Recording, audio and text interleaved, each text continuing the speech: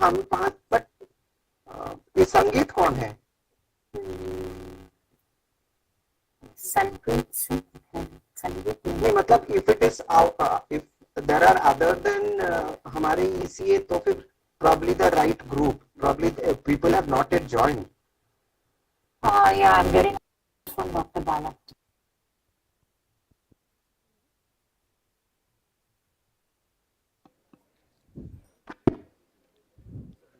Good morning. A warm greetings to all. On behalf of Madurai Kamaraj University, we welcome you all for the inauguration of International Conference on Consortium of Universal Research Erudition 2023. I warmly welcome our Vice Chancellor, Professor Dr. J. Kumar, Madurai Kamaraj University, to present the inaugural address.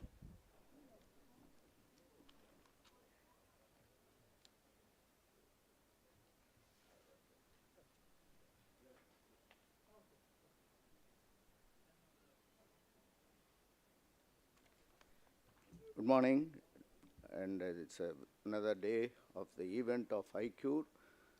I take great pleasure in welcoming the participants and Dr. Taruna, the President of Indian Immunology Society, who would be on online very soon. I also welcome Dr. Javed Agarwal, the Bhatnagar Awardee. I welcome my long-time friend and colleague here, Dr. Balakrishnan, who is the Secretary of the Indian Immunology Society. I also join Dr. Shakila in welcoming all of you for this session, special session. I happened to listen to the immunological activities when I took over. It was very astonishing for me that there was a chief guest by name Professor Muthukarupan. I don't know him, how many of you know him. And after he was just by my side, I said hello to him. And then he was very politely talking to me. After a few minutes, we said, we'll just go to the dais. And then he said, I was suggesting to somebody, I saw he's holding a small stick. And then I said to somebody, can you hold him around? He said, no, I will go around. And then he just came to the dais, and then he started speaking. By that time, I talked to Dr. Shakila, and then very politely asked whether he is around 80 plus. And then he refused strongly and said he is 93. So this is the kind of associations we have, and these are the people who motivate very dynamically. Beyond this age, I should say, if many of you are here who are to address an audience for about 30 minutes by standing, they may have a slight thinking to go and settle back. Times people talk even for more than 2 hours in a classroom lecture, but when you talk around in such places, your mind works very faster than the presentation. To my surprise, this gentleman, Dr. Muthukarupan, he was like talking like this, and then he was rolling his slides, which were going at the back. And he didn't turn around to see what slide. He didn't have a collar mic to just walk around and talk. He had a mic, and then he was speaking for about 20 to 30 minutes. And he never turned around to see any of the slides. And for your information, youngsters are here. He had slides which are updated as close to 2022. Okay, the information he had was based on references of the year 2022 in literature, and then he went on to speak for this time frame, and then he asked the students if they had some doubts. And naturally, there was so much of eagerness and enthusiasm, they kept on asking him questions, and he was very enthusiastically answering all of them. And one on such occasion, there was a question about something relevant to his presentation. And he then turned back and said, go to slide number 13. Can you imagine this? Can anyone of you try this in your life? Just try this and you will realize what I'm saying. He just said, turned back and said, go to slide number 13. I was really astonished that a man remembers every slide and then he could recollect and address for the audience. So these are the people who are working around and motivating us. And I hope he will be here in the evening to join all of us, because he had to be away for his personal family functions. Otherwise, he would have been here. So I also join in welcoming the other Bhatnagar awardee, Dr. Mehrha. These kind of lecture series are very, very important to the audience and in particular to the development of the university as a whole. So with these few words of how I am getting impressed, another impression is about, I just have to mention about Dr. Balakrishnan. He was such a polite man and very kind man. He came to me and then introduced himself. And after about 2 to 3 weeks, I remember he just said that he has been elected as the secretary, the only person from the South India. It doesn't mean anything as South or North, but still you can understand how the university also gets recognition in this kind of associations. So I requested him to make a special session for the students and also for all of the community here. So he had been very magnanimous in cooperating this particular session. So I thank him profusely for this initiative, and also would like to re-welcome Dr. Javed, who is another Bhatnagar awardee, who had been in MKU for some time, and then he had been moving around, and he is now in IIT Ropar. So thank you, sir, for coming here and giving us presentation in person. There is another colleague here who is from SRM University. I would like to welcome him, and I now hand it over to the organizers for this given day's event. So welcome you all.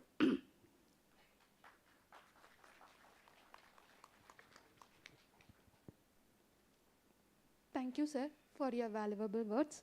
I heartily welcome Dr. Taruna Madan, who is President of Indian Immunology Society, to give presidential address, and I welcome Dr. H. Shakila ma'am to introduce Dr. Taruna Madan. Good morning, all.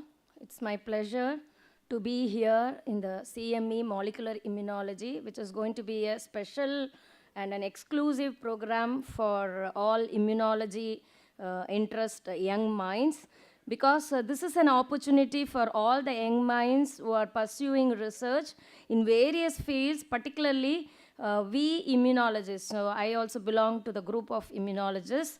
So we immunologists feel that there are a lot of activities which are going in Indian Immunology Society. So I take this opportunity, all of you, to become members, life members of Indian Immunology Society, and see and look around what are all the research activities which are happening in and around the globe.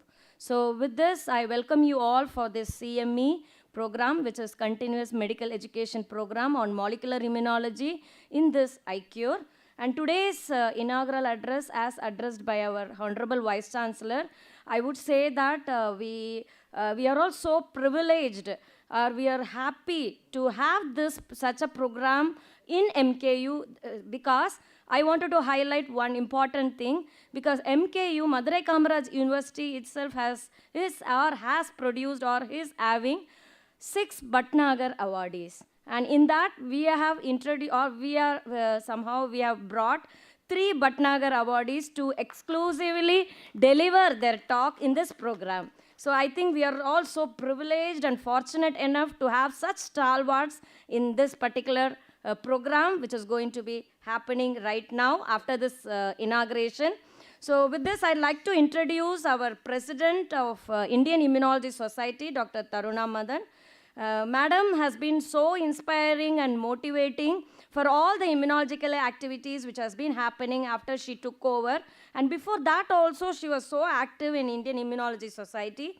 She comes from a pharmaceutical background. So she has done her B.Pharm and M.Pharm and then PhD in Delhi College of Pharmacy. So can you imagine how a pharmaceutical person has just shifted over towards immunology. Now she's a pure immunologist. So that's how we young minds, or I'm not young, maybe other young people who are seated here, you all can think about doing such interdisciplinary research activities. So she did her PhD in the Institute of Genomics and Integrative Biology, University of Delhi College of Pharmacy.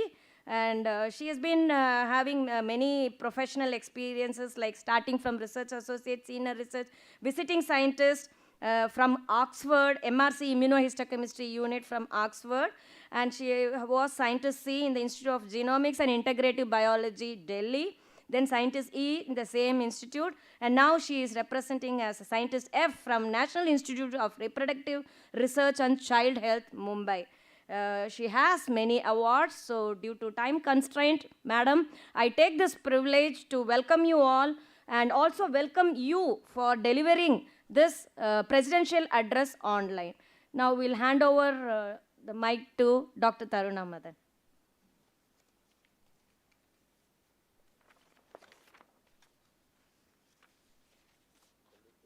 Yes.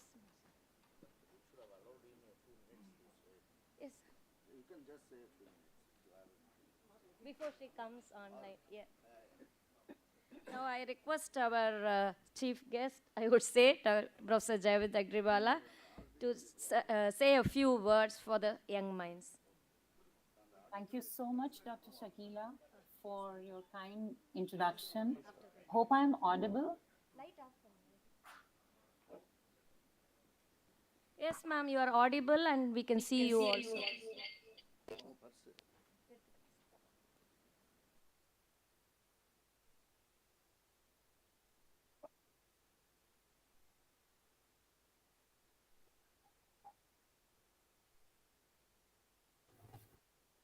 Ma'am, you are audible.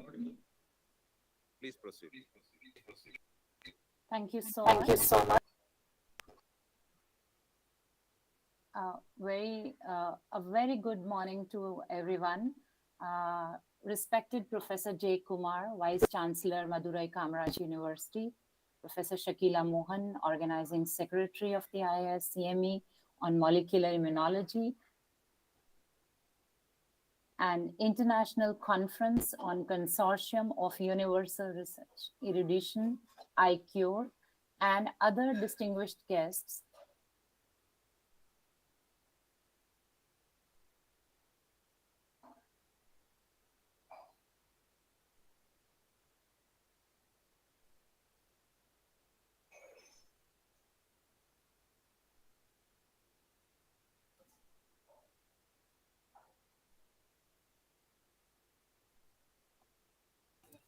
Ma'am, we can hear you.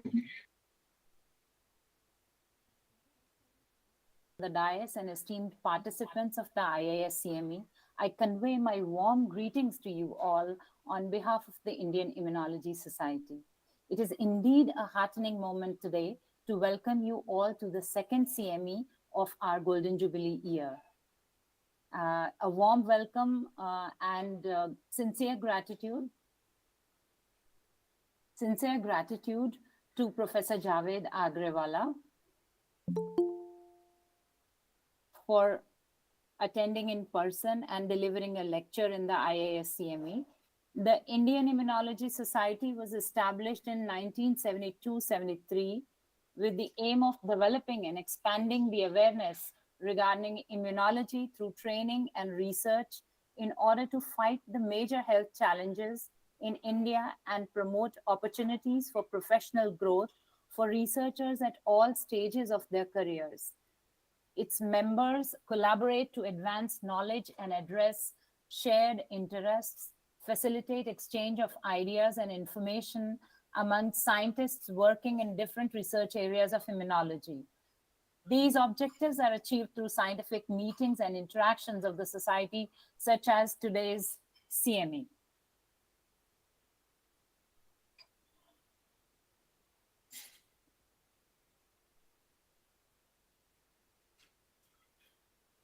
As Dr. Shakila apprised, that you all are most welcome to become full life members of the Indian Immunology Society, and it is open to both medical and non-medical science graduates.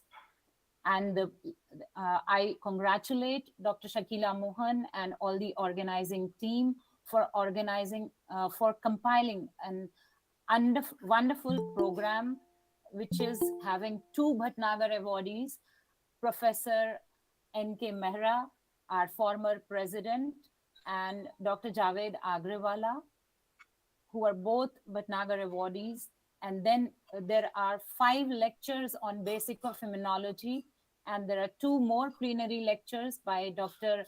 Dipankar Nandi and Dr. Dharmalingam, along with 2 technical sessions. Technical session 1, Beckman and Coulter flow cytometry principle and its applications, and technical session 2, 1, Lambda USA Luminex based HLA typing. So I wish you all the best, and thank you very much for giving us this opportunity. Thank you, Professor Shakila.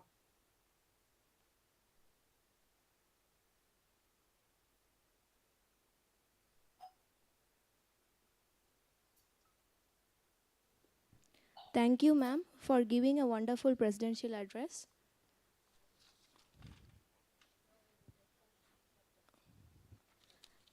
We are about to start the first session of the day. It is on cancer biology.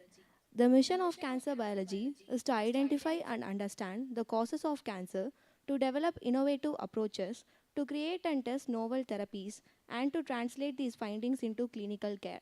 To illuminate our minds about the topic of the session, I cordially welcome the chair of the session, Dr. H. Shakila, School of Biotechnology, Madurai Kamaraj University, along with the co-chair of the session, Dr. S. Ramaswamy, School of Biological Sciences, Madurai Kamaraj University. We welcome you, ma'am, and we'll welcome you, sir.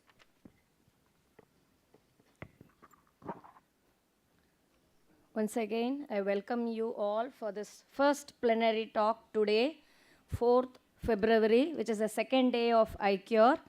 And this is also the program, which is from this program again, parallelly we are going to conduct the CME program also in another hall. So today, the first plenary lecture is going to be given by none other than a great professor, Dr. Jayaved Agriwala, Department of Biomedical Engineering, IIT Ropar. Sir has completed his UG and PG from Agra University and also PhD from Agra University. For a short period, he was here at Madurai Kamaraj University for doing his after PDF, like it was a postdoctoral course, I believe. But he has a vast experience as having faculty position at the CSIR Institute of Microbial Technology in 1989, and then visiting faculty at Hammersmith Hospital, London, Trudeau Institute, Lake, USA. And he also then, finally, from 2018 onwards, he joined IIT, or Indian Institute of Technology, Ropar. And he's been, for more than 3 decades, he's been working in the immunology of infectious diseases and vaccines. So his area of interest is human microbiome, development of vaccine against TB and narcotics. He has got various awards, but the first award I would like to highlight is, you all know that most prestigious Shanti Swarup Bhatnagar Award. So sir is the recipient of this prestigious award. And he also has the National Bioscience Award for Career Development, UP Science Award, J.C. Bose Fellowship, Fellow of the Indian National Science Academy.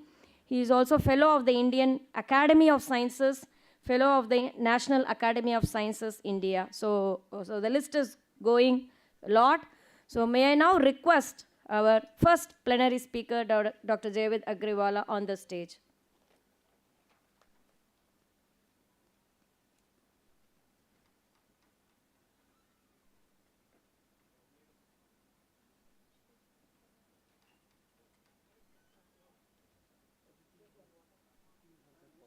Yes, sir, everything is there. He will help you.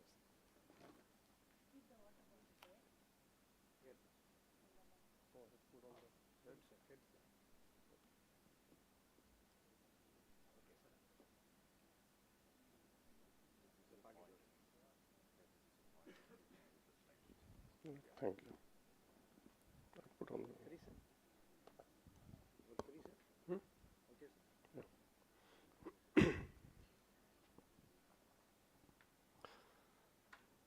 So So thank you very much, Dr. Shakila, and I'm also highly thankful to Dr. Bala for inviting me over here to give this opportunity to present my work. So today I'm going to talk something different, and it will be regarding Mycobacterium tuberculosis, that how does Mycobacterium tuberculosis, it evades immune system. So since I think 95% of audience over here, they are students, so I would like to focus more my lecture toward the students. So as you know, our immune system, our body, it resists any infection. So same way, these pathogens, they also resist. They try to evade, they try to escape immune system. And there are many mechanisms through which Mycobacterium tuberculosis is a very notorious pathogen. All pathogens are, somehow they have strategies to evade immune system. But Mycobacterium tuberculosis is somehow very strange type of bacteria. And since it develops, many strategies. And let me tell you one important thing, that Mycobacterium tuberculosis, or any other, whatever bacteria or viruses or any pathogen you talk about, so they know everything, like they know immunology, they know biochemistry, they know molecular biology, genetics, everything, right? So students, they have to come over here to do their BSc, to do their MSc, to do their PhD, right? And after that, still they have to go for postdoc and have to read many books, biochemistry books, immunology, molecular biology, whatever logies they have to, read. But bacteria have never been, or these pathogens have never been to even, primary schools, right? They have not even read any book, but still they understand many such strategies, which ultimately, the scientists, they explore the bacteria, manipulate the immune system, and it gives a way to scientists to write, many projects on them, even books on them, right? So this is such a story I'm going to talk to you about, that how this bacteria, which is an etiological agent for tuberculosis, how does it, try to tune and tame our immune system. So this work was done at my previous institute. In 2018, I moved to IIT Ropar in Punjab. But before that, I was working at the CSIR Institute of Microbial Technology. I worked there for 29 years. So this is Institute of Microbial Technology. And if you can see here, this was my laboratory at 4th floor. And this is IIT Ropar. So both the institute, they are really very well developed and well maintained as far as the greenery is concerned. Okay, why it's not move?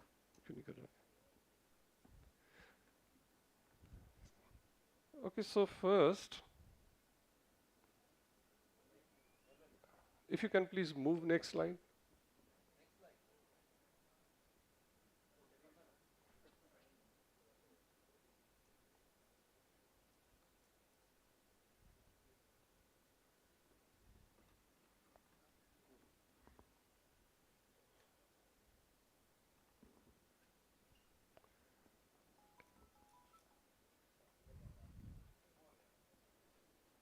So what Mycobacteria, does,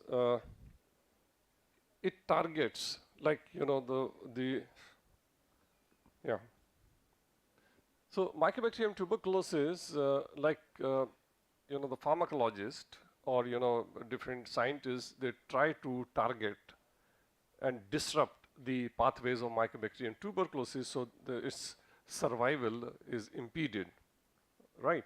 The same way, Mycobacterium tuberculosis, it tries to target our immune system as well. So there are many pathways through which the body tries to kill the bacteria, right? For example, when it goes inside the macrophage, so macrophage, they have phagosomes, they have macrophages, they have lysosomes. So the lysosome have got a lot of lytic enzymes, which ultimately it fuses with the phagosome, through which macrophage it engulfs mycobacteria, and ultimately it forms phagosome. So these lysosomes, they fuse with phagosome, which has got lytic enzymes, and when they fuse, ultimately mycobacterium is killed. So what Mycobacterium tuberculosis does, it inhibits phagosome lysosome fusion. So it understands that yes, if it fuses, it's going to ultimately be killed. Okay, so before I start my main lecture, I would like to thank my team. So the main work today I'm going to talk is about the work of Fatima on ACR1 protein and MBD64 of Sunpreet. So these two students, I'm going to talk about the work about two proteins, that how these two proteins are exploited by Mycobacterium tuberculosis, and it was ably supported by the entire team. Okay, so these are the grants through which this work was supported.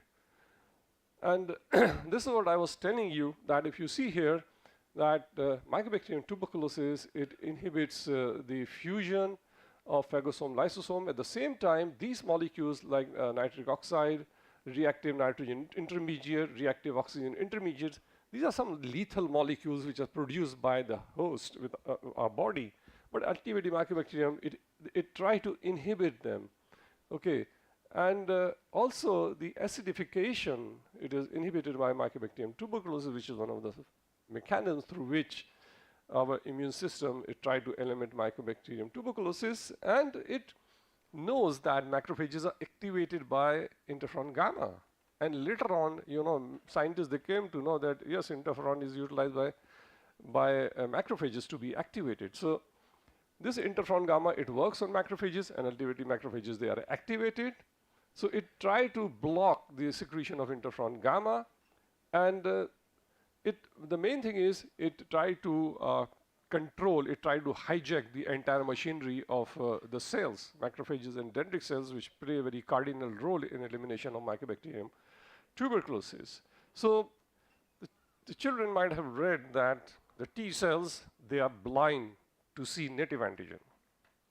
So they can only recognize antigens which are associated with MSC molecules, right?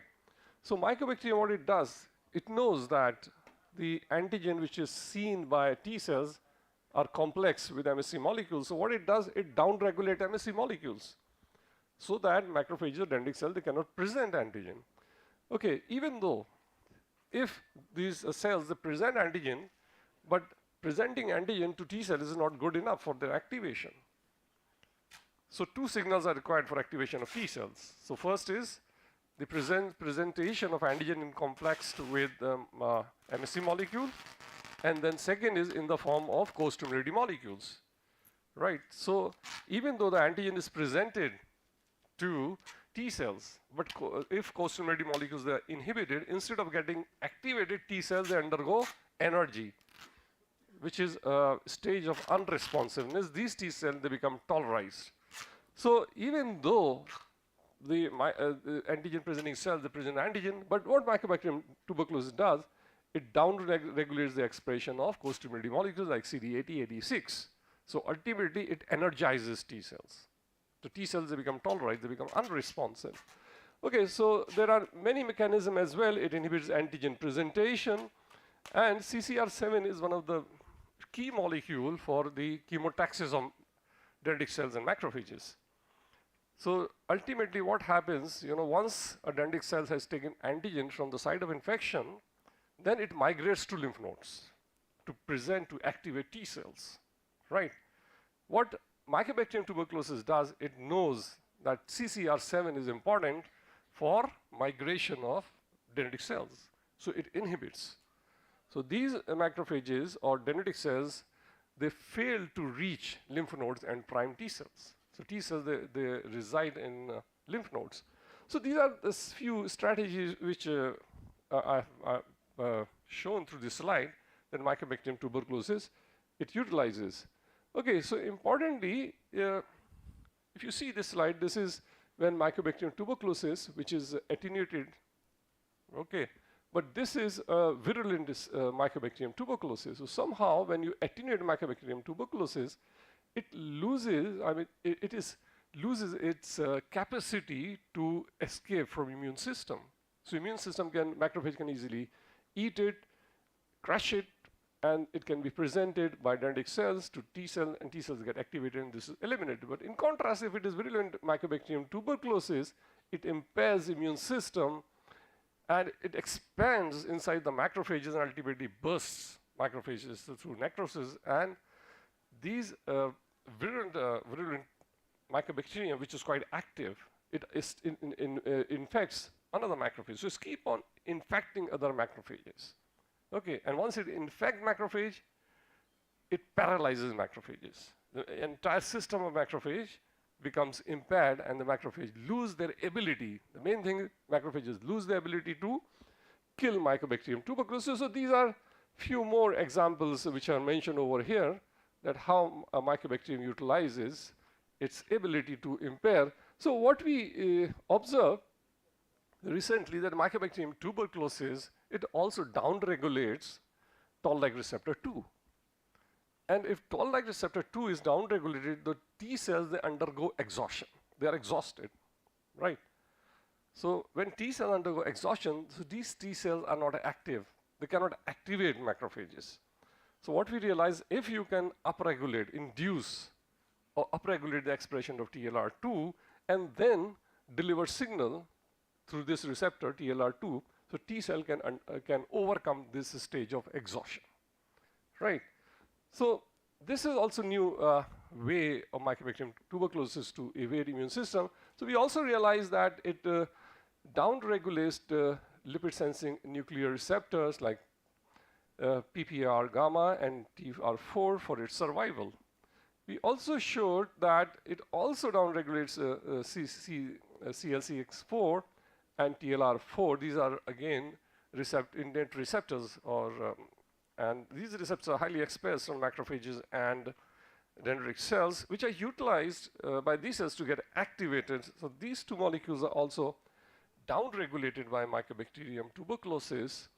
And then again, if you can induce and enhance the activation of these molecules can take care of eliminating Mycobacterium tuberculosis, and the mechanism of operating was through autophagy. So we also showed that Mycobacterium tuberculosis, it modulates its hemoglobin and also ultimately, help in their survival. But this is the work I'm going to talk to you, that how Mycobacterium tuberculosis utilizes its protein ACR1. So ACR1 is also called as latency associated molecule, because Mycobacterium tuberculosis is known to survive inside our cells through this protein. Okay, so how it survives, it was not known. Well, let me tell you one important thing, that the people sitting in this hall, right, 50% of us, we have Mycobacterium tuberculosis inside our body. And it happily remains in the hostile environment of our body. So it survives well. So how it really survives? Okay, so there's a beautiful balance between immune system and the Mycobacterium tuberculosis hiding inside macrophages. So this immune system is, perfectly strong enough not to allow Mycobacterium tuberculosis to replicate and inflict disease. But at the same time, it is totally inefficient to eliminate Mycobacterium. So this is a balance between infected macrophages and our immune system. And wherever there's this balance is disrupted, so we get tuberculosis. So tuberculosis we can get any time in our life. And any part of the body can be infected by Mycobacterium tuberculosis, not only lungs. Okay, so here I'm going to present you today the work where we observe that Mycobacterium tuberculosis, if a dendritic cell, let me tell you, is the only cell that can activate naive T cells. B cells, they can present antigen, macrophages can present antigen, but they cannot activate naive T cells. A cell which is virgin, which has never seen antigen, cannot be activated by any other cell except dendritic cells. Okay, but what we observe that when the bone marrow cells, they are getting matured or they're getting differentiated into dendritic cells, at that stage, if they encounter ACR1 protein of Mycobacterium tuberculosis, so these dendritic cells, instead of maturing into a cell which can activate naive T cells, they totally fail. They cannot activate these naive cells. So what happens is that these dendritic cells, they show that if this is the ACR protein, and when we did dose dependent titration, we used from 0.3 microgram per ml of ACR1 to 3, then 5, 9, and we observed that there was a dose-dependent decline in the expression of costimulatory molecule CD86. If a DC it encounters during a differentiation ACR1. So, but we observed that it was very important whether this is the downregulation is because of the overactivation or death of these cells, just to ensure that this is not because of the death. Rather, these DCs, they were totally healthy, they were alive. So if we did annexin PI indicating that this data indicate that these DCs, they were not dead, they were alive, they have not undergone any apoptosis or necrosis, right? So after that, we also did we monitored the expression of all costimulatory molecules like 80, CD86, 40, MSC. So all these molecules, if you see here, they got downregulated when these DCs, they encountered ACR1, which is 16 KDA protein of Mycobacterium tuberculosis. And interestingly, PDL1, which is a suppressive molecule. So it's not only that the DCs, they activate T cells, they also suppress T cells, because we do require that autoreactive T cells, they should not get activated, right? So interestingly, PDL1, it got enhanced from 51 to 75% on dendritic cells. So if you see here, this is the data we on PDL1, we transformed into a bar diagram, and it was substantial decrease in the expression of PDL1, whereas all this they were increased.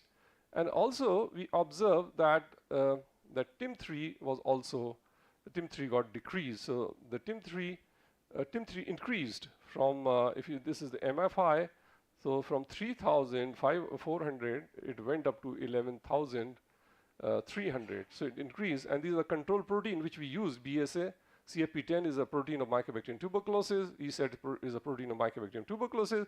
So again, this data you see in bar diagram, ACR1 increased TIM3, but not other proteins could do any enhancement in the expression of TIM3.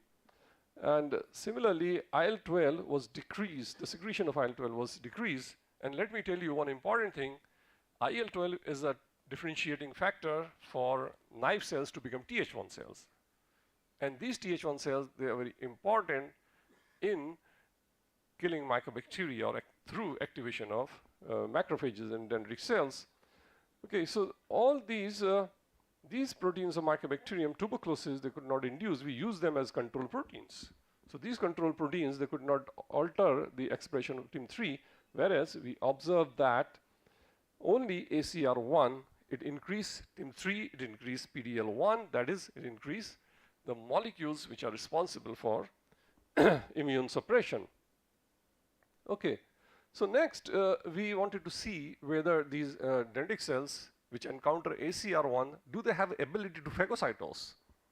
So for that, we took one antigen, Dexter and Fitzy, and if you see here, flow cytometry data, the ability of dendritic cells to phagocytose this antigen was decreased. So this flow cytometer data shows that from 2800 it became 1900, and through confocal microscopy also we depict it depicts over here that these are control macrophages, but when we added 3 microgram and 9 microgram, so in 9 microgram there was statistically significant decrease in the process of uptake of this antigen, right?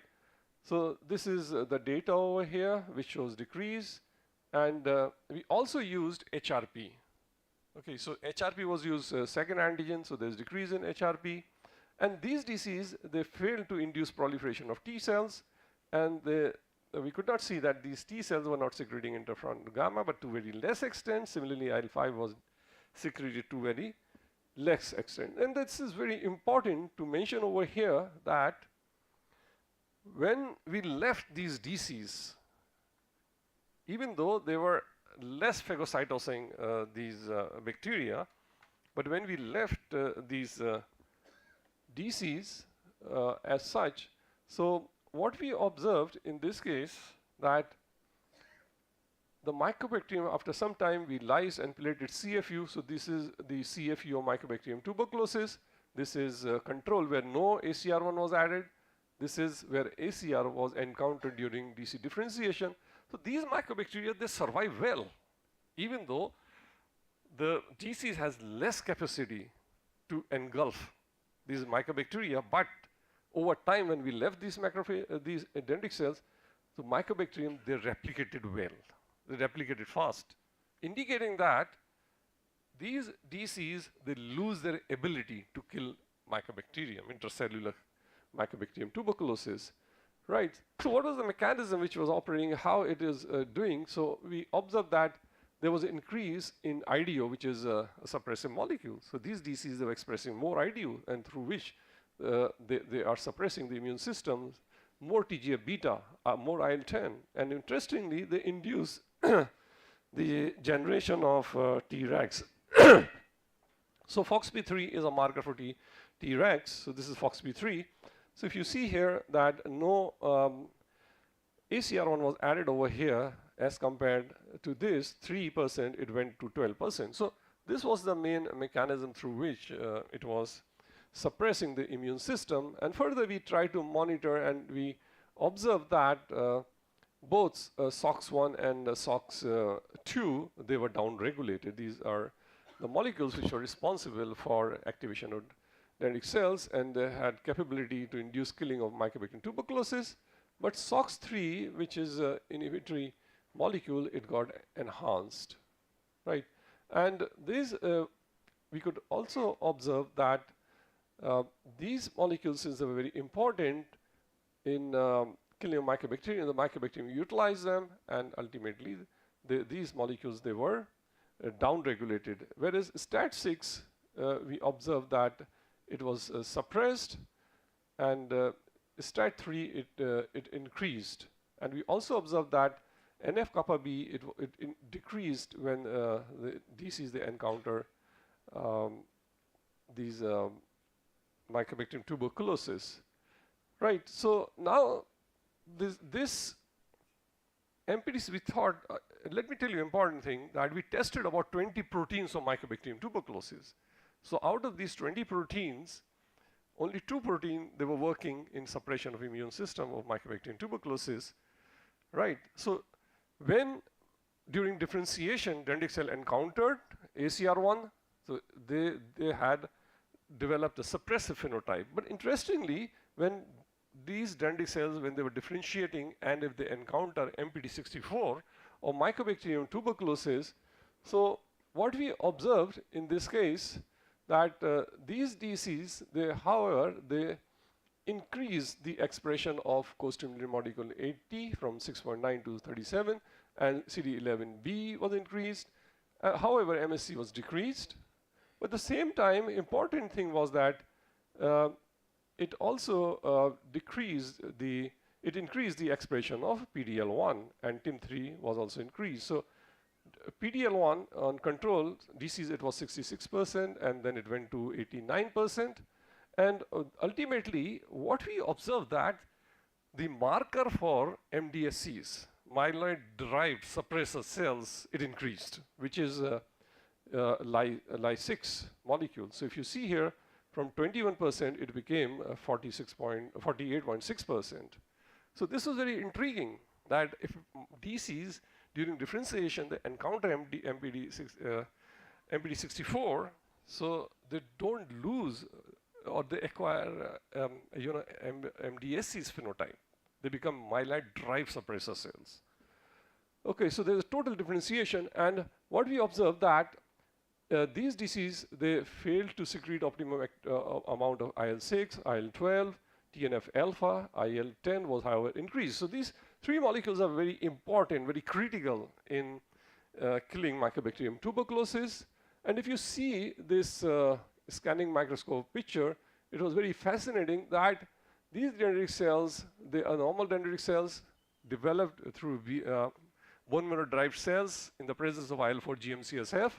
And you can see here, I don't know where the people sitting at the back, the students sitting at the back, they can see they have dendrites on the surface. But when these dendritic cells, they encounter MPD64, the size decreased. And there was no expression of dendrites on the surface. And this is a control protein CFP10 of Mycobacterium tuberculosis, so it enhanced the differentiation of dendritic cells. So importantly, these dendritic cells, they showed a decreased ability of Nile red uptake, indicating that these dendritic cells, they have capability to enhance the lipid accumulation in the cell. So Mycobacterium tuberculosis, it utilizes lipids of the host within the cell for its survival. So it enhances the lipid accumulation in the cells. Okay, but the important part is that these dendritic cells, they showed substantial decrease in the expression of CCR7, which is chemotaxis molecule. So if you see here from 48%, it went to 25. It declined to 25%. And what we did when we injected back these dendritic cells into mice, so these dendritic cells we could not find in the lymph nodes or in the spleen, right? So this is after 24 hours, 48 hours. So this is the percentage of dendritic cells encountered during the differentiation MPD64. So there was a decline, whereas control protein CFP10, there was no decline. So migration was inhibited of these dendritic cells by MPD64. So you can see here with flow cytometry as well. And when we isolated these dendritic cells and looked into the expression of CCR7 into these cells, so there was decline in expression of dendritic cells. So these dendritic cells, they had lost their ability to activate CD4 T cells, right? They have lost the optimum ability to activate CD8 cells. So these are antigen specific cells, and these are alloreactive cells. So we further wanted to test whether it suppresses alloreactive T cells as well. So yes, CD4 T cell, and same way cytokines which are important for differentiation of Th1 and Th2, Th17 cells, they got decreased. IL-17 decreased, IL-10 was enhanced, TGF-beta was enhanced, and interferon gamma, you see all these cytokines, whether it's antigen specific or alloreactive T cells, these cytokines were suppressed, which were important for activation of immune system. Right, so importantly, then what we did, we injected these MDSCs, which encountered MPD64 into mice, and what we observed in such animals, there was enhancement in the regulatory T cells. So they start expressing more of FOXP3. So this is FOXP3, this is CD25, both the markers for suppressor cells. So they were inducing the expression of FOXP3, indicating that they are enhancing FOXP3, that is regulatory T cells.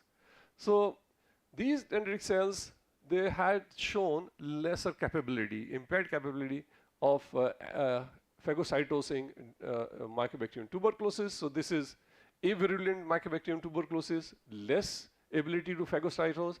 This is virulent strain of Mycobacterium tuberculosis, and this is non-virulent strain, which is M. smegmatis. It was also decreased. So plus these dendritic cells, they could not also take much of dextran FITC, and through confocal microscopy also we could see that these DCs, they failed to take to phagocytose to eat Mycobacterium tuberculosis. So these are merge image, this is DAPI,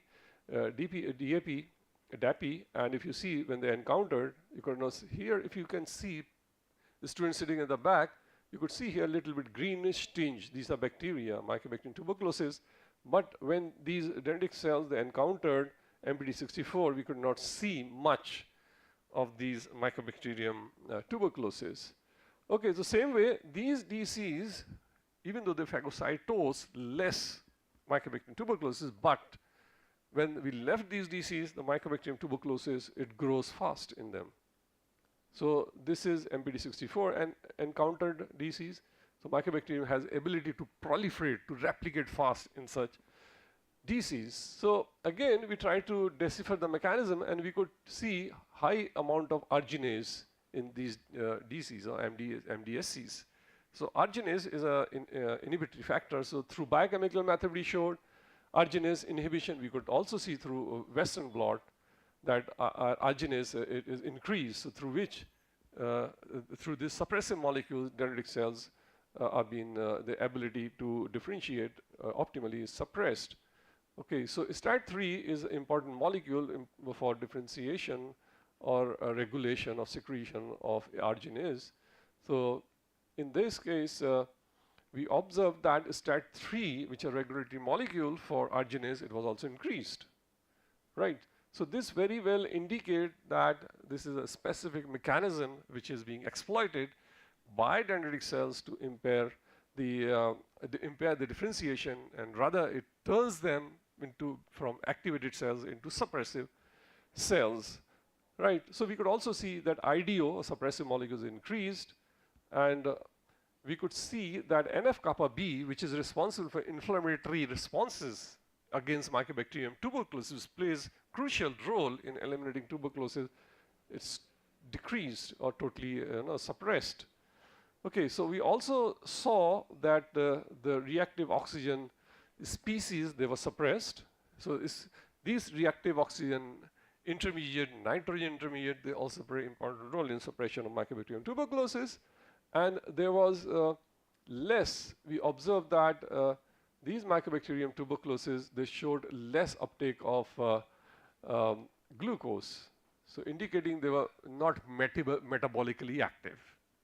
They had more accumulation of lipids, okay, but at the same time, they were not, these DCs became metabolically inert. So there was decrease in uptake of glucose molecules. And here also, this is through, we showed this through through flow cytometry and through confocal microscopy. We could also see these MPD64 stimulated cells, they lose their ability to engulf glucose. But you can see here, these are fluorescent glucose. So here you could see in control, but we could not see any in case of MPD64 exposed animals. We could also see that there's a high accumulation of methyl glycol, ultimately indicating this is through accumulation of fat, which is utilized by Mycobacterium tuberculosis. And this we showed through flow cytometry and as well as through confocal microscopy. So here you could see MPD64 encountered cells. They had a high expression of methyl glycol. So this indicates that Mycobacterium tuberculosis, it's very clever. He knows at what pathway and at what molecule should be suppressed. And we also did some of these suppressive, we looked into these suppressive molecules, what is the situation.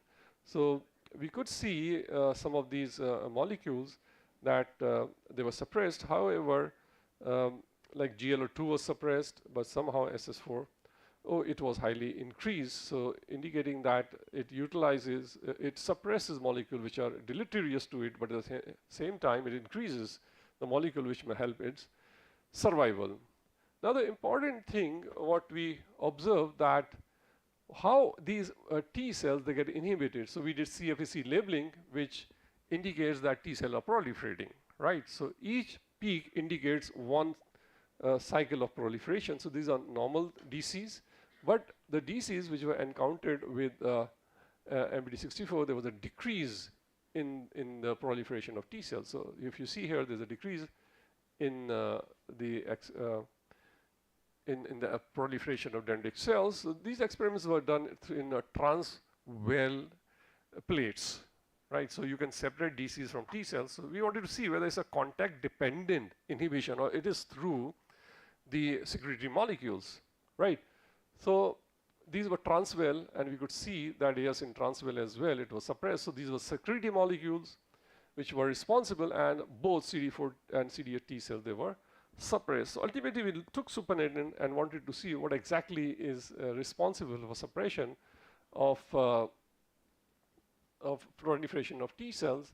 So what we observed that the suppression in T cell proliferation, it was due to high secretion of nitric oxide. So let me tell you, whereas earlier it was thought that nitric oxide is a molecule which helps in elimination of certain bacteria, but at the same time it is now known that nitric oxide can work also in inhibiting the activation, differentiation and proliferation of T cells. So nitric oxide was highly secreted out, and just to see whether it's only nitric oxide, and we confirmed it further through iNOS, through Western blotting. We showed that the molecule which is responsible, iNOS, for secretion of NO, so it was also increased, and the transcription factor for iNOS is STAT1, so this also we observed that it is increased. So especially for children over here, when you do any experiment, since you're going to communicate paper from India, so we have to show not only one method, we have to show at least like 2 or 3 methods till the review has to be convinced that yes, it's not artifact, it's really something which is happening. So this could be ultimately we could prove that the inhibition in T cell proliferation was through NO secretion. So this is how I talked about 2 important proteins, ACR1, which impairs the activity of dendritic cells, whereas MPD64, it transforms these DCs into myeloid drive suppressor cells, right? So I'll be happy to take any questions. Thank you, sir, for enlightening our knowledge. Now the session open for questions.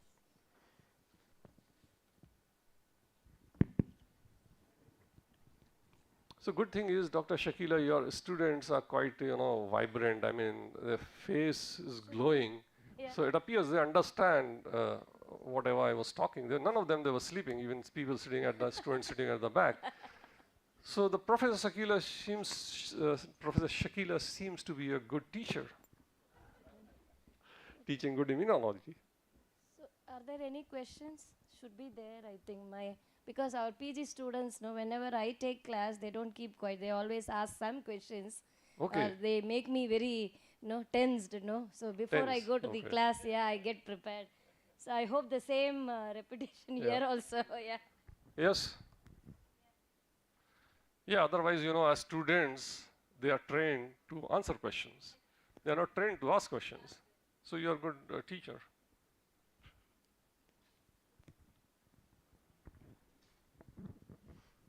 Sir, you said about 2 proteins. Can you switch on the mic?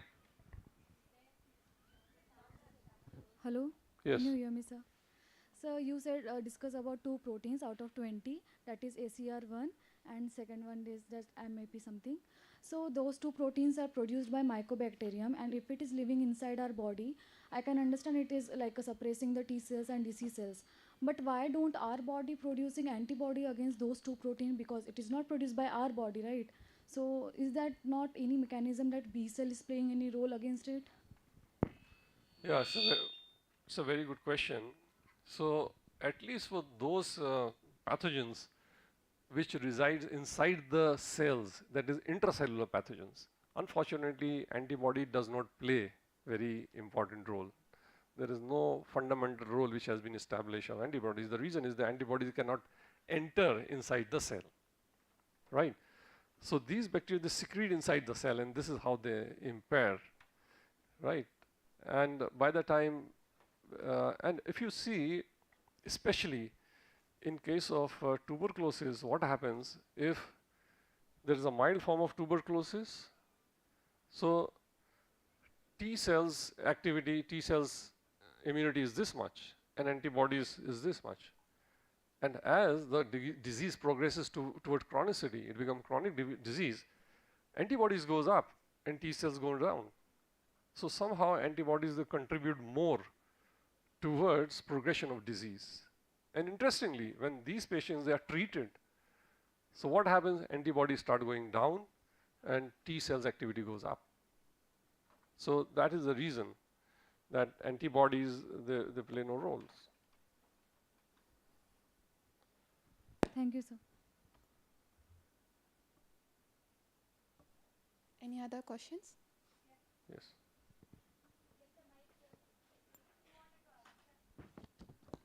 So generally in cancer, NF-kappa beta protein, NF-kappa beta is being upregulated. But in tuberculosis, you said that ACR1 protein downregulates NF-kappa beta. Is there any patients who have cancer as well as tuberculosis where you studied these proteins? So the question is, have we seen in cancer patients what is the effect of ACR1, since NF-kappa B is highly upregulated in cancer, whereas in case of MPD64 or ACR1, we have shown that NF-kappa beta is decreased. So the answer is that we haven't, sorry, the answer is we haven't studied in cancer patients. And it is highly upregulated in cancer patient because cancer, there's high inflammatory response, and even high inflammatory response, it predisposes people towards cancer. I mean, the cells, they become, they acquire unrestricted proliferation. Yes. So my question is whether there are mammalian homologs to these tuberculosis proteins, functionally or sequence homologs. Yes, there are, but as far as sequence is concerned, the sequence, we did some sequence homology with the human proteins, and in fact we did entire mycobacterial genome with the human genome, and the homology of ACR1 is pretty, I mean, reasonably okay, and it shares homology with the alpha crystalline protein which is present in our eye. But this homology, in terms of immunology, the stress sequence is not more than like 4 or 5. So to get activate CD8 T cells, we need at least 9-mer homology, so that they can be complex with MSC1 and activate CD8 cells. And for CD4, at least something like 14 to 20. So we could not get any stretch which could be even like 6, up to 5, 4 or 5 we could get homology.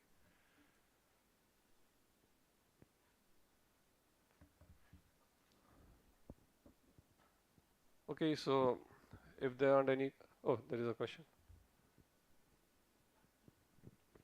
Thank you, sir. I request Dr. Shakila ma'am to honor the Professor Dr. Javed Agarwal. Okay, so still, if you have any question, so you can ask me later on.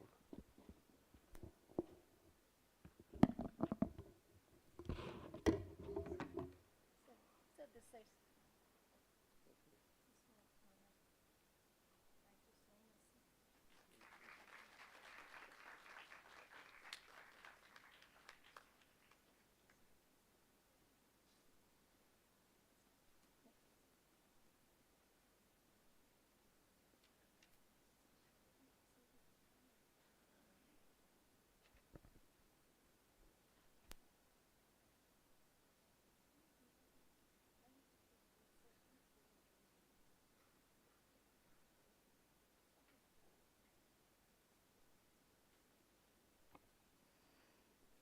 Our next invited lecture is by Professor Kaustav Ganguly. Now currently he is an associate professor at Karolinska Institute, Sweden. He received his bachelor's and master's degree from the University of Calcutta, and then he completed his PhD in the field of developmental genetics from the Technical University of Munich, Germany. Then he went for his postdoctoral research at Helmholtz-Zentrum Munich, Institute of Lung Biology and Disease, Comprehensive Pneumology Center, Germany. He had various faculty appointments in the Department of Environmental and Occupational Health, University of Pittsburgh. Then again, I think he moved to India at SRM Institute of Engineering Technology, Chennai, between 2012 and 2016. And from 2016 onwards, He's been working at the Unit of Integrative Toxicology, Institute of Environmental Medicine, Karolinska Institute. His research focuses on the non-tobacco causes of chronic obstructive pulmonary diseases, which we all know that it is the third leading cause of death worldwide. And I think he has done various research activities, both on in vivo, in vitro, in silico models, and even human cohort-based studies has been done. He has got many awards like research supports from Swedish Heart Lung Foundation, Swedish Research Council, Forskaren to Research Without the Animal, and then Sweden's Innovation Agency, Vinnova, an IMM strategic grant, and in order to add his feather to his cap, he has got many publications. So you can all visit his PubMed and Google Scholar, I believe. So with this short, brief introduction, may I now invite Professor Kaustav Ganguly. Thank you, madam. Thank you. Very good morning to all of you and all the dignitaries and staff and faculty members of this university and dear students and colleagues. It's my pleasure to be here. It's my first time visit at Madurai, the temple city. And before I proceed on to my presentation, I would like to convey my sincere congratulations to the organizers for this broad spectrum of this conference. It's not only of very high quality of speakers and program, but I think the topics selected are of very high societal relevance, not only for India, but globally. So really that needs a special applaud. Today I will be talking about the epidemiological, clinical, and experimental approaches towards dissecting chronic lung diseases. And as the conference name ends with erudition, which means learning, I would not get into the details of any data sets. Rather, I would try to go through a research strategy that we had been following over the last, let's say, 15 years or so. So I would be trying to cover our research on chronic lung diseases from various models to human cohort-based studies during the last 15 years. Karolinska Institute, I believe most of you in this auditorium knows, and especially for the students, it's one of the world's largest, foremost medical universities, and our vision is to advance knowledge about life and strive towards better health for all, and we are a medical university.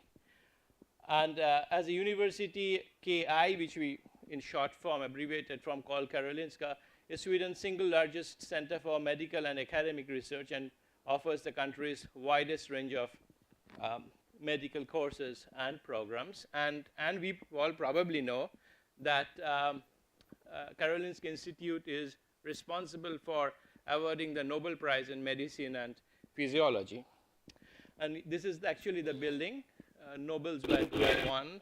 Doctor, on offline section is going on, so please wait. The current year Nobel laureate the Nobel lecture, usually on the 10th of December every year, prior to the Nobel Award ceremony. Okay, now we are into the era of SDG, Sustainable Development Growth from the United Nations, and we all know that there have been 17 goals that have been outlined. And for Karolinska, it is a very important aspect that we try to align our research to this, and it's a direction from the research program that we follow. And of which goal number 3 is good health and well-being. So it is important towards the sustainable development is to ensure good health and well-being for all at all ages, and that's very important because many things are life course events. If we go into a little bit detailed, even goal 3 has many sub-goals and sub-objectives. And for our particular research, we are onto the children's health, non-communicable diseases like COPD or chronic obstructive pulmonary diseases, environmental health, exposure, and in fact, at the Institute of Environmental Medicine, we are responsible to advise to the Swedish government and various agencies on the risks of various toxic chemicals or new products like electronic cigarettes, heated tobacco products to assess and to help the agencies, for example, Swedish Chemical Society or Swedish Public Health Agency, to provide expert opinions. And here is also the anti-tobacco. So that's a brief outline of how we try to align our research with the sustainable development goals. This being said, when we talk about complex diseases, let's take the example of COPD. It's a very deep process which involves predisposition and susceptibility, and on the other hand, environment and exposure. So it's basically it's a gene-environment interaction, you can say, which can be coined with the term called envirotype. And there's a disease process which contains genetic risk, early origins of diseases, environmental factors, gender, and aging. And the responses can be acute disease and chronic disease manifestation, degeneration. So to approach this in this era of personalized medicine, we try to move from epidemiology to personal risk assessment towards prevention and individualized therapy. So having this background in mind, we had an overarching concept where in a population, some can have a beneficial genotype and an unfavorable genotype, and lung develops. And it's a process from in utero to postnatal. And some individuals come with supreme lung function and limited lung function. Here, it's important to note that limited lung function does not mean diseased. Some may have larger lung capacity, some may have smaller lungs, but they're absolutely fine under normal conditions. Now, things change when there is an environmental stress. It can be outdoor air pollution, it can be indoor air pollution, it can be tobacco smoking, it can be other inhaled toxicants. And the individuals who have beneficial genes are able to adapt and restitute to in integram. So they're able to recover the process very quickly. On the other hand, individuals who have unfavorable genes have impaired tissue and impaired repair and tissue remodeling processes that can predispose them to chronic lung diseases. That means inefficient repair and remodeling processes. And we hypothesize that recollection of developmental pathways during repair and remodeling processes. So the same process, the same genetic subroutines which were used for during the developmental process are recollected during repair and remodeling stages. So individuals who have impaired development would have impaired repair and remodeling processes. So to address this overall hypothesis, what we do is we do genomics of lung development and lung function, exposure studies, acute, subchronic, mouse, and physiologically relevant in vitro models. We have not done so much of chronic exposures. It's a little difficult, but it's feasible. I mean, tobacco smoke over 6 months, 1 year exposures are carried out. Clinical epidemiological studies, we have the Mudra cohort, which is based in India, actually in Mysuru, women cohort and adolescents cohort. And very important aspect is exposure assessment to know what exactly we are exposed to. I mean, outdoor air pollution just doesn't mean PM 2.5. It is much wider than that. And then in silico remodeling, particularly particle deposition in diseased lungs. So basically, what you know, the asthma puffs that we take, those puffs are designed based on an adult, healthy male lung. But a diseased person have a very different lung structure. It gets profound changes due to a disease. So we need to ensure that particles, those aerosolized particles, are deposited in the right regions of the lung to be more efficient. So that is one aspect of our research and biomarker discovery. So I won't be able to take you through all these aspects, but I will try to address some of them during the next 40 minutes. And the overall methodologies that we follow is lung function measurement in human. So basically, it gives you how efficient our lungs are. Lung function measurement in mouse models, and mouse lung developmental studies, high throughput techniques. We used to do microarray, now we switched over to RNA-seq. I mean, the molecular biology tools and techniques have been rapidly evolving over the last 20 years. Exposure experiments in mouse through intratracheal instillation and also whole body exposure to various chemicals, gaseous toxicants, flow cytometry, and one of the important thing is that our lung has 23 generations, and there is a conducting areas and respiratory or gaseous exchange zones, and the structures are very different. So we have developed models which is an air-liquid interface, lung models, lung mucosa models. Please note, these are not submerged cell cultures. They are in air-liquid interface, mimicking more the real-time scenario. And we have bronchial mucosa and alveolar mucosa so that we can address studies on the upper and deeper regions of the lung. So today's lecture kind of have three portions where we would talk about the genetical genomics of lung function in mouse and association in human, and we would focus on 3 candidates, SORT3, c-KIT, and SPP1. Carbon nanoparticle exposure in mouse models, how mouse with different lung function reacts, and genomics of chemical-induced acute lung injury. We'll talk only about one chemical, one slide, it's ammonia, just to showcase. And then in the next section, we will talk about the physiologically relevant in vitro lung mucosa models at air-liquid interface. And I will just showcase some data on electronic cigarette, heated tobacco products, and SARS-CoV-2 spike protein exposures. And in the last section, we will talk about biomass smoke-induced COPD among women, the Mudra study in Mysore, and SCGB1A1 as a biomarker of biomass smoke exposure. And in India, we have about 50 million COPD patients, and classically it was known that COPD is due to tobacco smoking, but we have a huge population in this country who are cooking using chullas, wood smoke, and they develop COPD, and the understanding is that the COPD due to biomass smoke, the pathophysiology is different from tobacco smoke-induced COPD. So I would shed some light on that. And inbred mouse strains, it's a part of the Mouse Phenome Project. There are about 65 inbred mouse strains, so you can get it from the Jack's lab. They vary in their SNPs. And we were part of the Mouse Phenome Project where we did the lung function screening.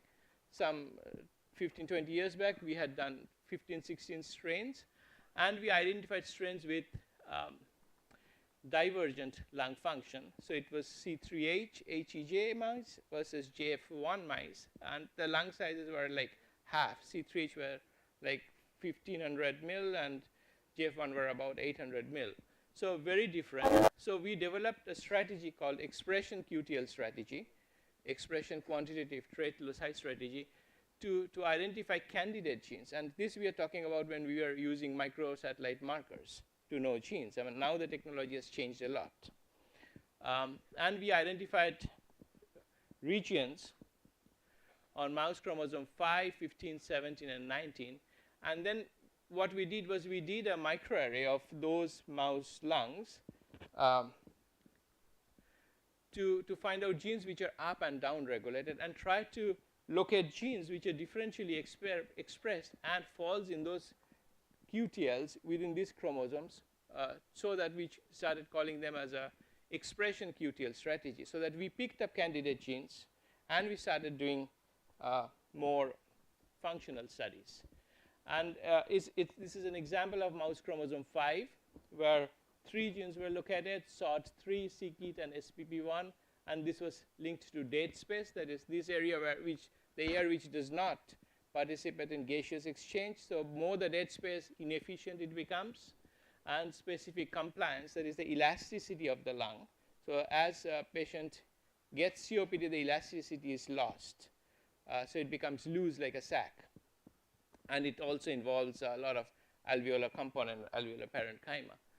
So I would just briefly show you about the SORT3. And as Professor Javed was talking, that it's not only from India that we need multiple lines of evidence to publish a paper. It's a demand that you have to do multiple lines of evidence. And SORT3 was a classical example where we had several lines of evidence.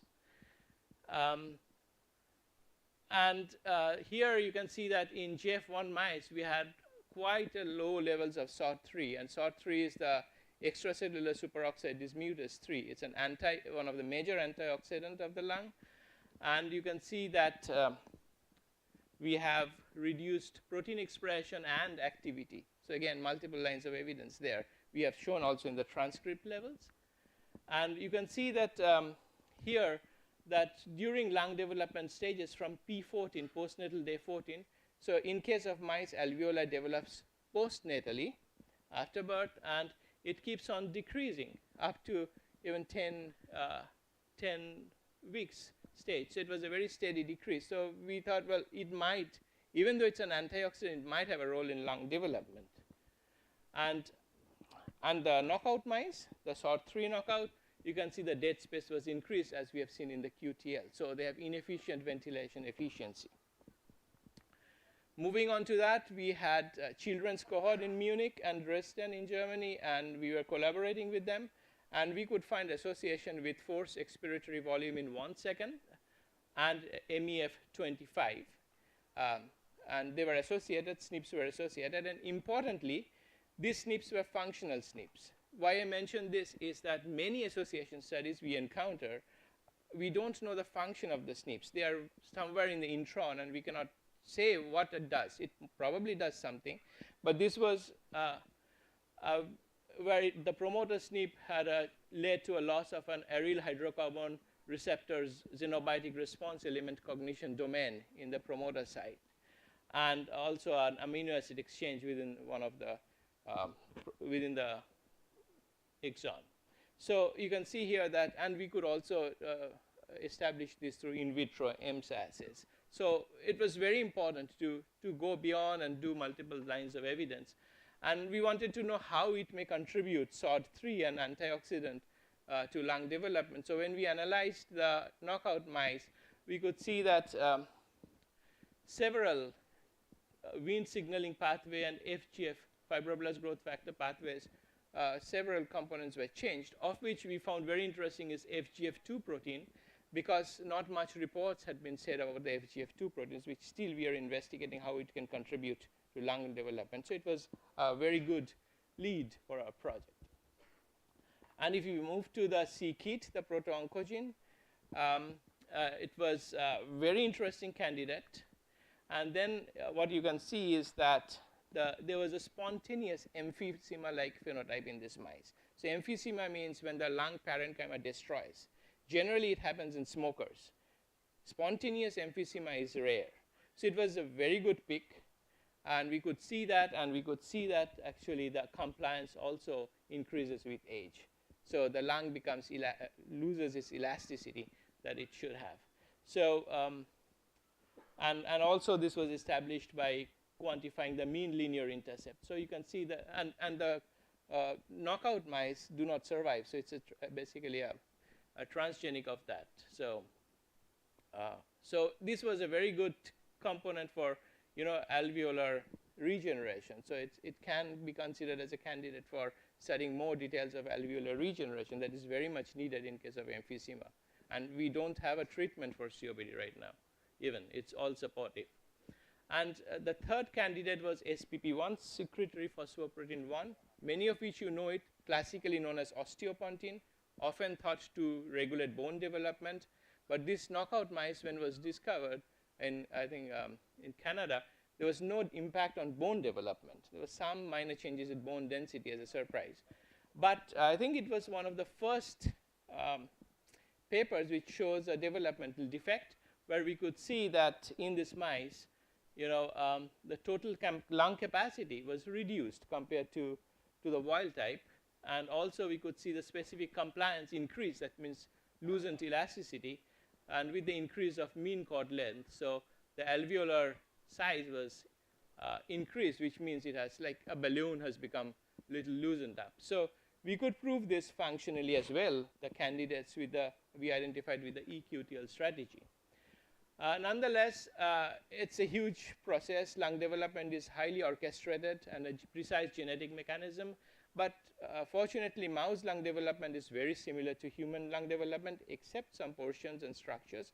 So we used it as a model. And we went on to assess the lung development from postnatal stages like P1, P4, P7, up to P70. We did microarray of lungs in all stages. I mean, I cannot cover the entire data, but one of the very important findings was that we found in JF1 mice, which has lower lung function, Wnt inhibitory factor, WIF1, was way high up. That means it was inhibiting the Wnt signaling in a very strong way, almost 10-fold high up. So that was a very good finding, and the Wnt signaling was affected in these mice. But these mice are normal, they're very active, so they have compensatory mechanism. And when we investigated the lung, the surface area was actually very similar between the two strains. And we say, how does it happen? And here you can see that the size of the alveoli is smaller, but more compared to what we see in C3H. So this is probably what nature made them as a compensation. And another thing that we observed was that the elastin-collagen ratio was altered among these two strains. So very good leads to proceed on these things. This being said, now we have much more technology, much more information, much more genetic information. So we went on to do actually a phenotyping of all the more than 40 strains, 41 strains, to have a more power on our study. And we can see the body weight changes between the strains. I've put it in octiles, I think, and the total lung capacity also. And you can see that there's a correlation with body weight and total lung capacity, but it explains 50%. So the remaining 50% is there. So what we do is we normalize the total lung capacity with body weight, and such divergence still exists.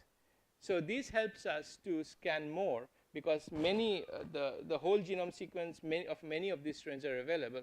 The high performance computing is much better. So we can do association studies to find out more candidate genes, or we can do RNA-seq, which we are doing right now to know more about the lung development. But here you can see that there is a huge divergence of the total lung capacity. But if you see here, this data shows the conducting airways, so the upper airways. And there is no difference in the strains. Isn't it astonishing? TLC varies great. Total lung the conducting airway, the upper airway, does not vary, which explains that it is the alveolar volume which contributes to the main lung volume is actually different. And this leads us to the fact that if we study more these strains, we would be able to gain more knowledge on alveogenesis by studying lung development among the inbred strains. So this would be the take-home message for this section of this talk. And since we were talking about recovery and all, so we did a very simple experiment with carbon nanoparticles, thinking carbon nanoparticles are surrogates of outdoor air pollution. And we defined two bases, the physiological basis, lung function, and the toxicological basis, the carbon nanoparticles. It was Sprint-X90 particles. And interestingly, what we saw was that the C3H mice, which has good lung or better lung function, could recover by instigating a defense response. Whereas the JF1 mice, which had poor lung function, could not instigate such a repair mechanism. And this was also reflected when we scanned their inflammatory cells. It took much more time to resolve. So essentially, inflammation is a good thing as long as it is resolved. If it is not resolved, then it's really bad. So this resolution in inflammation in the JF1 mice takes a very long time to come back to normalcy. So which would lead to that they would be prone to more infection and things like that. And similarly, this was a project. We did chemical-induced acute lung injury in many different compounds like acrolein, phosgene, chlorine, and this is one of the latest one on ammonia. This were being done in University of Pittsburgh. And here you can see, I'm not getting into the details of these plots where we did the genomics, but here you can see the JF1 mice died very early, around 8 hours, in compared to other strains, and C3H is somewhere in between here. It was in about 15, 16 hours, so double the time it survived. So kind of lung function is a predictor of survivability, mortality, right, also. So we are on that parallel. So in this section of the talk, what I would try to show is that how important it is to have physiologically relevant lung models at air-liquid interface. Because we do submerged culture, we expose them, but this is not how we expose in our daily life. We inhale. So there is an air-liquid interface there. So we try to develop models lung models. And one of the very important things in Europe, at least, and very strongly, is the 3R principles. That is, replace, reduce, and refine animal experiments. So you have to scan through alternative strategies so that we reduce, first of all, we replace animal model studies, we can reduce the number of animals used, and also we deal with the animal housing in a more human way. So a lot of data is available online in the public repositories, and we can make use of it. And in this work, this was actually carried out when I was working at SRM University by a postdoc. We could develop, using high-performance computing, download the RNA-seq data, find out SNPs in it, and associate it, and mix up with our mouse data, the lung development data. And we could actually find out 20 genes which were associated based on this study, of which 17 have been previously reported to COPD. But we could identify 3 genes which were previously not reported to COPD, and we should follow up more functionally to it. So basically, before we scan many animals, we can actually land up into candidate genes in modern times. And then we have developed the bronchial mucosa models, the chronic bronchitis-like models, and the alveolar models to study pathomechanisms in the lungs.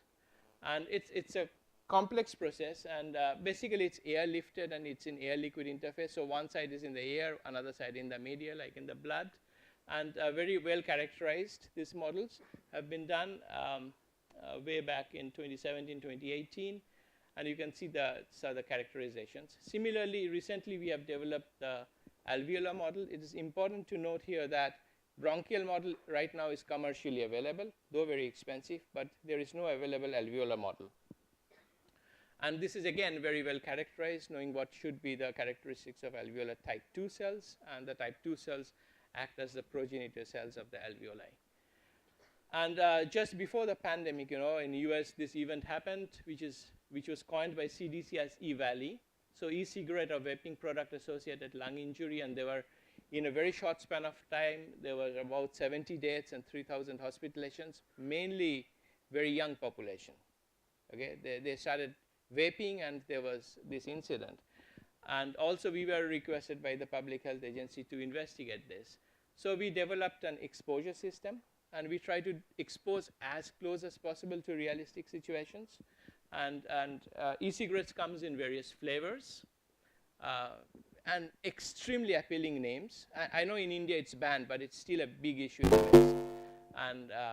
And it can contain nicotine and maybe without nicotine. So we tested 2 common flavors. And actually, we chemically characterized these flavors after. So for example, there is a compound called diacetyl, which is used in popcorn buttery flavor. It's fine when you ingest. It's extremely dangerous when you inhale it. And diacetyl is present in this vapor. So it matters what does the liquid contains, but what does the heated aerosol contains is what matters. And so we had chemically characterized the 2 flavors in the aerosols, and we can see the flavor 2 has much more flavoring agents than flavor 1. And that was a good indicator which might be more toxic. So this is a summary of a very detailed data. But you can see here that flavor 2 has much more response, whereas with nicotine flavor 1 in the bronchial model. Whereas in the alveolar, the response is much lower, but more so in without nicotine flavor 1. So lung region flavor and nicotine content matters is what the statement was from us. And it's very important to include cheminformatics as well in this to predict toxicology. And similarly, again, interestingly, the secretory cytokines were reduced. And this was very surprising because it may actually inhibit inflammatory response, which is not good. Cells should be able to respond to something. Again, if it overflows, if it spills over, it's very bad. But because inflammation is a natural process. And similarly, when we try to assess epigenetic factors, again, there was a flavor-based variation. So flavor and nicotine content really determines the toxicology of these products. And that was really the message that has to go out, and we need to know more about the flavors that are used.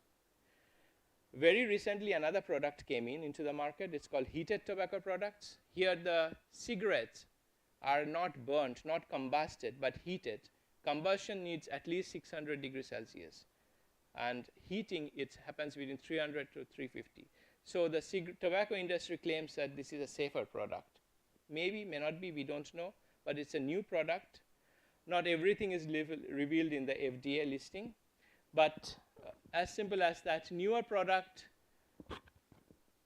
new unknown risks, and there are a lack of independent studies. So there are a lot of papers, but they are from the tobacco industry. So they always compared with conventional cigarettes, but we don't know if they're toxic or not. So our work was one of the very few independent research works that were available. And to do a long-term study, you need 15, 16 years, right, to get long-term adverse health effects. And we don't have the time. I mean, the companies want to flow in nicotine into the young society, and usually the teens and adolescents are attracted to this. So they get nicotine addicted. I mean, my daughter is 11 years old. We start getting emails from their school that, well, we have incidents of smoking and e-cigarette vaping. And in the US, it's already a huge problem. So it's right on the doors. You know, we need to act to it. So this was an expert opinion as well as the project for the Swedish Public Health Agency.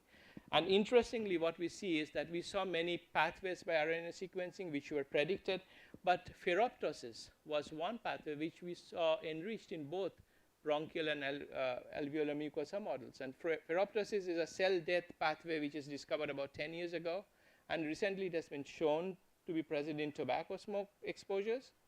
And now we see the same in the heated tobacco products. And lipid peroxidation is a driver of ferroptosis. So we see here that heated tobacco products causes a lot of lipid peroxidations. And when we used an ferrostatin, it's a blocker of lipid peroxidation, we see it coming down. So, and also we see it here with the body pie lipids. So ferroptosis is a candidate pathway for this to search for more toxicology. And we also studied spike protein because it was a peak time. We could not infect it with the cells because of lab issues, security issues, but we did expose with the Wuhan strain, that's the first strain, and we can see that in our models, S1 protein, using S1 protein, ACE2 receptor, which is like the entry point of the virus, COVID virus, is increased in both our bronchial model and alveolar models. And we went on to do, after the exposure, RNA-seq studies. And what we found out is that there is a differential effect that we see in the bronchial and the alveolar. And the alveolar region gives more pro-fibrotic response. So basically, we know that in some bad cases, the people who are affected with severe COVID go on to develop fibrosis. So the lung becomes like a very tough and elastic. So our model was replicating that in some cases, also with the cytokinases. So basically, what I want to convey here is that different lung regions react differently to different inhaled toxicants. So it is very important that we know what is happening in the upper respiratory tract as well as the lower respiratory tract. And our models can do that. In these studies, we have not included macrophages as immunomodulator, but we can do that also, include macrophages in these models. Okay, now I'm moving to the last section, and which is very relevant for India as well. Biomass smoke-induced COPD among women, the Mudra study, and SCGB1A1 as a biomarker of biomass smoke exposure. And generally, this environmental exposures is a life course event. And here you can see that solid fuel users globally is about 3 billion compared to 1.1 billion tobacco smokers. So the risk factor is 3 times, but we are less studied. Most of our COPD knowledge is based on tobacco smokers. And it is associated with the classical energy ladder, poorly ventilated dwellings, and our Ujjwala scheme, the LPG scheme in India is a classic example how the government wants to reverse it. There are implementation issues with it, but now we have come to the Ujjwala 2. So what we have not shown you here is that the implementation science aspect, which is beyond the scope of this talk, but we are also investigating how the LPG scheme can be made more efficient so that it reaches and being used. Cleaner fuel, LPG is a connection provided. If a family needs 7 cylinders and if we can afford 3 cylinders, it really doesn't make a difference because the exposure is not reduced to such an extent that they can recover or the exposure is reduced. So the implementation science aspect is another aspect of the Ujjwala scheme that is being very, very much studied globally. This being said, this is the classic picture from Mudra field in Mysore, where you see a lady cooking, and we have this wearable bands actually where we can assess their exposures, what kind of pH and VOCs they're exposed to. We need to know what is they're exposed to, because exposure varies from season to season, the wood being wet or dry, from the vegetation and from across the globe. And we could actually even detect spices, Indian spices in this. So it's, and which we could not detect in China or South Africa. And we do this exposure assessment together with Yale University. And again, it's a live course event. We see the mom cooking, the children are sitting beside or studying, so it starts pretty early on in utero. So what our knowledge base regarding biomass smoke and tobacco smoke is that greater bronchial involvement, less emphysema, more frequent hypoxia, and increased gas trapping in case of biomass smoke COPD. In case of tobacco smoke, it's more driven towards emphysema or destruction of the lungs. And this we collaborate with Professor Mahesh at JSS Medical College in Mysuru, and he studied this cohort from 26 onwards. It's Mysuru studies of determinants of health of rural adults, briefed as Mudra. And it's about 10,000 when they started, 10,000 individuals they started screening. The important thing for this cohort is that we have an index, exposure index. It's called a biomass exposure index, which means number of hours of cooking per day into the number of years of cooking. And this gives us an index. And with that, we have a threshold when a person can develop chronic bronchitis. About BMI of 60 means they are very likely to develop chronic bronchitis. And I think now what the data that is upcoming is that it needs to cross 100 to develop COPD. So this biomass exposure index is really a strong point of exposure assessment, because we cannot just calculate based on PM 2.5. It's a much complicated exposure than that. So we have now, this cohort was like 8,500 and 3,000, about 4,000 women when they had first initiated it. When we went back to the field in 2019, it was 1,100 women who used solely biomass cooking, which means that they did not have an LPG connection. So we started assessing them. So we screened 1,327 individuals for detailed lung parameters, and we are assessing the data basically. So we have an idea, but what we know is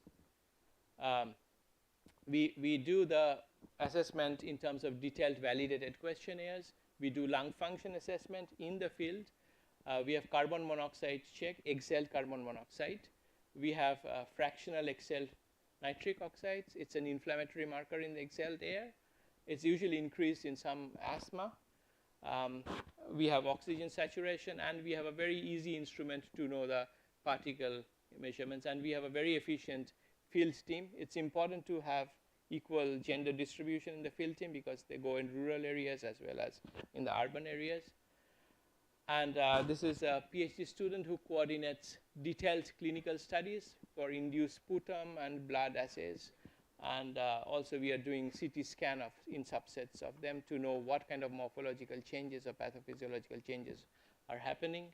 And in fact, we have added now cardiovascular screening and cognitive screening for them, because there's a lot of carbon monoxide exposure, so cognitive defects are available. And also in the sputum, we are doing microbiome studies where Swapna Upadhyay is the PI. So what we for sure know is that 5% in case of biomass COPD, the incidence, compared to 2% in LPG, of which many have outdoor air pollution exposures as well as occupational exposures that may have led. So there's a clear, it would be one of the first real papers where it has clearly shown the incidence differences. And we have a policy statement published previously, and we are expanding this to different age groups and to different kind of problems, not only limited to lungs, but cardiovascular and cognitive, like that. And briefly about the biomarker discovery, this circulating secretoglobin family 1A, which is classically known as the club cell protein 16. And it's secreted very specifically to the bronchial epithelia. It is secreted into the blood, so you can detect it in the blood. It can be also detected in the urine. So it can be a very easy detection marker if established. And you can see reduced level of SCGB1A1 in COPD, tobacco smoke COPD, little higher in the tobacco smoke control who are asymptomatic, so that did not develop COPD. Professor, I'm sorry to intervene. A few more minutes to finish. I would be done. Yeah, thank you. And biomass COPD, it's reduced, and in the healthy controls, it's increased. So a clear pattern that we can see. And what we also observed here is that decreased SCGB1 levels with increased disease severity. So we have various indexes for COPD like BOD score, CAT score, MMRC, and SGRQ questionnaires. So we see it really decreasing. And also it is related positively to lung function parameters. So it falls in line that this was a pilot study, and we want to do it in all the 1,500 individuals that we are doing, not only in the blood, but also the urine, so that it's easily detectable and can be used as a biomarker easily. So biomass smoke exposure, adverse respiratory outcomes, different phenotypes, early onset, higher COPD incidence, detailed clinical examination being carried out, and club cell protein 16 can probably be a biomarker in future. And importantly, all this work we cannot do without partnership. It's the goal 17 of the SDG. So we partnership a lot and collaborate a lot across the globe, and all collaboration proposals are welcome. And there is a lot of funding involved in it globally as well as from India, and a lot of people who has contributed in doing this research. Thank you so much. Yeah. Thank you, Professor. Sir, it was a wonderful session. Now the session is open for discussion. We opened one. Thank you. So you showed that one of the aim is to correlate microbiome with COPD. So how are you going to correlate it with the study regarding these chula smoke, obscured smoke? So what may be the impact on microbiome? Well, I did not show you the entire data. So what we found out is there are subgroups. Some individuals have increased fractional exhaled nitric oxide levels, others not. So, and also it has to be a longitudinal study. So what we expect is that individuals who have COPD, let's say as simple as this, may have a different microbiome signature compared to those who are exposed, but equally exposed, but do not go on to develop COPD. And those who are healthy, are not exposed, like LPG cooking, they may have different. And this signature may even diversify if we take COPD with high FeNO or low FeNO, because FeNO is another aspect completely. And in Indian population, very interestingly, which we don't see in West, is that we have like over 30% people who have small lungs, inborn. And if you trace back these individuals, they were born like 30 years ago. And I think in India, the health service, National Health Service started around mid-90s. So where already it was around 30% low birth weight. So low birth weight, small lungs is always correlated. So I am guessing we would go in that track. But as you know, as long as we don't have the data in hand, we don't know. So probably end of this year, I would be So that's our hypothesis. So let's see how close we are. Yeah, nice talk. I was just wondering among how do the mouse genes that you find Yeah. correlate with the human thing, because there are so many, and what's the correlation with, let's say, human SNPs or polymorphisms?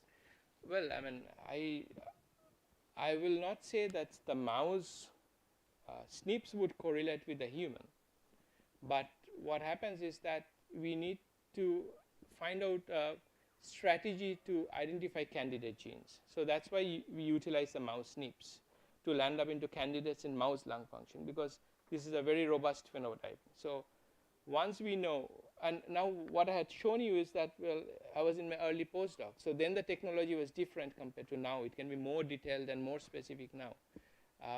That was microsatellite marker based. So you pick up the candidate genes. So it will be not a simple cherry picking that we used to do before, but more, I would say more rational cherry picking. And then you test it in a knockout model or transgenic model. And if we find a functional relevance, then we test the gene or the SNPs in a cohort for association. And for SOD3, for example, COPD patients have very low circulating SOD3 levels. So it has been proven. And similarly, c-KIT also is proven in human. Osteopontin have many different roles, but which one piece of data I did not show you, osteopontin is severely upregulated in fibrotic lungs in human.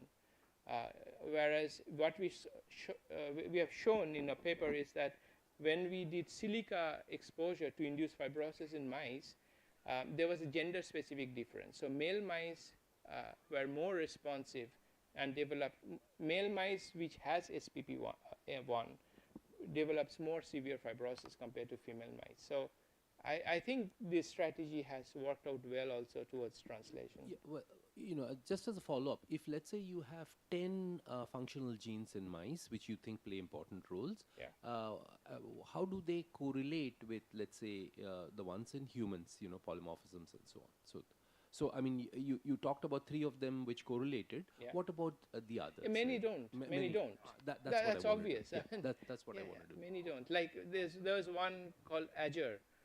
It was one of the top, and we never found even in the mouse knockout that the iCURE had, because there are compensatory mechanisms that would do, or many genes interplay. I would expect lung function to be associated with life expectancy. Yeah. So maybe you can find the variants that you identified also in GWAS analysis of life expectancy. Yeah, yeah, absolutely. Did you look for that? No, not that. We may look for the cohort we are developing in Mudra, but the cohort I had access to was children's cohort, so they are far from dying. And the treatment have improved so much. That's true. But yeah, but it is so well established that lung function and life expectancy are correlated. Yeah, absolutely. Thank you, sir. We thank you for your nice talk and interaction. So let us break the session for tea. I request you.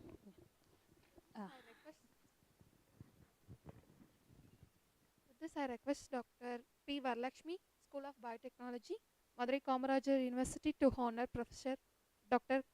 Kaustubh Ganguly.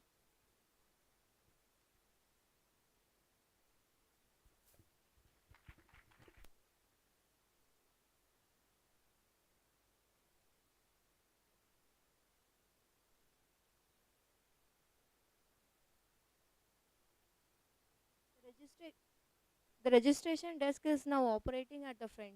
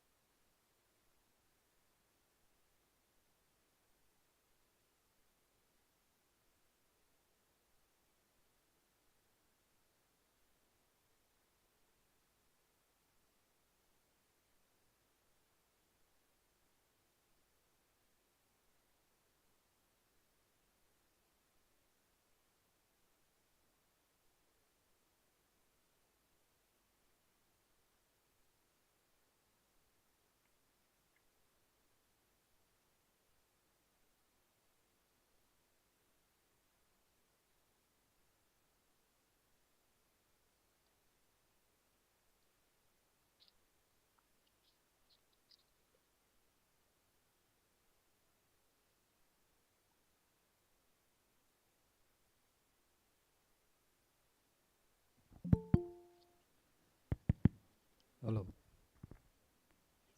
Sir, are you able to hear my voice?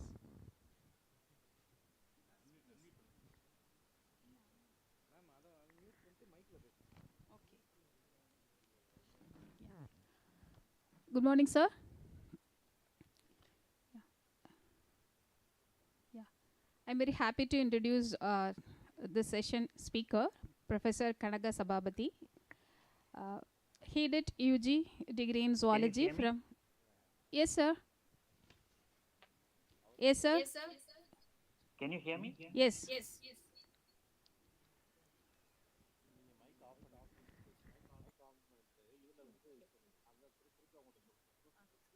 Okay, sir. Professor Kanaga Sababati, he did UG in zoology from National University of Singapore. PhD in cellular and molecular immunology from Institute for Molecular and Cellular Biology, Singapore, in the year 1995.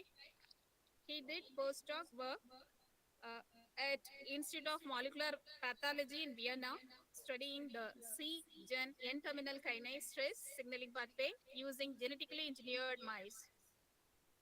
His research interest is tumor suppressor and oncogenes in cancer, mouse models, and high throughput screening for target molecules. He is the recipient of various awards like National Research Foundation Investigatorship Award, Singapore in the year 2014, Singhal Research Excellence Award, Distinguished Researcher, Singapore in the year 2012, elected member, Virtual Research Institute of AEG in Japan, 2001, and fellow to Royal College of Pathologists, UK, and was awarded the inaugural National Research Foundation Investigatorship Award in recognition of his work.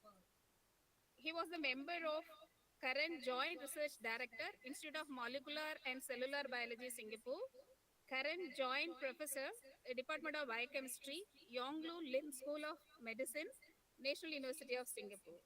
With this brief introduction, may I request Professor Kanaga Sababati to give a lecture. Thank you, sir. You can share your slides, sir. Okay.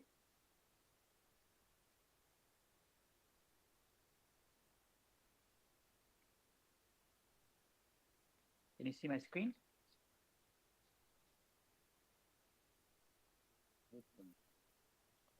Yes, sir, you can proceed, sir.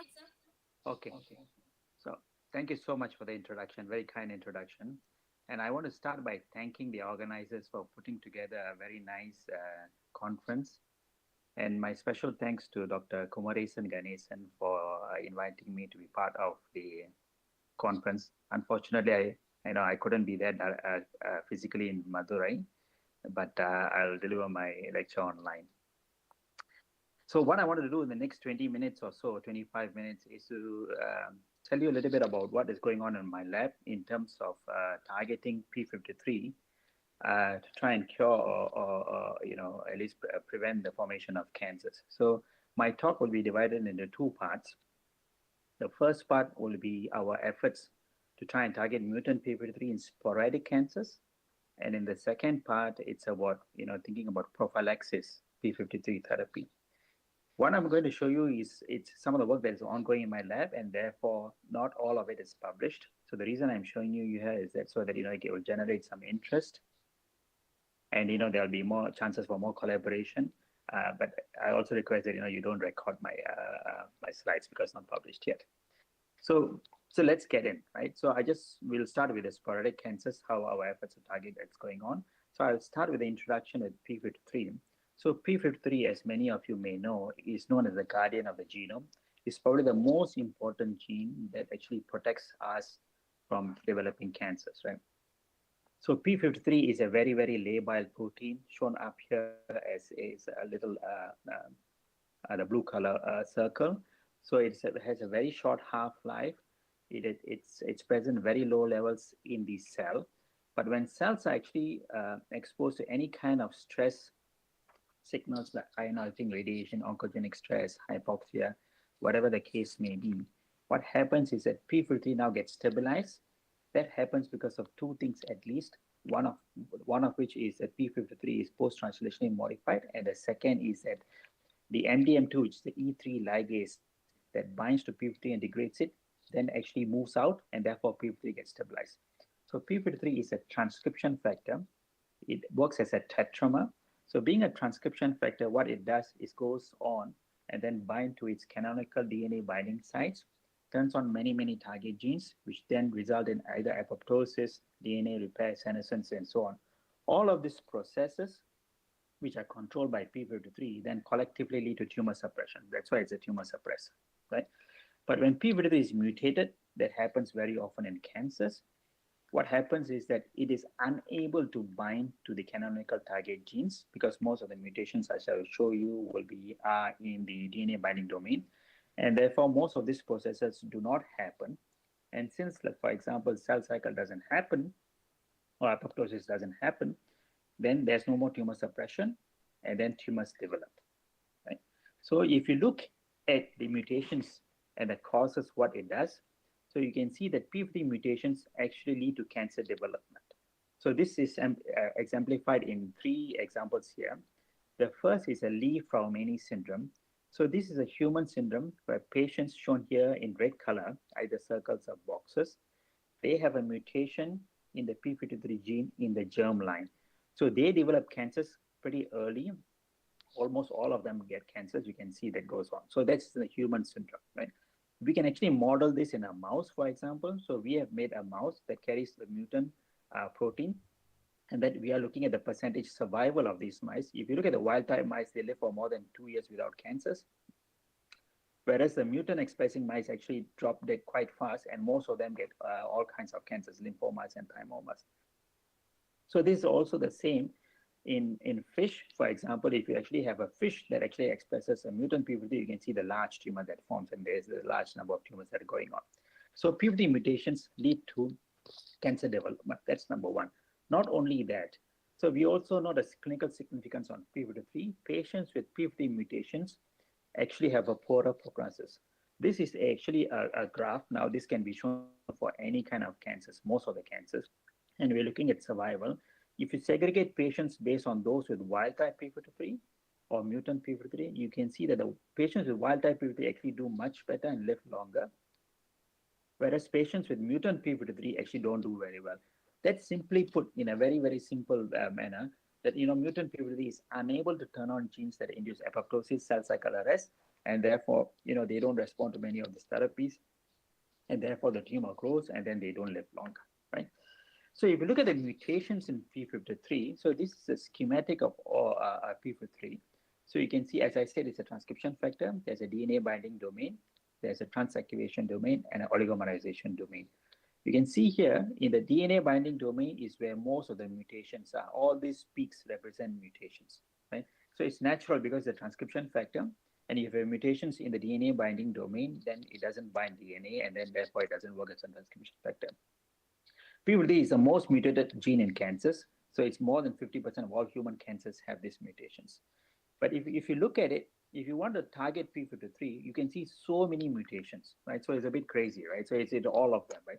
If all of them work alike, then all you need to do is to just make one drug that will work on all of them. So the question that we've been asking is that, are all mutants equal? I will summarize this. This is in a review that actually we have published. The mutations are not equal. So that is the answer, but I'll give you a little bit more explanation on this. So we are looking at wild type p53. So this is an unmutated p53. As I told you, this is a tetramer.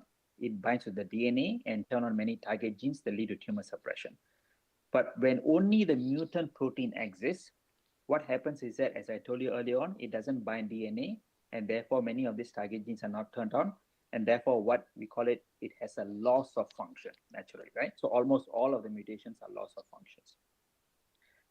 But when the tumor develops in the early days, only one allele of p53 is mutated, shown in red color. The other allele is wild type, right? So both of them contribute that 2 dimers, right?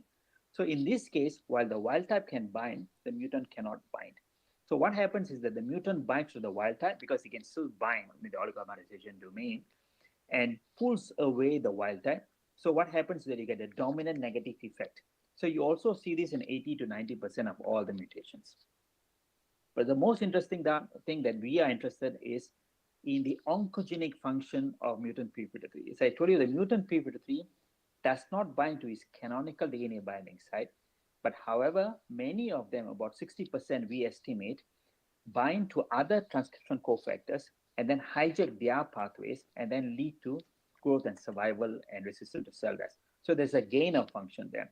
So if there's a gain of function, then it becomes oncogenic, and if it's oncogenic, then you can actually try to target it, right?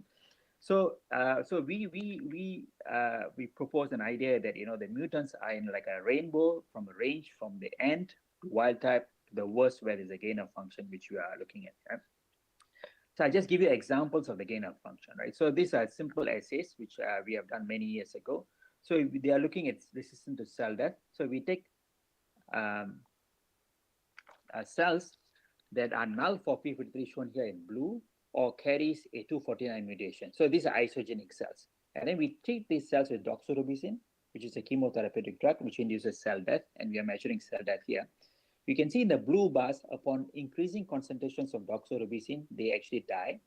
But then when you express a mutant p53, they actually don't die. That basically means that the mutant p53 is actively inhibiting cell death. So there's like a gain of function. This is in cell culture. You can see a similar effect in mice. So this is published by a colleague of ours. So she looked at the survival of mice, p53 null mice, which doesn't have p53, which actually gets a lot of cancers and die very fast. But if we have a mutant expressing p53, this particular mutation, they die even faster because they get more tumors. They get more tumors because they are less sensitive to apoptosis. So the tumors grow faster, and therefore they actually get the tumors faster and die faster, right? So there's a gain of function. So we have shown almost 15, 20 years ago now, almost getting there, right? That mutant p53 carrying cancer cells tend to be addicted to the presence of mutant p53 for survival. So it's like an oncogene addiction, right? So what we did was we took two cell lines here. Now you can do it in many, many cell lines, which carries different mutations in p53, and you silence that mutant p53 here. And when you silence a mutant p53, you see the number of cellular colonies go away, right? It decreases. So we have also shown that this is because of apoptosis. So this demonstrates that a mutant p53 is required to keep the cell alive. And if you take away the mutant p53, cells undergo cell death, right? So it's an addiction phenomenon. So you can see the same. So this was in cell culture. We can see the same thing in mice. So this is a very elegant experiment done by my colleague, published in Nature. So she made a mouse with this mutation, and these mice get a lot of tumors, right? So this is the blue bar here, so they die very fast. But she did an engineering trick so that she can actually decrease the amount of mutant p53 in those tumors. You can see it's gone. When you decrease the amount of mutant p53, what happens is that now the mice live longer because the tumors are actually now dying off, as we showed here earlier on, right? So this basically shows that there's a gain of function, and if there's a gain of function, you can actually target mutant p53. So how do we target mutant p53? There are several strategies. One of the commonly performed strategies is to restore the conformation of p53, right? So a lot of people are trying to do that. So you look for new molecules that bind to the mutant p53, which will change its conformation, and therefore it will become like a wild type. So we are not doing that. What we are trying to do is to take another approach to see whether we can reduce the amount of mutant p53 so that you get rid of the gain of function or dominant active function. For that, we took two approaches. Both of them are based on the idea of making mutation-specific reagents. The first approach is that we try to make mutation-specific siRNAs that are capable of recognizing one nucleotide change that is found in the mutant and not in the wild type. And the other approach that I will show you is a mutation-specific antibodies, which will recognize one amino acid change, which is not found in the wild type. So the idea is that you only target the mutant, but not the wild type. So I'll just go straight into the data to show you how the siRNAs work. We'll start with the siRNA. So I just show you an example of R249S as mutant-specific siRNA. So this is just one mutation, right? So this is published. You can have a look as well. So we are showing the effect of the 249. This is a mutation-specific siRNA in 3 cell lines with wild-type p53. So this is a Western blot. You can see that when you probe for p53, these are just normal cells, scramble siRNA, or a positive controlled p53 generic siRNA. You can see that that works very well. But the mutation-specific siRNA doesn't do anything to the wild-type p53 here. But now you do the same experiment in 2 cell lines that has this mutation, you can see the mutation-specific siRNA works very well as the wild, the pan p53 siRNA, right? So this shows that the siRNA is highly specific. You can look at the paper. This siRNA doesn't cross-react with other mutations or other wild-type cell lines. We have done 18 cell lines. So we have now generated siRNAs that are mutation-specific for 175, 248, and 270. These are the 4 hotspots, the common mutations found in p53. So now we know that it's effective. Does it work in vivo and in vitro? So yes. So the first experiment I did to see was the addiction, right? I told you cancer cells are addicted to mutant p53. If you reduce the expression of mutant p53, the cells will die. We did the same experiment here. This is a 249 mutation expressing cell line. When we convert the siRNA to shRNA, you can see infected, the cells now undergo cell death. You can now do an in vivo experiment with a PDX model. So these PDX tumors express the 249. So we let them grow to 170 millimeter cube.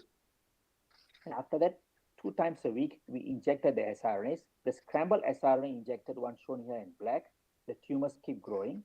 But however, if you inject the 249, the mutation-specific siRNA, then you can see a retardation of growth. Just one dose monotherapy, right? So this suggests that, the siRNA, which targets the mutant, works very well in killing the cancer cells, and therefore the mice live longer, right?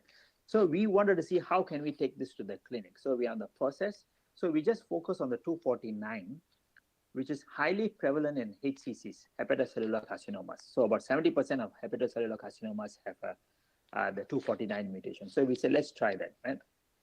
So this is just to show you a piece of data published earlier by other groups. The patients with this mutation, for example, 249 here, they do poorly. So this mutation is really oncogenic, right? So we asked the question, can we target it? So we don't have the full answer, but I'll show you just preliminary data what we have. So the main thing we need to do if you want to use this siRNA is to deliver the siRNA to the liver. And delivery is a big problem, but however, we were a bit lucky because for liver, there's something called GalNAc, which is an N-acetyl-galactosamine. So this is a sugar moiety which binds to the asialoglycoprotein receptor, which is found mainly in hepatocytes. So GalNAc, if you take this GalNAc and fuse it with this siRNA, this GalNAc will carry the cargo to the liver cells and release it in there, and then the siRNA will work. And interestingly, GalNAc is approved by FDA and is being used to target other molecules, right? So we chose GalNAc. I will not go into chemistry, but we did a lot of chemistry to modify the siRNA, our parent siRNA, and added GalNAc, and we got various variations here. I'm just showing you a control experiment. So even after modification, and you look at the Western blot on a wild type PVD expressing cell, these siRNAs don't work on a wild type. They're very, very specific. But now you take one of them, number 5, and then you test them on a 249 mutation-specific expressing cancer cells. You can see they work really well. Even at 0.5 nanomolar, they're actually really good, right? So we have now an siRNA which is highly specific and sensitive, right? So the big thing about siRNA is that if you want to use it in the clinic, it has to be stable, because if you inject into the bloodstream, within a day, it gets degraded by the enzymes. So we need to modify the chemistry so that they are stable. So we did that, and I'll show you just a piece of data. So we took the modified siRNA and incubated with mouse serum for 1 to 7 days and analyzed the stability of the siRNA. You can see here, this is again unpublished data. So this is the unmodified siRNA shown here. Just within 1 to 2 days is completely degraded, but our modified versions can stay up to 5 or 7 days. So they're highly stable, right? So 1 injection for 7 days is useful. Now we are trying to make it to 30 days. So that's where we are now. So we have taken this modified siRNA and we put in the PDXs, and I'll be hopefully able to tell you the answers in the next round when we meet. Yeah. So I'll tell you a little bit about the second approach, which is very similar to the siRNA, but mutation-specific antibodies. Right? So we again ask ourselves, can we make antibodies that recognize one amino acid change? People can make antibodies against post-translation modifications and so on, but making an antibody in a routine manner against one amino acid change is very, very difficult. So we modified the protocol. So this is patented. There's going to be in a startup, but I'll just show you a piece of data. So again, this is published. This data you can have a look. So we made 3 antibodies first as a start. So this is a Western blot. I'll take you very slowly through you here. So this is a Western blot from lysates without p53 or cells with the wild type or many different types of p53 mutants. And if you do a Western blot with a generic p53 antibody, you can see that, all of them are detecting. That's a control. But if you take a 175 antibody, monoclonal antibody that we did, it only recognizes a 175. It's extremely specific. It doesn't recognize the wild type. It doesn't recognize any other mutations. Same is the case for 248 antibody or the 273 antibody. Highly, highly, highly specific, right? So these antibodies are very good in biochemical assays. It also works very well in paraffin. So we can use in the pathology clinic. So we take this antibody here and test it on many cancers with wild type or mutants. And you can see that the mutant 175 mutant expressing cancers can be detected by our antibody. The rest are very clean. These are controls, right? So what can we do with these antibodies? So the idea is that, we made the antibody to first of all test whether we can ever make this antibody which is mutation specific. Now they have made the antibody, what can we do? So our goal is eventually targeting mutant p53. But mutant p53 is inside the cell, which means that the antibody needs to go inside the cell. So that's difficult. So we are doing some engineering work. In the meantime, we ask our one question, right? So we know about this new antigen principle that is being now explored a lot in terms of therapy. When genes are mutated, the mutant peptides are expressed on the cell surface.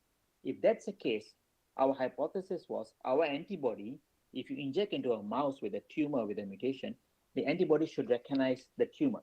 So we said, let's try that, right?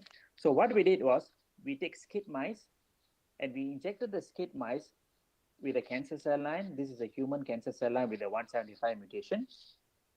And this cell line has a luciferase to allow us to monitor the growth of the tumor. You can see the tumors here, they're bulky here, but if you do a luciferase, there's a lot of tumors, right? And we make them into two groups of mice. In this first group of mice, which bears the tumors, we injected control antibody, which is fluorescein label. And then we waited for 7 days. You don't really see any accumulation of this antibody, control antibody in the tumor. But on the contrary, if you inject the 175, the mutation-specific antibody against the same 175 mutation, you can see that the antibody is actually basically homing to the tumor. So this was a very, very stark, surprising and very happy result to have, because now it's very, very clear. For 1 week, this antibody is actually looking and sitting on the tumor, right? So the question is, what is that antibody seeing? Is the antibody going to the tumors or is it on the cell surface? So we said, okay, we'll test that again. So we did a very similar experiment. We made a mouse with a tumor, and then we injected either the 175 specific antibody or control antibody, in this case GSD, which is either DIG label or human chimera, so that we can analyze the human antibody. After we injected the antibody, then we took the tumors 48 hours later, and then did immunohistochemistry to see the DIG conjugate or the human antibody. The question is whether the antibody that we injected here, is it on the cell surface of the tumor? This is the data, right? So this is the DIG data. I don't show you the chimeric data, which is very similar. So this is a mutation-specific antibody that we injected. You can see you get full signals. These are two different tumors. The antibodies are on the surface of the tumors. Whereas when you have a GSD antibody, you don't see any signal at all on the same tumors. So that basically tells us that the antibody is recognizing the mutation on the tumor. So which means that we can actually use this antibody to conjugate with, as an ADC with antibody drug conjugate or bispecifics to target the tumor, and that's exactly what we are doing right now. And we have some very exciting data, but it's a bit preliminary, so I won't show you yet, but maybe the next time I'll show you. But that's where we are going. For the first part, I just wanted to finish off with the potential of the platform. So I said, we can make mutation-specific siRNAs and antibodies, right? So we have made it for the mutant p53. So people ask me, can you only make for mutant p53 or can you make for any other mutations? So in theory, we can. So because, we have modified the protocol such that we can do for anything. So here, I'm just showing you, this is the antibody. Our proof of principle to generate mutation-specific antibodies, we have done BRAF 600E, which is a very common mutation in melanoma, or EGF receptor L858, which is also common in lung cancers. So I just take it very slowly. So this is just a bleed, not even a monoclonal. So it's still polyclonal. So we have wild type or V600E BRAF. You can see a pan BRAF antibody recognizes both, right? And then the V600E antibody, the serum, only recognizes the 600E, whether it's exogenous or endogenous. The same thing goes for EGF receptor 858. You can see you have a wild type, a different mutation of EGF receptor, and an 858. A pan EGF receptor antibody recognizes all three. Our 858 only recognizes the 858. It's very, very specific. So this is an antibody. For siRNA, we did the same thing.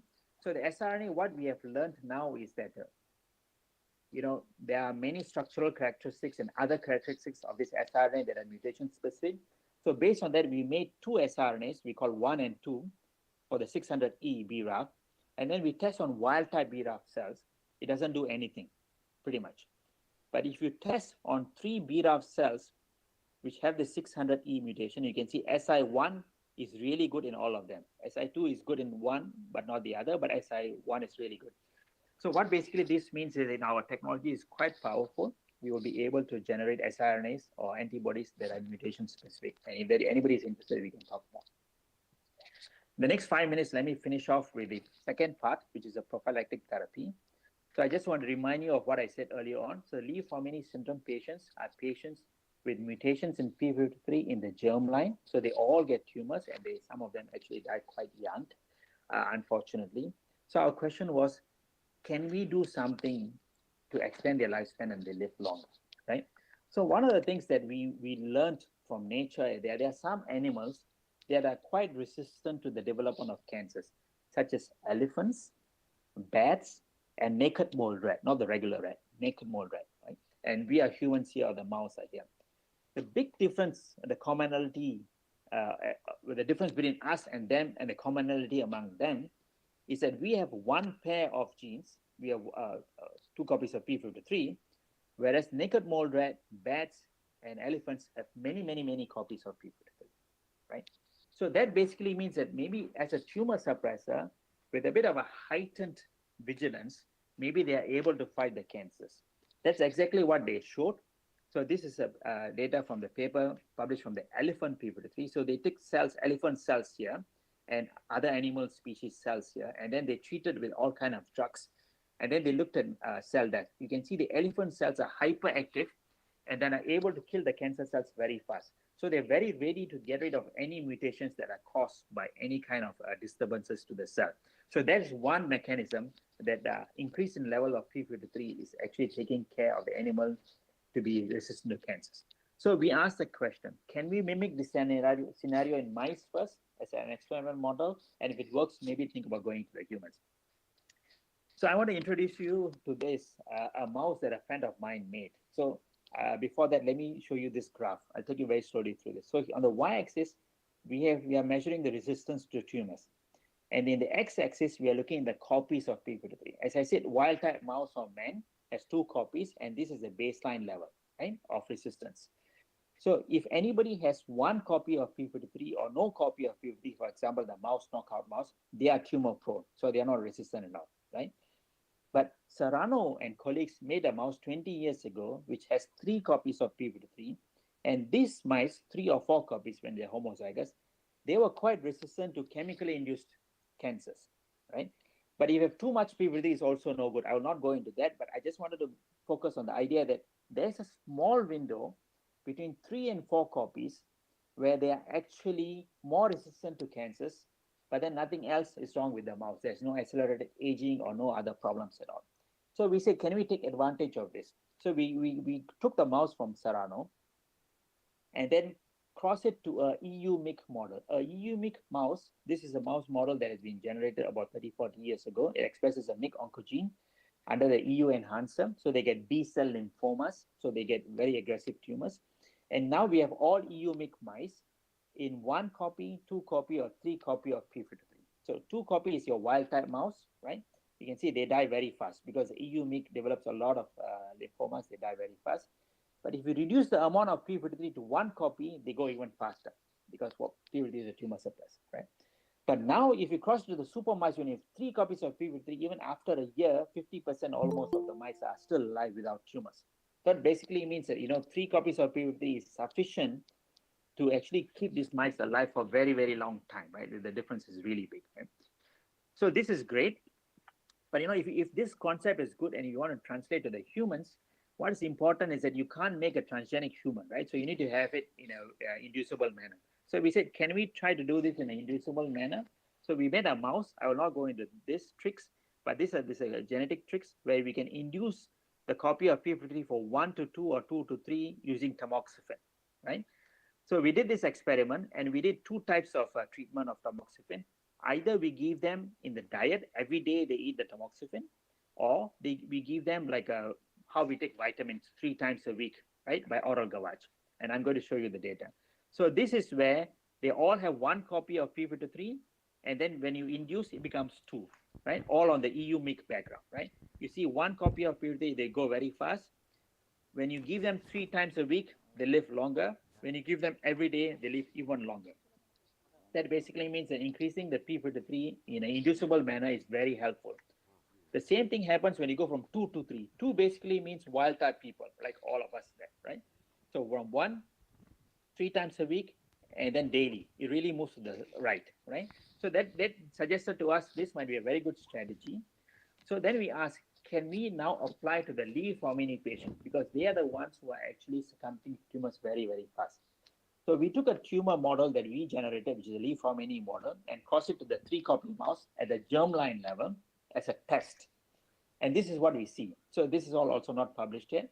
So the green survival curve shows just the Lee-Fomini model, but the black one shows the Lee-Fomini model when you have a 3rd copy, then you see completely shifted to the right, okay? There's about 20% shift to the right. That's how it is at this point. So we said, okay, this is good. Again, can we do this in an inducible manner? We did that same experiment. Again, some just genetic tricks. We can see here. This is a Lee-Fomini model, which goes very fast. When you induce it on a daily diet, right? We did daily diet. You can see almost 2 times they live longer and they have less tumors. So this is extremely encouraging for us because, we can actually now at least start shifting the curve towards the right. Of course, at the end of the day, they all do succumb. We want to try and find a way whether we can go to 4 copies or 5 copies to go even better. That's what we are trying to do now, right? So what I've said here is that increasing P53 levels subtly because I said subtly because it's from 2 to 3, not 2 to 20, right?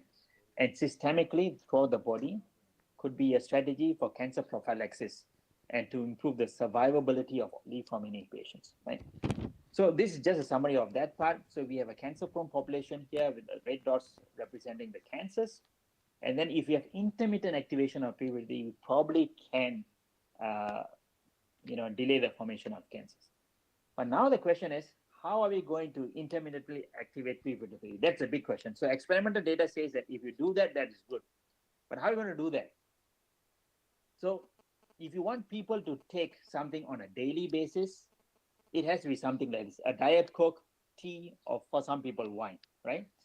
But then what we are thinking about is that we need to use this, but then we put a P53 stimulant in there, right? So that will activate their P53 so that when they drink the tea or the Coke every day, the P53 goes in and therefore they delays the formation of tumors. So we are actually searching very hard for P53 stimulants from natural products. And if there's anybody interested, we will be happy to talk. So we want to get something that is very, very least or not at all toxic because people are going to consume this on a daily basis like a vitamin, right? So conclusions, the first part, I talked about the sporadic cancers. Mutant P53s can be oncogenic because they have gain of functions and they're all different. And therefore, we have 2 strategies, mutation-specific siRNAs and antibodies, which we are using to try and target. The second, I talked about prophylaxis. We have to exploit P53's ability to keep cells extra vigilant. Can be a prophylactic therapy for Lee-Fomini patients as well as everyone. Yeah. So this just acknowledgements. Ify and Lidan did all the siRNA experiments, and Chris and Leanne did all the antibody experiments and the inducible experiments. And this is done in collaboration with David, Marika, Dave, and Sujoy, and these are funding agencies. And we're also looking for great people who are happy to work with mice to join us as well. So this is it. I'm done, and I'm happy to take questions. On behalf of organizers, to thank you for your presentation, sir. It was very informative. Now the session is open for this.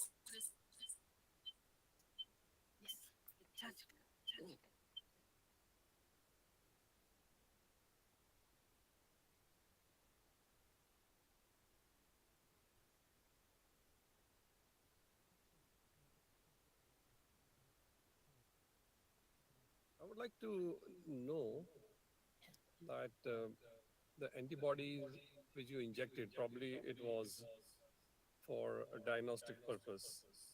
But at the same time, have you seen whether it has any impact on regression or suppression or regression or progression of tumor?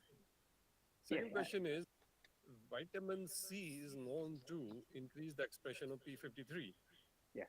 So is it not possible that since people take vitamin C, so their P53 must be increased and they should not have cancer, which is not the case? Yeah, yeah. I mean, great questions, great questions. So first, to answer your first question, so we did it for diagnosis, but and we also looked at the tumor regression. So there is some level of tumor regression, of course. But again, the question is, because the initial experiments we done were with one injections of the antibody. So right now we are doing multiple injections because, and it's always a balance of how fast the tumor grows and so on. So there is a possibility that, these antibodies will work by themselves to regress the tumors. It looks good. But I think we want to go on the ADC route because, it's really, bringing the ADC to the tumor and then just basically blowing it up. So that's what we are trying to do. That's number one. Number two, vitamin C, yes. Linus Pauling's data, a lot of Linus Pauling was all on vitamin C. So it does, but I'm not so sure on the concentrations that are required to induce P53, right? For instance, right? So when you do cell culture experiments, so people use a lot of these reagents, right? So when you consume on a daily basis, you need to actually take into account how much is tolerable and all that kind of stuff, right?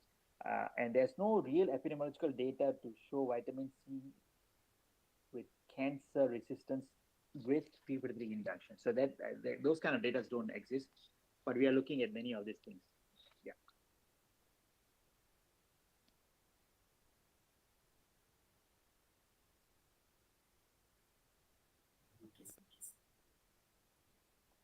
Thank you, sir. Thank you so much for your valuable.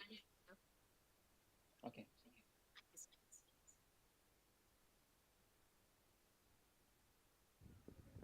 Move on to the next lecture given by Dr. Selvamani Palaniswamy. I request Dr. M. Rajan, School of Chemistry, to introduce the speaker. Good afternoon to all. Next lecture going to deliver Dr. Selvamani Palaniswamy.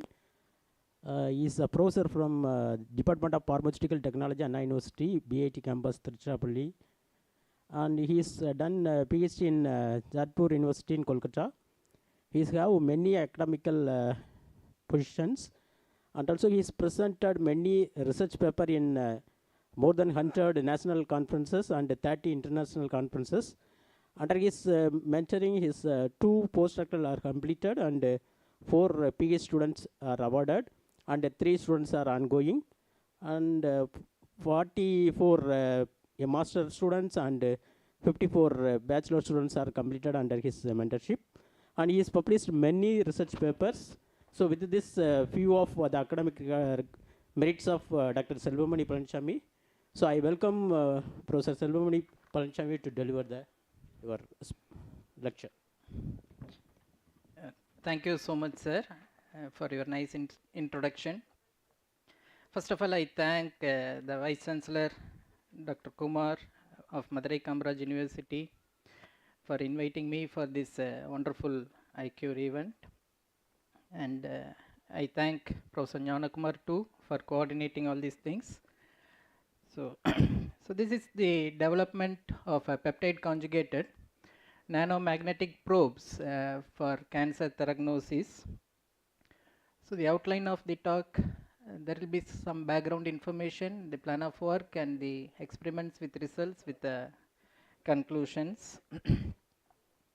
So we all know we have different kinds of drugs, hydrophilic, hydrophobic, proteins, small molecules, and combination of drugs. So to deliver them in the right target without any distraction, we require dosage forms, and the dosage forms were developed to improve the patient compliance, and a lot of conventional dosage forms are available with its own merits as well as demerits. So the demerits includes rapid drug absorption and rapid onset of action, and it may not be suitable for poorly soluble drugs or prodrugs or unstable drugs, and excipient selection is also a little bit difficult, including the manufacturing problems and the individual pharmacokinetic variability. So therefore, novel drug delivery systems came into existence, and which proves a lot of advantages, includes the limitation of side effects, and the specific areas of the body can be targeted, and therapeutic drug concentration in the plasma can be maintained, and predictable and controllable drug release is possible with the use of smart polymers, and we can optimize the therapeutic effect as well as the dose dumping can be eliminated, and the product life cycle can be enhanced, improve the patient compliance, and it can be targeted to a specific site so that the other associated side effects in the other than the target tissues can be eliminated, and also dosing frequency can also be reduced significantly. So all these things may lead to the development of novel drug delivery forms, and one of the dimension of the novel drug delivery system is the targeted drug delivery system.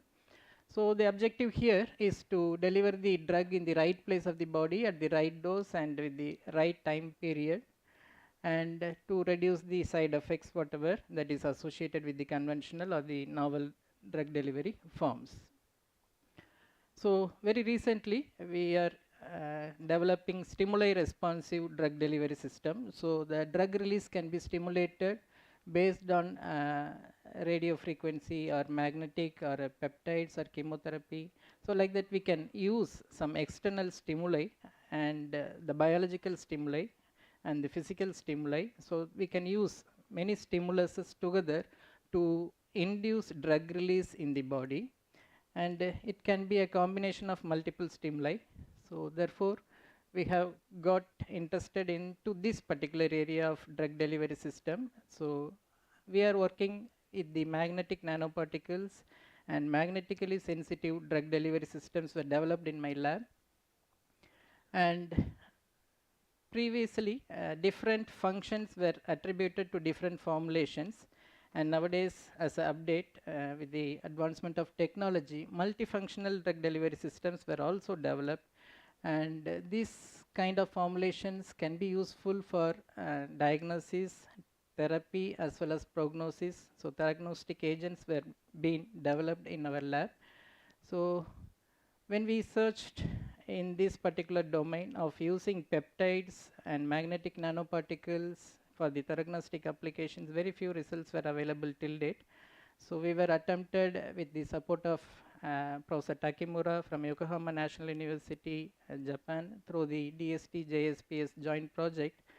So we thought of developing a multifunctional diagnostic liposomes, and you all know liposomes are mimicking, cell membrane mimicking structures that we could able to develop based on the self-assembly process with the simple molecules like cholesterol, lecithin, and it can be stabilized and it can be functionalized, and we can have multiple classification of liposomes based on the layers. It can be unilamellar or it can be multilamellar, so that one or two drugs can be put appropriately against the layers of liposomes, which can sequentially release the drug in the tumor microenvironment, so that multiple functions are expected.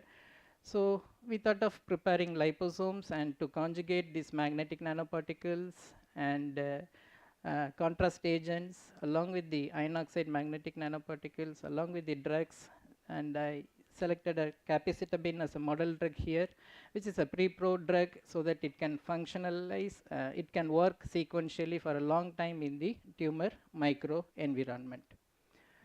So then the peptide what we have chosen is IRGD, which is a cyclic endothelial peptide, which has a high affinity and specificity towards the integrin receptors, and it is highly available and abundant in the tumor and tissues, and it is very poor or scanty or nil, we can say, in the normal tissue. So based on this specificity difference, and this IRGD peptide helps in accumulating the drug cargoes in the tumor microenvironment preferably. So we use this IRGD peptides for the development of theranostic nanostick. And the other one is a dye, indocyanine green, which is a cyanine dye, which is approved by FDA for contrast purposes or imaging purposes. So this can penetrate deep into the tissue of up to 1 to 2 centimeter. So the indocyanine green can combine with albumin in the plasma, and when it is irradiated with the infrared radiation, it can produce a fluorescence at 840 nanometer, which can be easily observed, which is one of the imaging concept. So this drug delivery formulation, we have incorporated indocyanine green also in order to have a appropriate multimodal diagnosis for this formulation. So the next one, the model drug is capecitabine. So very good antimetabolite. When it is injected and it crosses the intestine, and in the liver it is getting metabolized into 5-deoxy-5-fluorocytidine and 5-deoxy-5-fluorouridine, and these metabolites is also active in the tumor microenvironment, where it is further metabolized to form 5-fluorouracil, which is again a very good antimetabolite. So the drug in all 4 different stages of metabolic processes, it is active against the tumor cells. So we expect a synergistic activity and a long duration, prolonged duration of activity in the formulation. So the iron oxide nanoparticles interface in the G1 phase of cell cycle, and the peptide what we have using is interface in the G1 cycle, as well as the capecitabine in this cell cycle. So different areas of the cell cycle is being targeted in this formulation.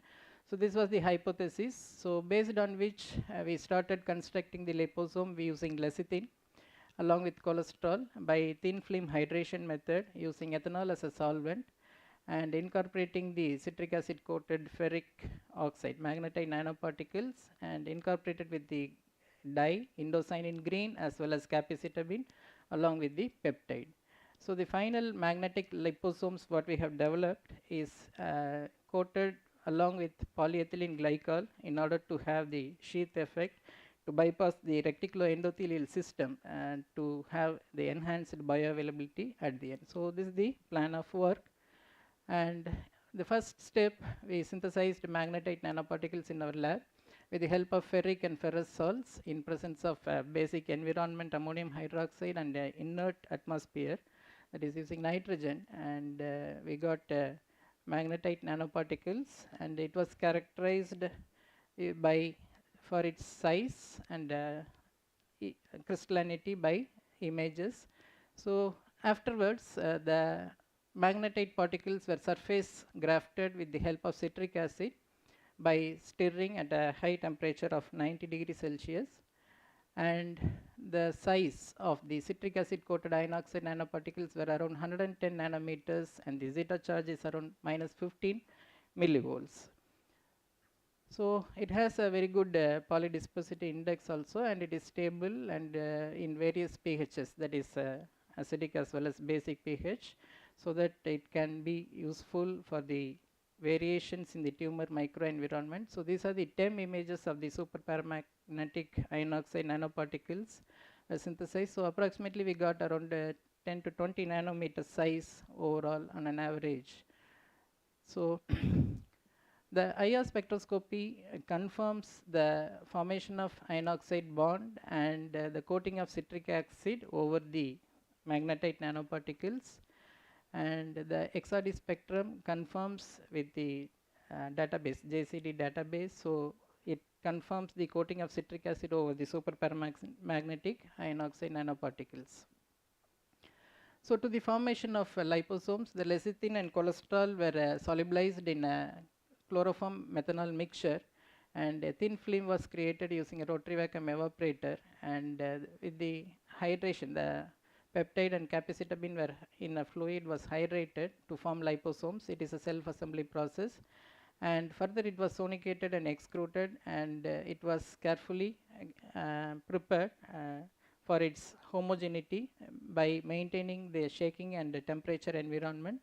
And finally we got homogeneous liposomes entrapped with the iron oxide nanoparticles, and the drug capecitabine along with the IRGD peptide. So the architecture of the liposomes is like this. So the iron oxide nanoparticles were associated or entrapped between the core of the liposomes, whereas the polyethylene glycol is on the surface and cholesterol, it is in between the membranes, so it offers the stability to the liposomes, and indocyanine green on the surface, and the drug IRGD peptide was also incorporated along with the capecitabine. So this was the tentative architecture. So these prepared or formulated liposomes were evaluated in detail for its size. So we got a 134 nanometer hydrodynamic diameter of the particle, along with a zeta potential of minus 9.8 millivolt, and the various stages of preparation was tabulated here. The particle size gradually got increased, and the final formulation we got 134 nanometer, and the refractive index is 1.33, along with the polydispersity index is very nice, 0.08. So it is highly homogeneous in nature, which is satisfies the desirable attributes of a pharmaceutical formulation. So then we freeze dries the formulation, and we prepared a SEM image which shows aggregates of the particles. So for improving the storage stability, we thought of freezing, because peptide sometimes in solution it may undergo degradation. So we thought of doing this way, so to improve the stabilization. So the aggregate shows 2 micrometer size formulation.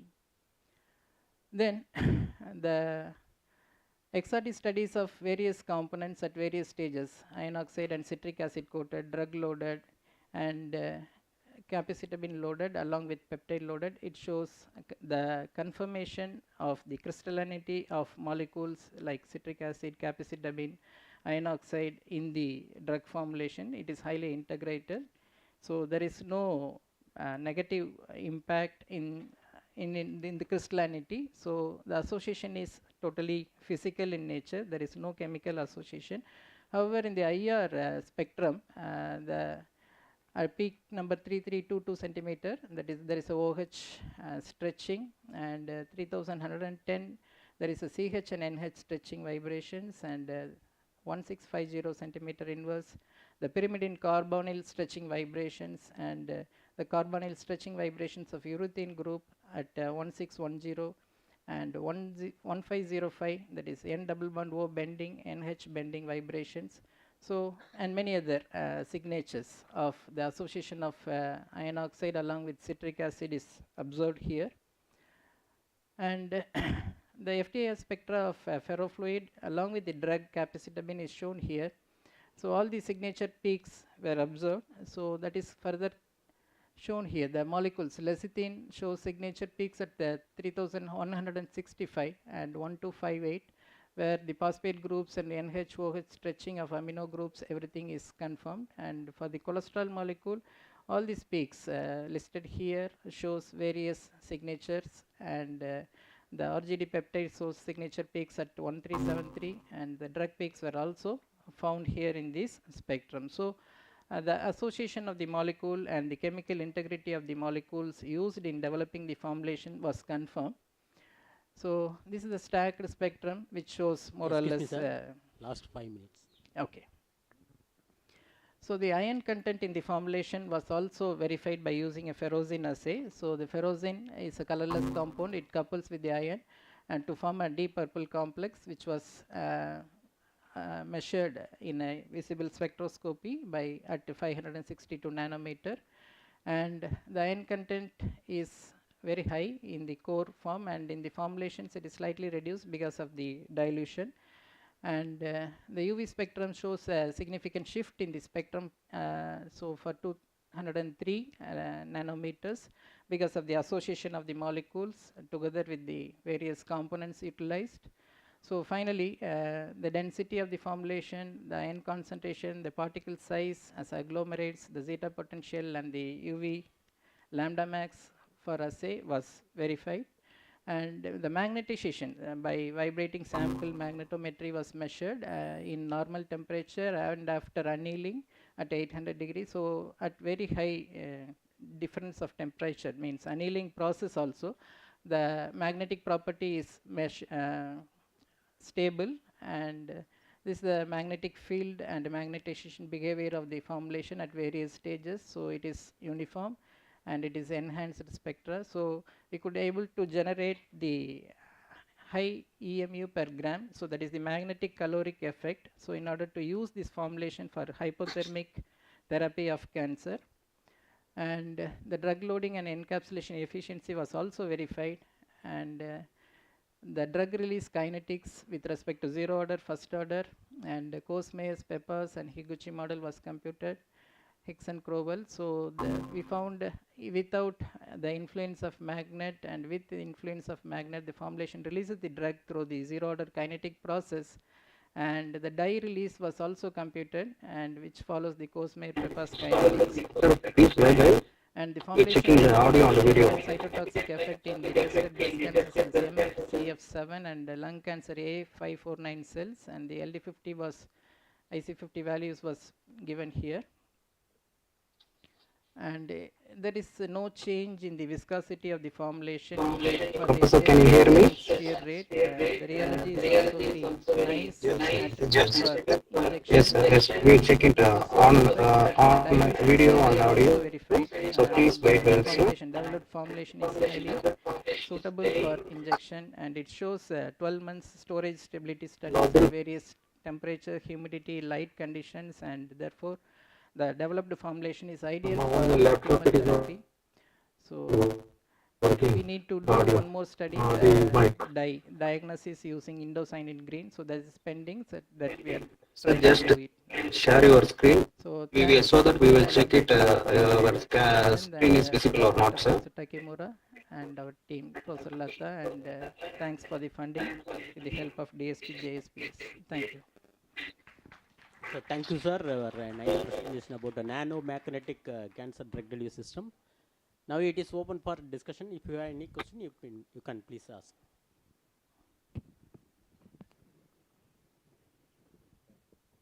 Okay, sir. No questions. Thank you. With this, I request Dr. M. Rajan, School of Chemistry, to honor the speaker, Dr. Selvamani Palaniswamy.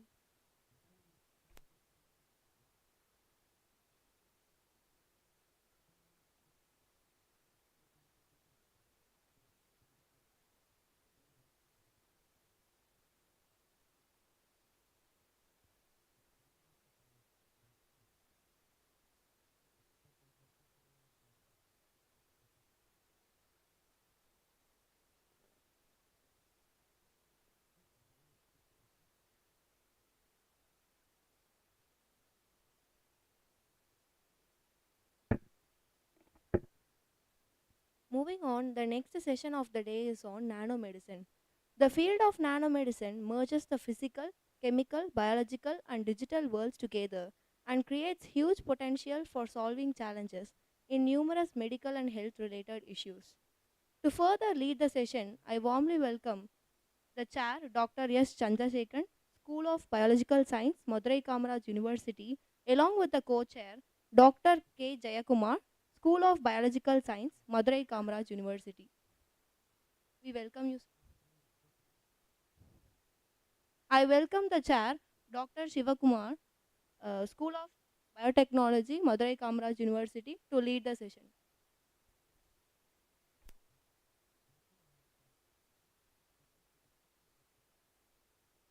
Nanomedicine, and I will just introduce our speaker, Dr.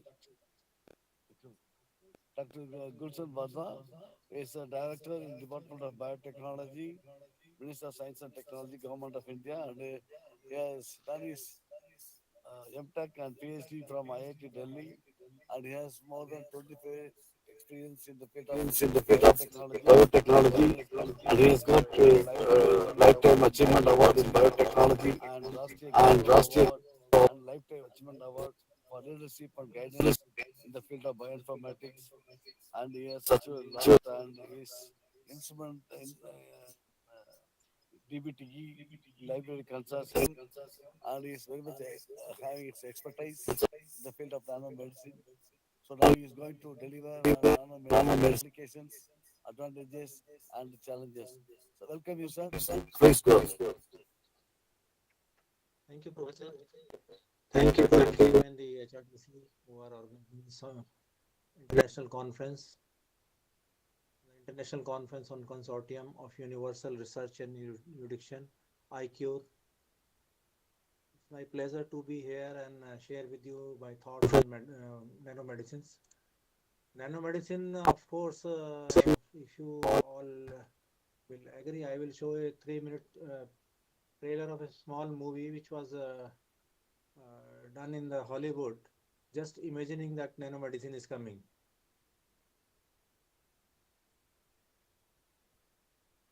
So this movie will start now.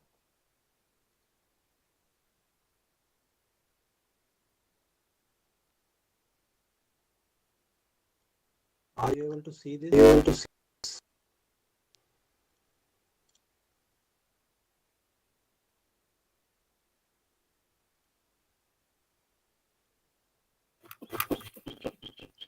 Sir, your slides are not visible. Yeah, it will come in a second. The movie is coming.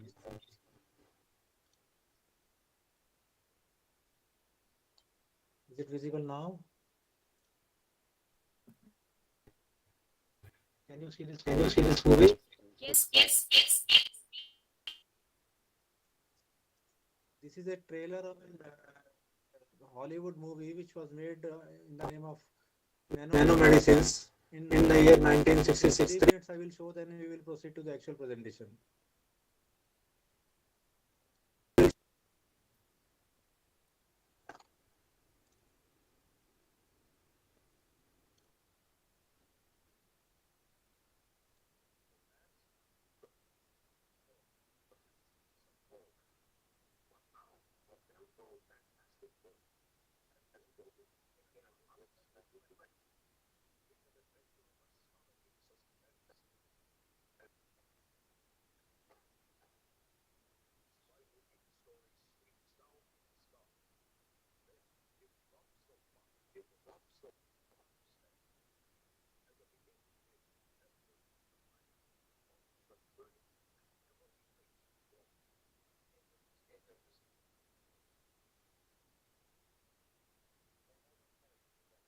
There is no audio.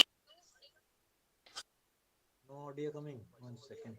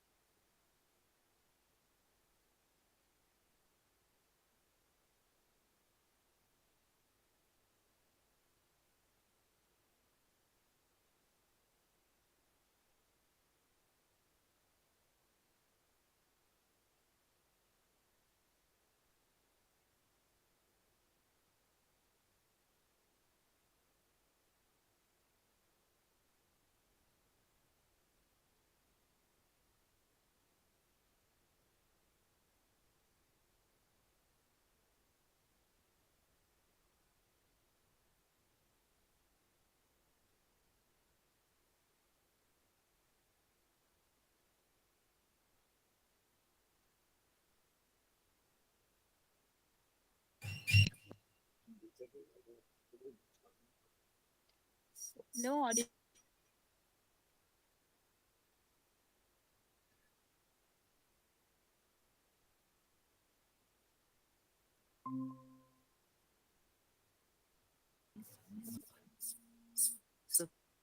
Sir, please unmute.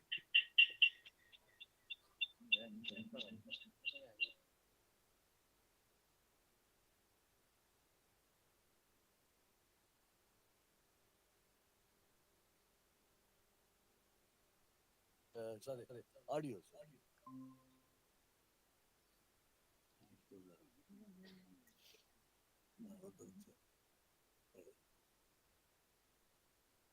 நீங்க mute பண்ணிக்க.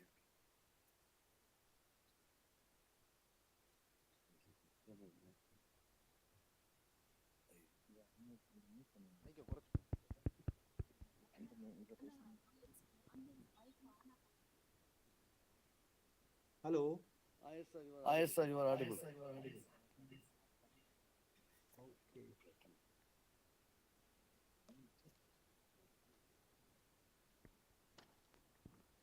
So that is the way humans imagined the nanomedicine before it came.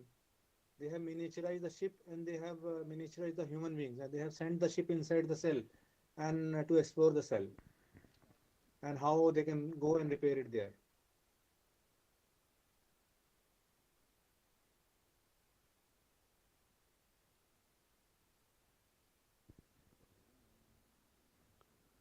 Sir, can you This is convert it how into it presentation mode? looks nowadays, how people imagine it.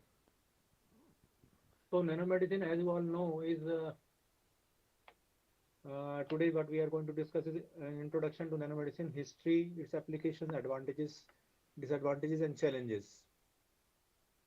Nanomedicine is a multidisciplinary field of science which is composed of biology, chemistry, medicine, biotechnology, nanotechnology, mathematics, information technology, and maybe another 10 more fields which have been added recently into this. And this has been made a fantastic field by the way that you can physically go and repair the human body at different places. So human body, as you all know, is basically an extremely complex system of interacting molecules. That is a molecular machine, and therefore the technology required to truly understand and repair the body is the molecular machine technology, or so-called nanotechnology. Nanoscale, as you all know, is 10 to the power 9. Excuse me, If you sir. imagine that at nanoscale, Sir, your slides are to not a moving, sir. cricket ball, then if you assume that cricket ball to be of the nano size, then the Sir, your size of the slides earth are will be not the actual. moving. Pardon? Sir, your slides are not moving, sir. You please make it slide Hello? PowerPoint presentation mode. Slideshow mode. Okay. Why they are not moving?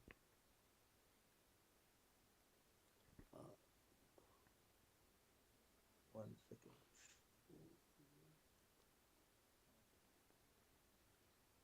So go ahead, sir. How will they move? I am not able to.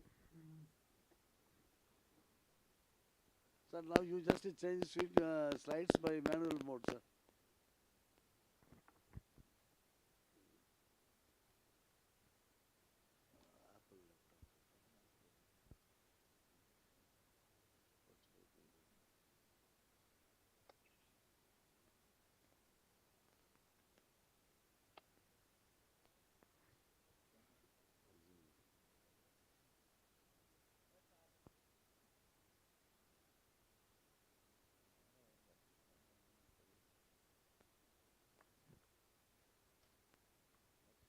Are they moving now? Okay, sir. Go ahead, sir.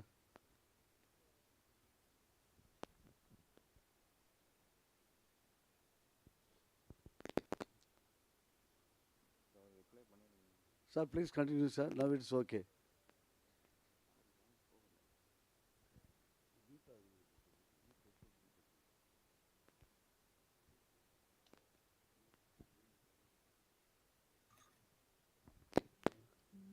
Sir, am I audible, sir? Are you able to see the slides now? Yes, sir. Now you just go ahead, sir.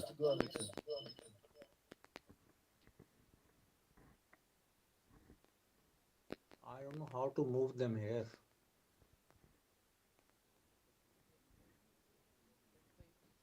Sir, can you switch to F5? F5.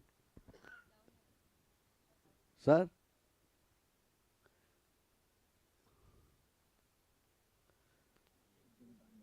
So you can use a down arrow, sir, down arrow. Okay. Right, sir. Now you can go on, sir. So we'll be discussing today the applications of nanomedicine, their advantages, disadvantages, and the challenges they provide to us. Are you able to hear me? Yes, sir. Yes, sir. You go ahead, sir. Nanomedicine is an interdisciplinary field of science consisting of biology, chemistry, medicine, biotechnology, nanotechnology, information technology, and so on. Human body is basically an extremely complex system of interacting molecules, that is molecular machines, and therefore the technology required to fully understand and repair the body is the molecular machine technology or nanotechnology.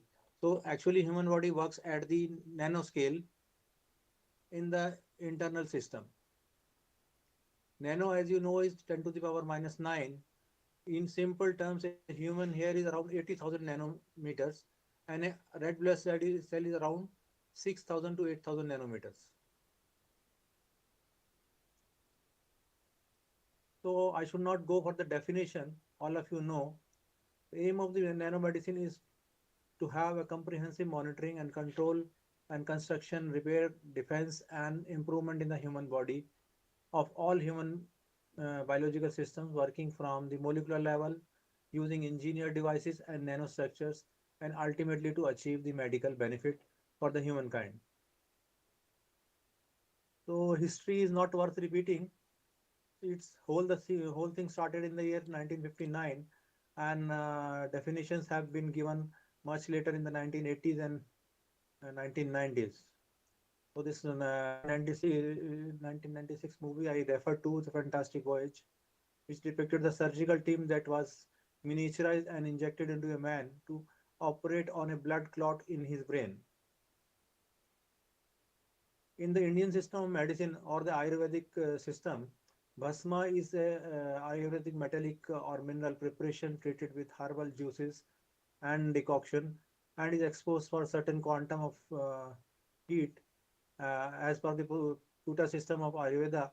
And Bhasma is again, of course, claimed as to be biologically produced nanoparticles or ethnomedicine as they are called. These are being used in India for thousands of years. So in the year 2003, European Science Foundation launched its Forward Look on Medicines, a policy briefing that was published on 23rd February 2005.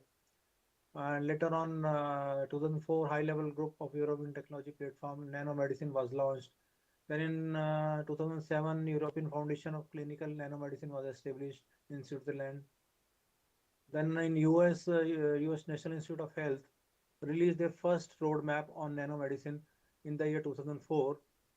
The National Cancer Institute. The cancer is a major application of nanomedicine. Although nanomedicines have come in nearly all the area of medicines, they released or launched a cancer nano technology plan in the year 2004.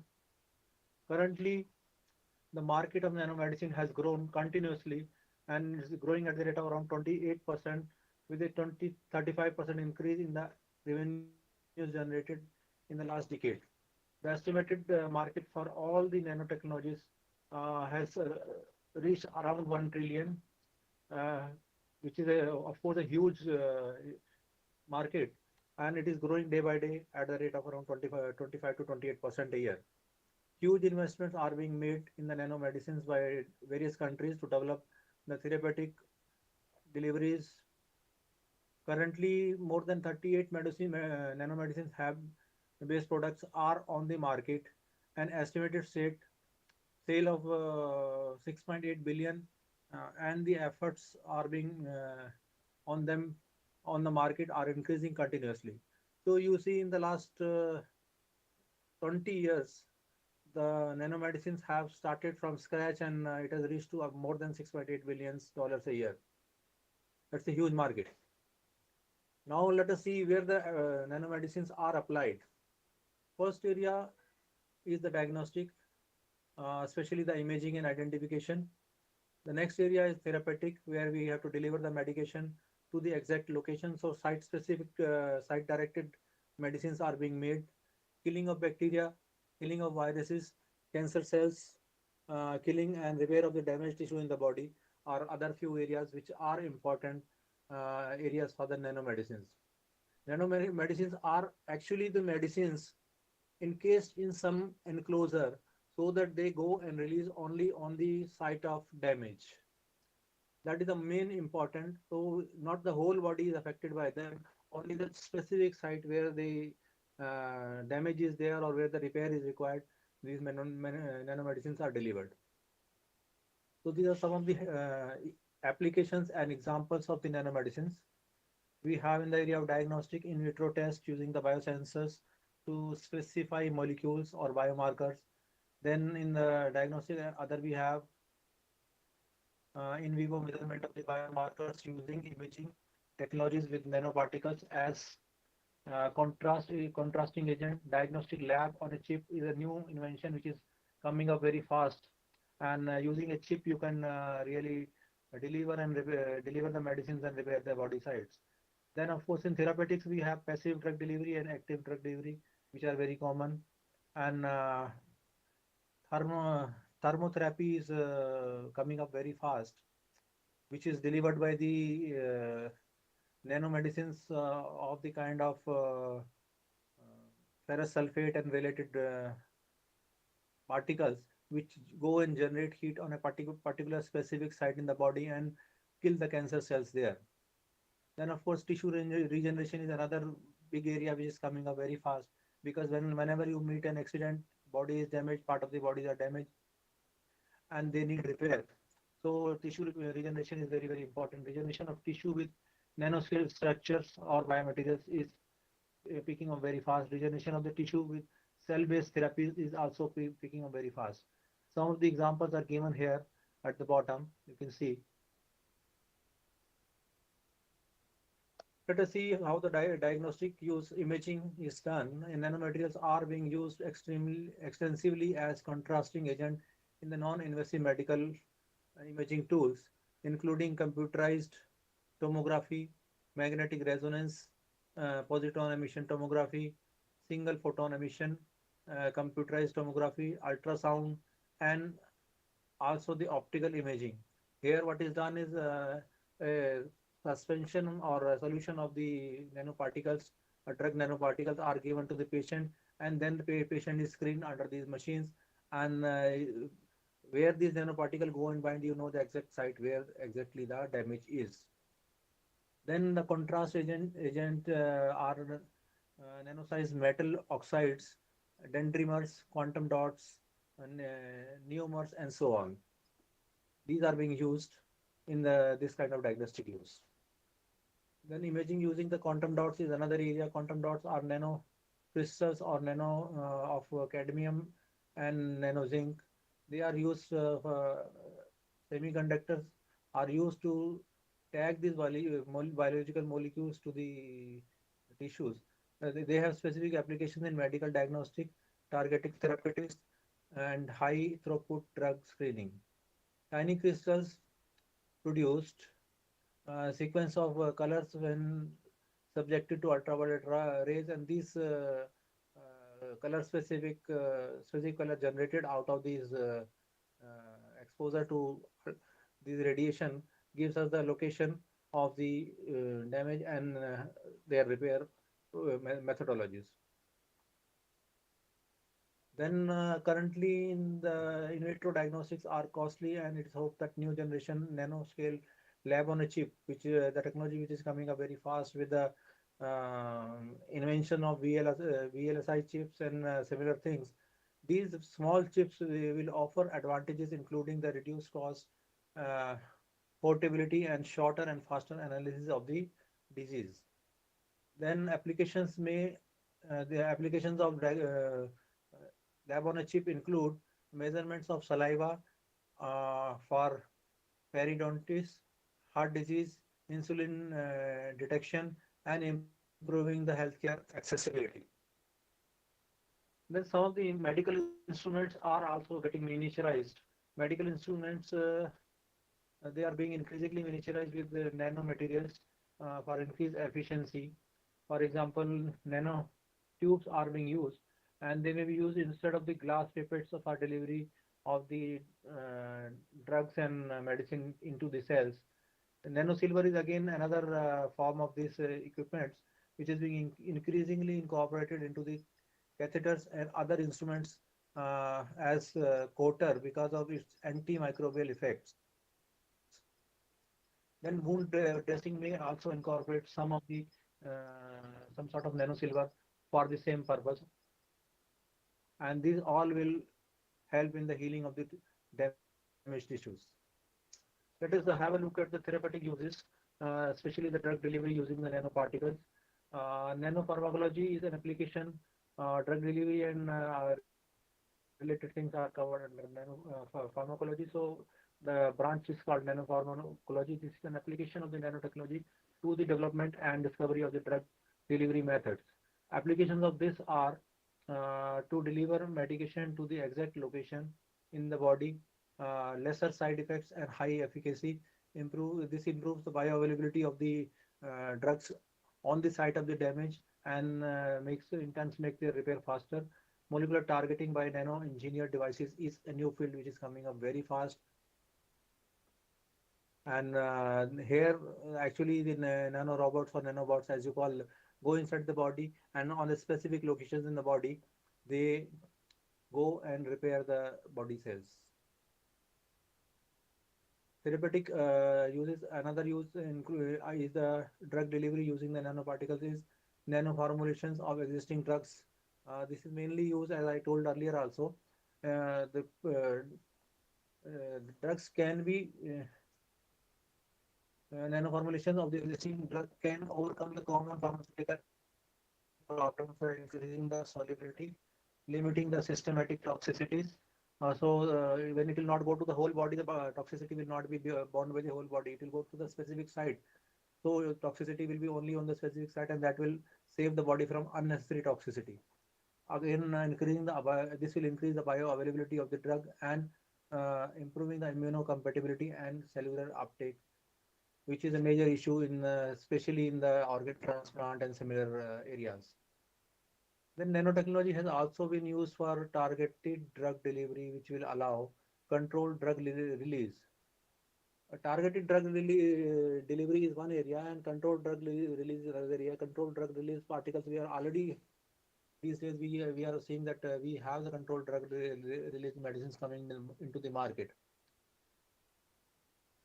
So controlled drug release or at just the right place and the dose will improve the patient safely and compliance and reducing the side effect of the drug.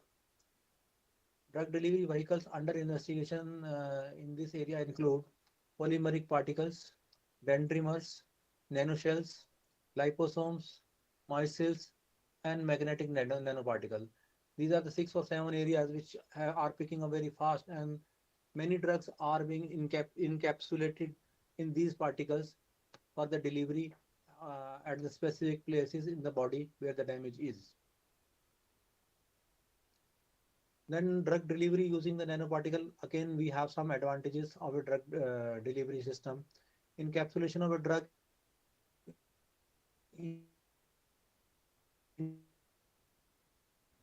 Excuse me, sir. A Only 5 liposome or minutes a is micelle concerned. can avoid local irritation. So when you take some drug and your throat irritates, and that leads to other complications, that complication will be saved here. And this will also decrease the local and systematic toxicity of the drugs. The disadvantages, yes sir? Sure. The disadvantages of nano particle based drugs. Yes. Anybody saying anything?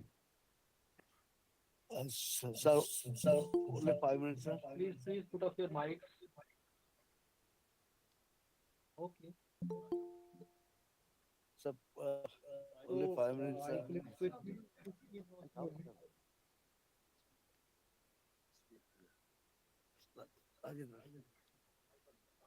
So we have four different kind of nanoparticles, metal-based nanoparticles Sir, using can you summarize in 5 minutes? silver, cadmium, selenium, zinc, and so on. Lipid-based nanoparticles, polymer-based nanoparticles, and biological nanoparticles. I will not go to the details of this because in the end I will like to show how actually the nanoparticles are working. That is again a 2 to 3 minutes movie which you will appreciate. So PEG glycated liposomes are another good area where we can improve the drug stability, solubility, enhance the protection from the proteolytic degradation, extended circulating life in the body, and reduce dosage frequencies. Neosomes is another area where non-toxic surfactant vesicles are widely used as alternative to liposomes, and they are used for the same purpose. Dendrimers are the man-made molecules having tree-like structures, and these are also being used especially in cancer cell recognition. Nano devices based on the dendrimers are being used for cancer cell recognition, diagnosis of the cancer, cause, drug delivery, reporting drug levels in the tumors, and recording cancer cell death. Then we use nanoshells, which are a core of silica and a metallic outer layer used for similar purpose. And here you can also use the heat with these are heat stable molecules, and they can take carbon nanotubes, single carbon nanotube, and hollow tube. Nanodrugs. Some examples of the nanodrugs are here. You can see again some more nanodrugs in the liposome forms, which are available in the market. Some of the FDA approved drugs, nanodrugs are mentioned here. You can see. Of course, I will keep skipping many of these. It is being used for cancer treatment, tissue repair and replacement for using scaffolds and nanostructures.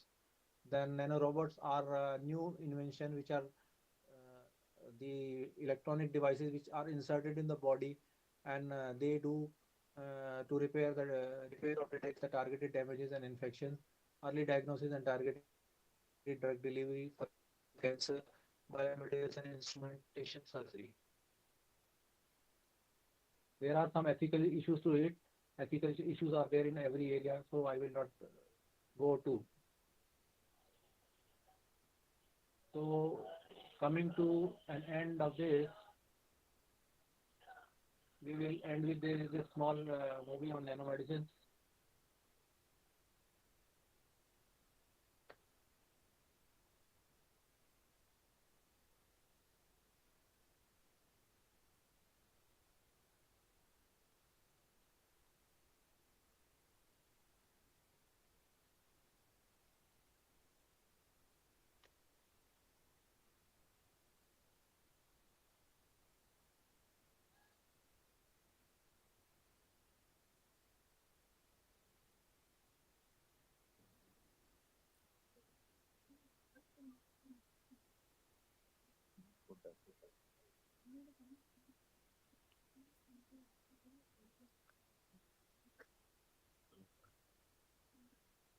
So the movie is not coming, sir.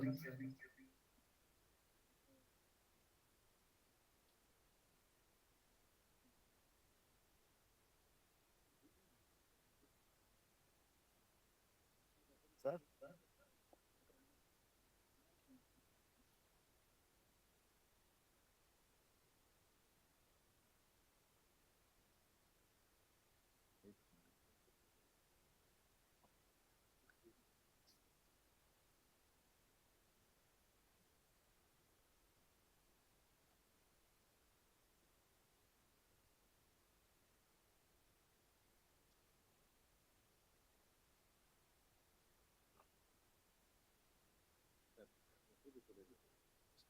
Sir, thank you, sir. Thank you for your extensive lecture, sir. It is very pertinent to our students. Thank you. Thank you very much, sir.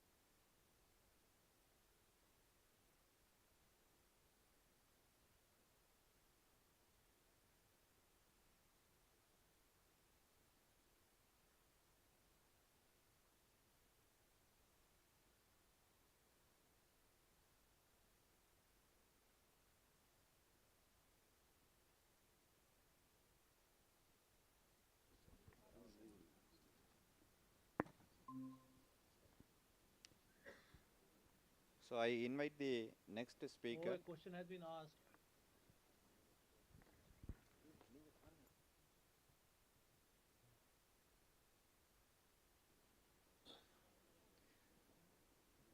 Dr. Bhubesh Kridharan from the Department of Forestry, School of Science, Nagaland University, Lumani. He is an assistant professor, Department of Forest Science in Nagaland Central University, and he did his PhD in Bharadasan University in the most reputed department, Animal Science, and he received so many awards from this UGC Meritorious Award, Swami Vivekananda Award, and also the Young Scientist Award are the important. And he published so many research articles in the peer-reviewed journals. More than 108 research articles he published in national as well as the international journals. And he has a number of national patents, around 12.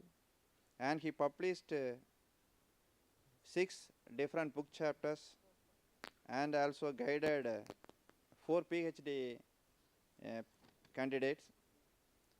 Today he is going to deliver a lecture on egg albumin doped zinc oxide nanoparticle, a new alternative to the cancer therapy.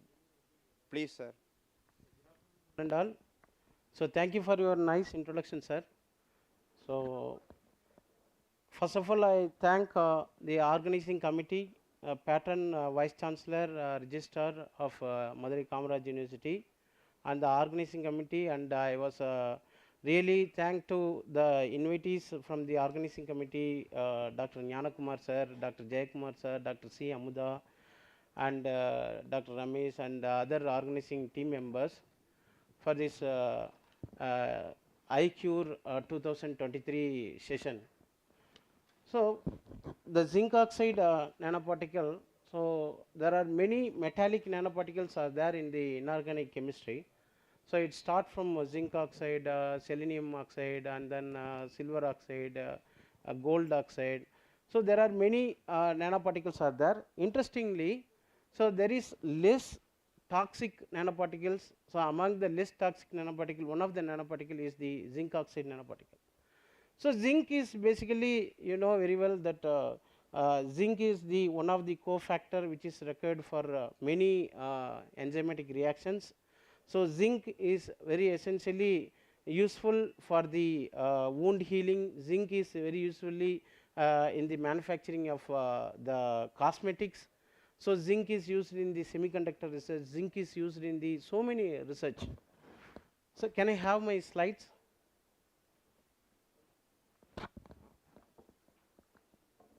Can I have my slides?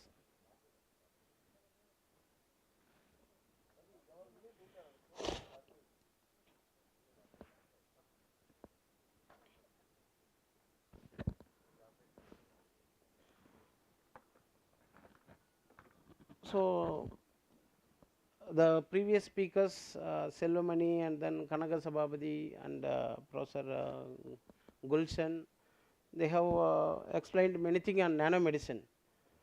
So I skipped many of my slides, and I will go to my research, which I have done extensive research on zinc oxide nanoparticles, and I have patented on the same zinc oxide in the biomedical applications, and also I published a good paper on the elsewhere journal drug delivery and research.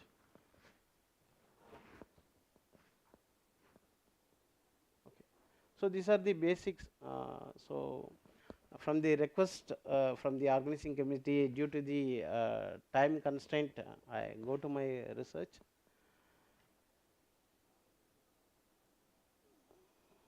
Yes, this is the zinc oxide, which is an inorganic compound with the formula zinc oxide ZNO. This have the molecular mass. Sorry.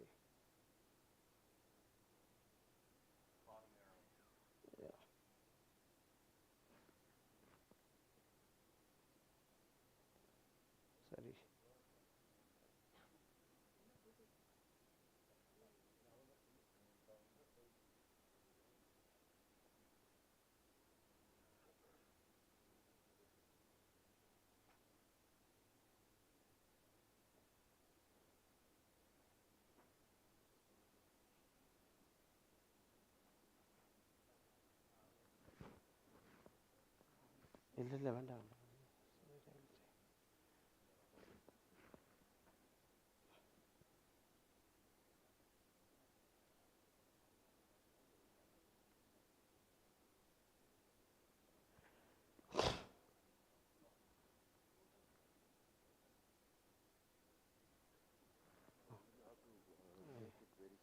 Yeah. Okay. Sir, how can I go to previous slide? Huh? Okay. Okay. So different zinc oxide evaluation, zinc oxide nanoparticle evaluation of different cell lines were made. So some of the cell lines like KB44 and then MCF, and then this is the HHF2. It's a skin fibroblast cell line. So here we screened different concentration like 6.5 nanogram. We got the IC50, that is the inhibitory concentration, and in the MCF7 we got 7 nanogram, and in the HT colon carcinoma we got 0.125 microgram, and in HeLa we got 15 nanogram per ml. So this we done in the KB IC50, which we got it as KB44 6.5 nanogram. So this is the MCF cell line which we screened the cytotoxic effect of zinc oxide QDS. So we got the different concentration we screened. Here you can find out the different concentrations start from 0.5, 1, 1.5, 2 and 2.5. So the cell survivability will get decline when the concentration move or when the concentration was decreased, automatically the survivability of cell become increased. So that is the cell survivability is decreased, that is the cell toxicity is increased, and then mortality is also increased. So this is HT29 colon carcinoma. So here also you can find the survival of cell become declined when the concentration is increased. And this is the HeLa, the same, the concentration of the nanoparticle was increased, automatically the survivability of the cells is get declined. And this is HFF2. So I will come to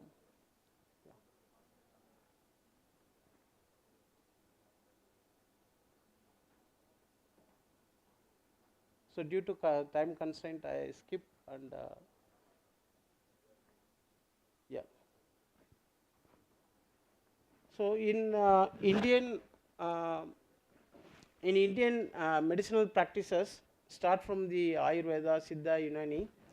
So in especially in Siddha preparations, it starts from the second, that is before the 2nd century. So many Siddhas are formulated so many metallic preparations. So this nanotechnology is not existed now, it was existed before Christ. So that our Siddhas are formulated so many metallic formulations, and recently we done a study and we find so many research highlights that how the metallic nanoparticles, their formulations, so it will in-depthly act in the cellular level. So that one is the silver, that is the Velliperpum or Chenduram. It was prepared and it was standardized. It was started as a practice from the first BC itself. So it's a silver-based nanoparticle. So if you see the therapeutic outcome, you will get wonder that silver nanoparticle interact with that is the silver purpum, that is the Velliperpum. So it interacts with the bacteria and release the silver ion, resulting in deactivation of the cellular enzymes, hindered membrane permeability and cell death. And it inhibits the CD4 dependent virion binding fusion and infectivity, and it also inhibits the herpes simplex virus 2 and effective against the influenza viruses, resulting in damage to the morphological structure, inhibiting the host receptor binding site of the viruses, and it can influence the multiple manifestation of immune cell activity, including cytokine production and proliferation and activation. And if you go to the next metallic nanoparticle, which was already standardized and which was in the practice of the Siddha, which is called the Tangaparpam, which is called gold nanoparticles. Okay. So in these gold nanoparticle was effective as both the virus entry inhibitors as well as the virus neutralizing agents, and it inhibited the viral attachment and the penetration into the cellular therapy, the cellular, thereby preventing the infections. And the nanoparticles active against the gram negative and gram positive and uropathogens and multi-drug resistant pathogens also.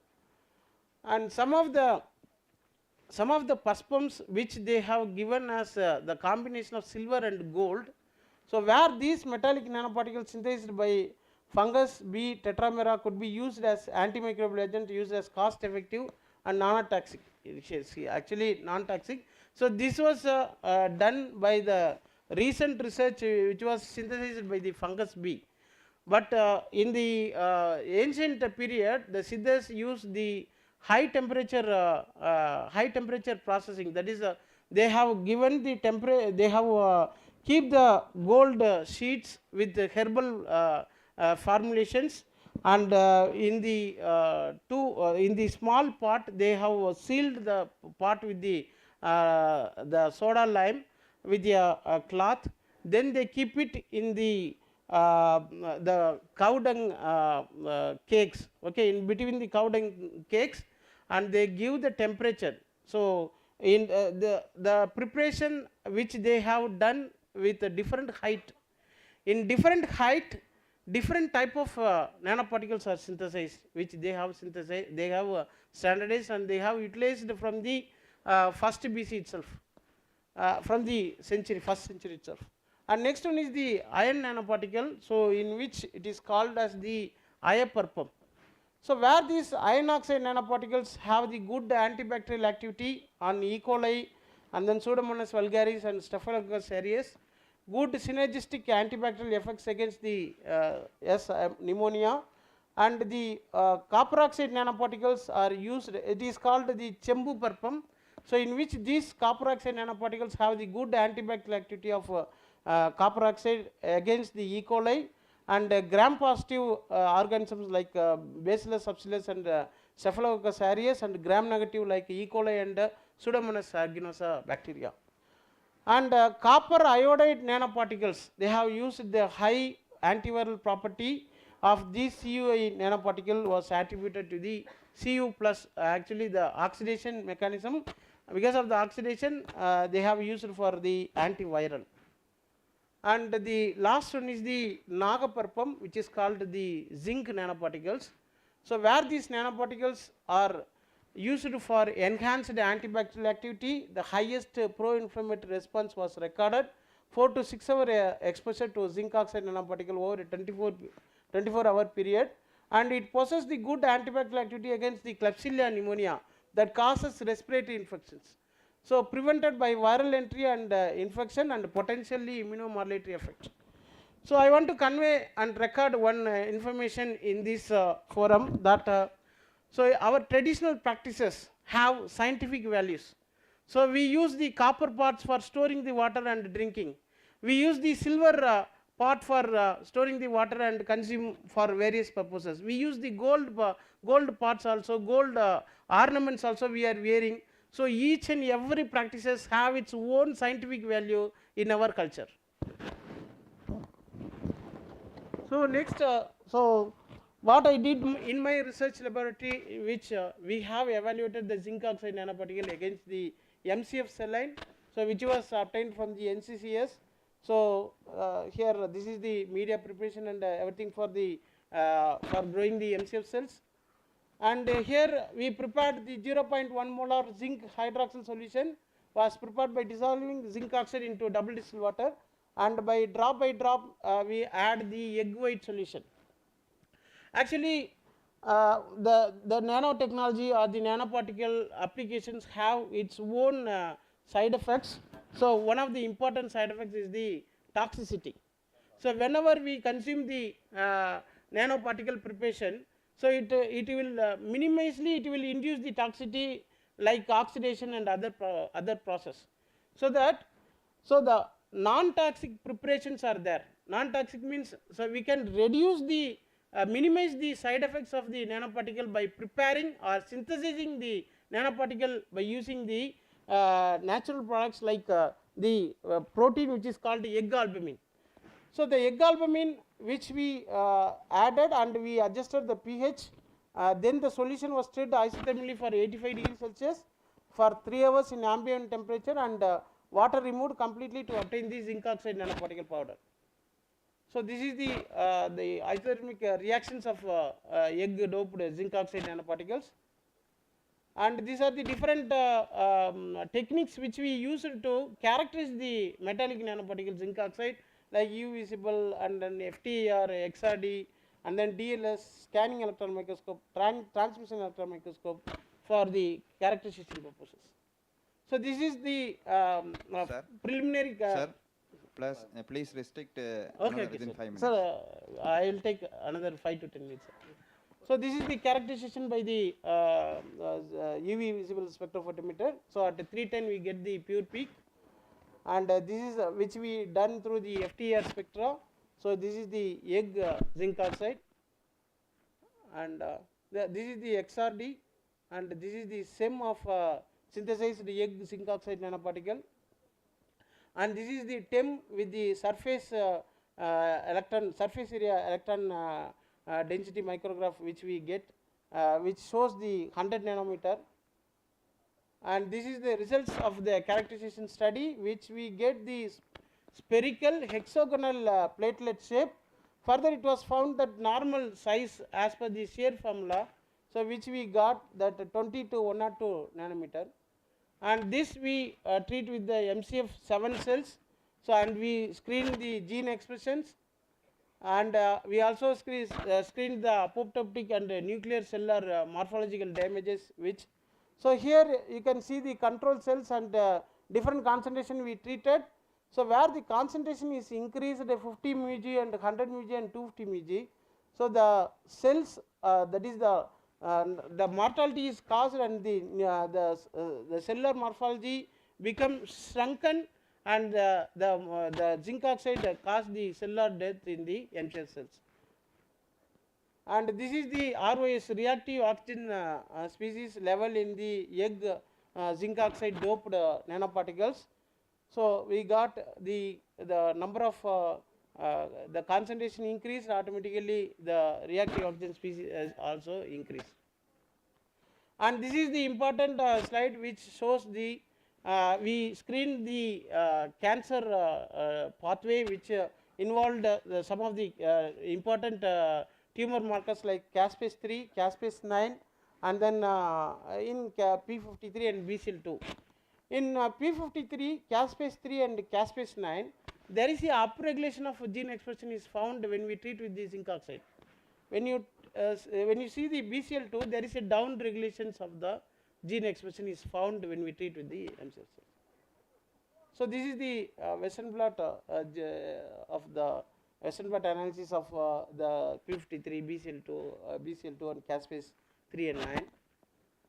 And in conclusion, we achieved the anti-cancer property of synthesized egg zinc oxide nanophase was screened against the human breast cancer cells. Interestingly, it was found the egg doped zinc oxide nanophase initiate the cancer cell death by decreasing the cell proliferation, increasing the intracellular ROS and apoptosis.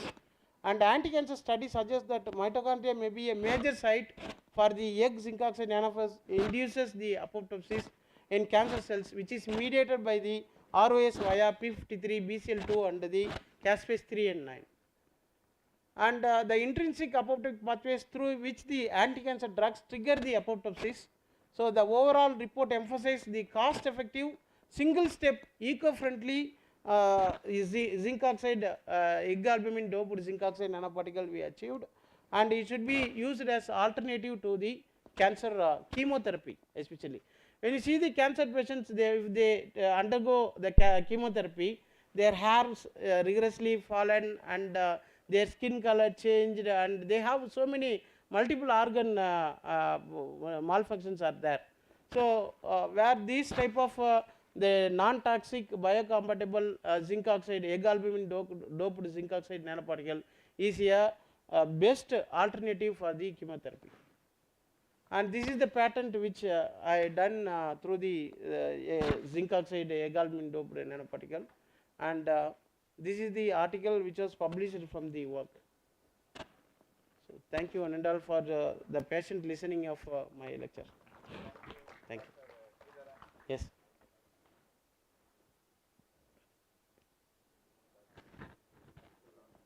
Yes.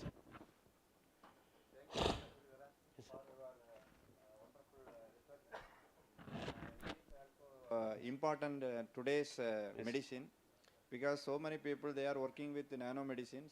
From that silver, gold, zinc, all those material, the ancient our ancestors also used and prepared for their therapeutic purposes. So that informations are more useful for us. So thank you, sir. Thank you, sir. Audience, if you have any question, you may ask the question at the lunch session. We may have one more session before lunch. Now I handed over the mic to Dr. Jayakumar. Dr. N. Shivakumar, SBT MKU, to honor Dr. Giridharan Bhupesh.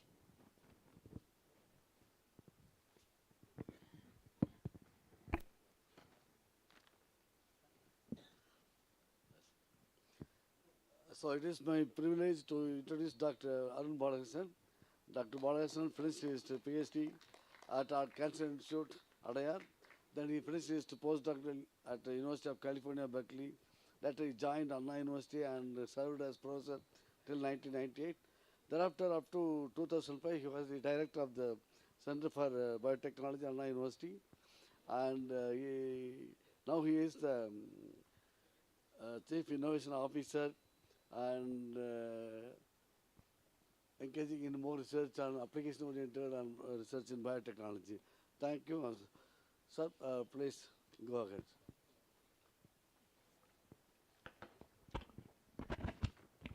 Okay. Good afternoon. I think it's a very bad time to give a lecture.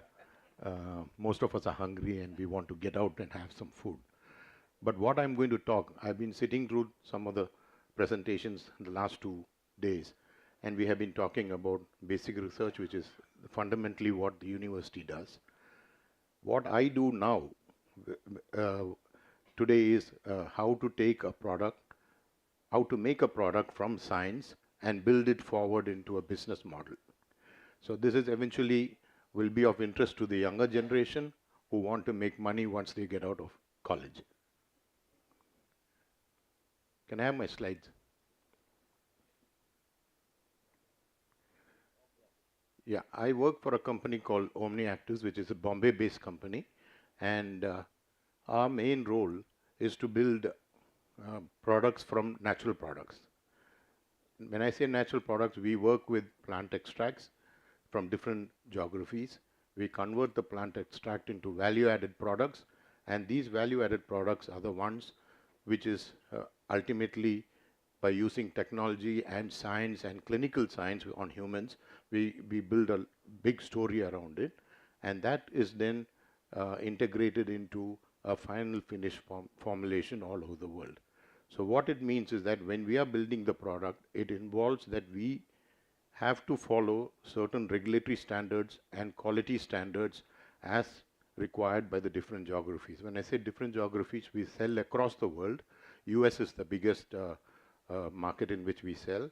We also have Japan, China, Korea, and Australia as the other markets in which many of the products which is developed in India, basically in Pune, and then we ship it out to the different customers across the world. So there are little ideas and thoughts which one can use to make a product which we have been working on in a university, convert that into value addition by following set number of norms, which involves a large amount of validation of the product by chemistry as well as by biology. So this is where we are located. We are distributed across Bombay, Pune, and we have a plant in Tamil Nadu, which is in Hosur.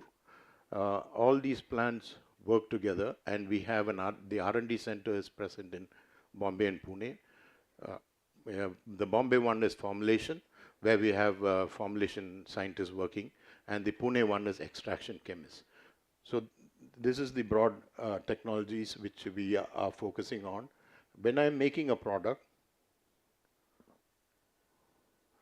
I use a technology platform. I use typically what you have seen in the morning, in vitro and in vivo biology and human clinicals, and then we have to protect our knowledge. So these are the critical requirements for us to build a product in the different geographies. And if you don't do this, and when we make a product, there is always a competitor looking at you and how he can improvise on your product and sell it across different places. So in R&D, our core strengths are extraction chemistry, formulation chemistry, analyticals. As you know, analyticals play a very important role in validating the extract. In the number of chemistries, we use different high-end technologies to identify all the chemistries present. And the biology, which is what we all do here, and develop all the mechanism of action of the product, on which targets they work and how they perform. Animal studies is then done in different animal models, and we take it into human clinicals. When I say human clinicals, the clinicals in nutraceutical industry, which is basically designed to build products for wellness, not for treatment, is a much shorter clinical than what we use in developing a drug. We have just one study, one phase study, which extends in about 1 year to 1.5 years. You can finish the human clinical study. So the short timelines of building nutraceuticals are extremely short, and we can take a value extract which we develop and which we prove that there is a market potential straight across the development into the market within a period of 1.5 years to 2 years, which is not possible in drug development. It takes minimum of 15 years and you fail. This is just a snapshot of our labs in both in Bombay and Pune. So this is something which I thought will be interesting for you guys. Always we talk of innovation. Now innovation, when I sit in a government institute or a government meeting, is nothing different than invention. But when I sit in a business meeting, the thing is very different. Now look at this. This is what we are. This is where the invention happens, the research happens, the different kinds of collaborative work between chemists, biologists, and the quality guys all happen here. This is the research, and this is required to build our product. It's a multi cross-functional relationship which we have to do to build the product. And then what are the applications the product needs to be sold? We always think of tablets and capsules as the delivery systems. But today in nutraceutical, it's completely changed. We now talk about gummies, chewies, chewing gums, and even patches for delivering these extracts. So this is what we get from a customer. So before I develop a product, I talk to the customer, what is his application, what does he want to do, and how does he want to deliver it in the market. That input is very critical for my research team to start working on it and build the product and convert it into the specific application. People ask a question, can I make a simple one formula which goes into all applications? In some cases, yes, because they are plant-based. Plants are difficult to be solubilized in aqueous phase. Some are alcohol and ethyl acetate and things like that, from which we extract the active principles. So that is a very critical input which we get. And then the other arm of the development is the clinical research. This is the one which takes a lot of cost in developing a product. And you see here, these ideations we start right from the day one when the concept is thrown to us. We not only ideate in the R&D, we ideate along with the marketing team. This is a critical difference. The marketing inputs, how many of these products are present in the market? What are my differentiators if I'm going to put the same product in the market? How am I going to make it more better than the ones that are existing in market? So we do a lot of, compare it with some of our lead competitors and see how best I can work on my products. And at the times, we also do reverse engineering of our competitors' product. So these are all ones which happen as soon as we think that this particular health benefit is of great value. I can take it to the market, build the business immediately in next 2 years. So my investments are calculated based on what is my market potential in the market. And all these compliances fall in place after. So this whole cycle is what I call as the innovation cycle. So this part, taking it to the customers from here, this is innovation. Okay, whereas invention is only between only these two areas.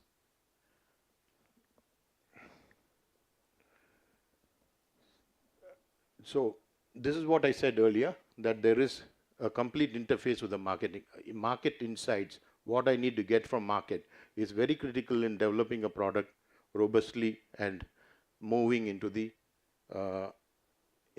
business side. Now, if you take I just talk about the various steps on top. So first I start with a science deep dive. And that's where the research from universities, research from our in-house labs, research from traditional medicinal knowledge all play a role. And then I work with extraction chemists who build products based on extraction. We have to extract it with solvents. And today there is a very big initiative in nutraceutical market that everything should be green solvents. Now that is very difficult because some of the chemistries don't come out other by using other red solvents. But we have now converted most of our production units to using ethanol, ethanol water, or ethyl acetate, which are acceptable solvents as green solvents across different geographies. And then, typical target screening, which you saw in the last few years, where people work on different mechanistic models, try to tell how it works. And then we take it to formulation. Formulation plays a very critical role. Why? Because all medicinal plants or any plant extract is not absorbed. Take our old grandmother's remedy of curcumin. Curcumin is nothing but turmeric. In the old literature, they would have said that you have to take 1 heapful of turmeric with a glass of hot milk for your throat pain to subside. Why 1 heapful of milk? Because only small amounts of the curcuminoids are absorbed. What we do in formulation is build in technologies from pharmaceutical sciences with excipients that are acceptable in the nutraceutical dossiers across the world, and then we examine how these products work after we formulate. We have a concept, we have a design, we have a patented process. We use that platform to build our products, and we call it the ultrasol technology. What it does is it improves the absorption in the stomach, in the intestine, and then the amount of curcuminoids that are delivered will be more than 46 to 100 times otherwise of what is required. What does that mean? It means that I can compress my curcuminoids in a 100 milligram tablet.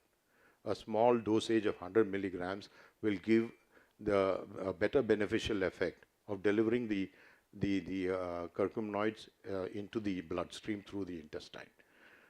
All of us know that curcuminoids are extremely stable if you keep it outside.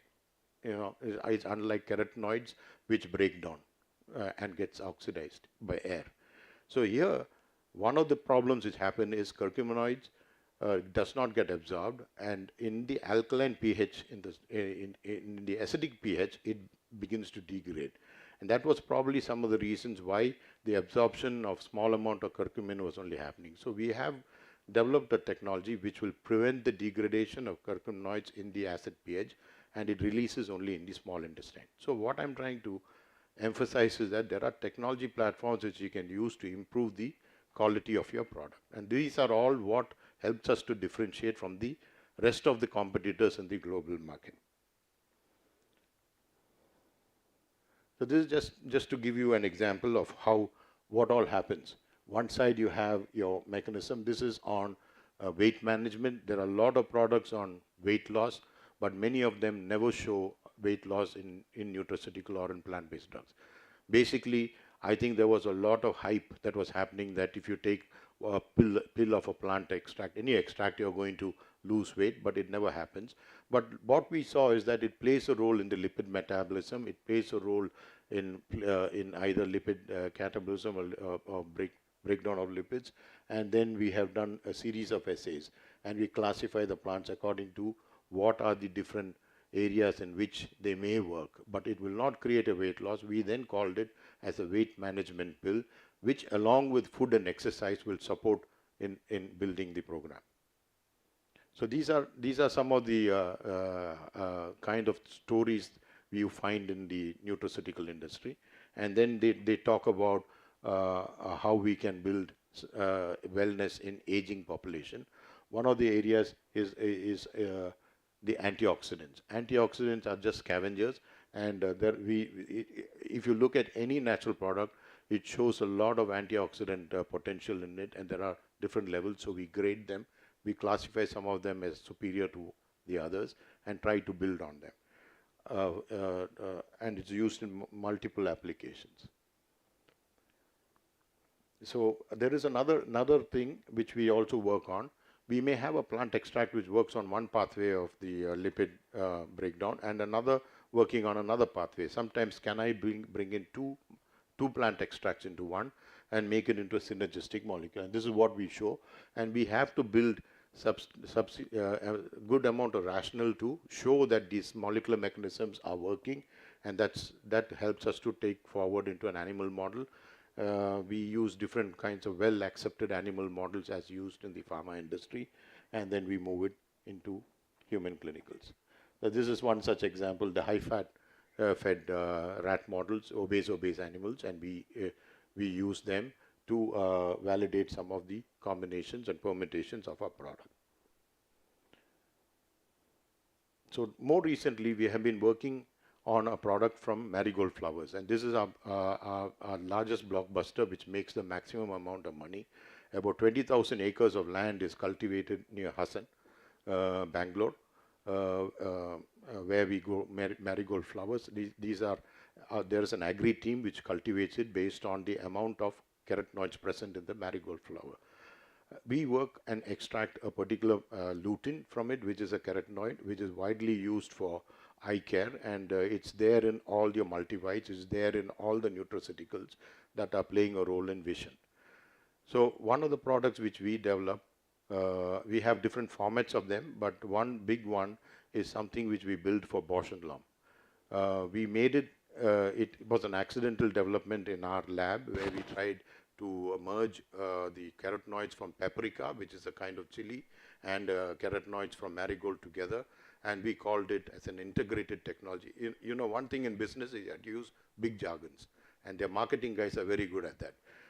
And then once you build that integrated technology, we then start validating its application. And we at one of the meetings, we demonstrated how this would be a far superior product. And today, we have more than 100 tons of orders of that particular formulated product from Bausch and Lomb.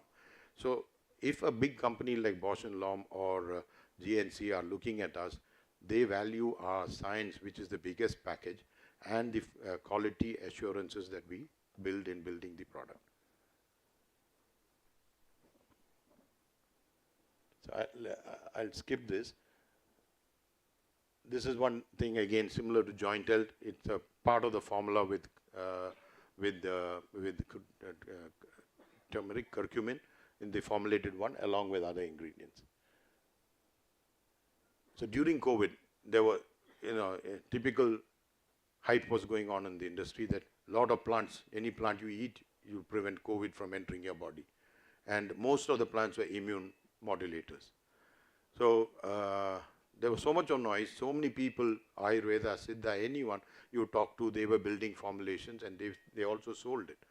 So the question came up to us, and then I said that I don't believe that any one of the plant can bring in clearance of the COVID virus. So then we looked at it in a different way. Can I make a product that will help sustain the immunity of elderly people who constantly fall sick? So if you look at some of the ingredients which we used, which was the ones that were already reported in traditional medicine, those extracts were identified, like Boswellia, Ashwagandha, Neem. All the plants which are growing in southern part of India are the ones we integrated together, and we built it into a formula, and it was sold as a wellness agent to prevent the onset of common viral infections and improve the immunity. And all our study was directed towards only demonstrating that by using all the immune markers and things like that. We never went into the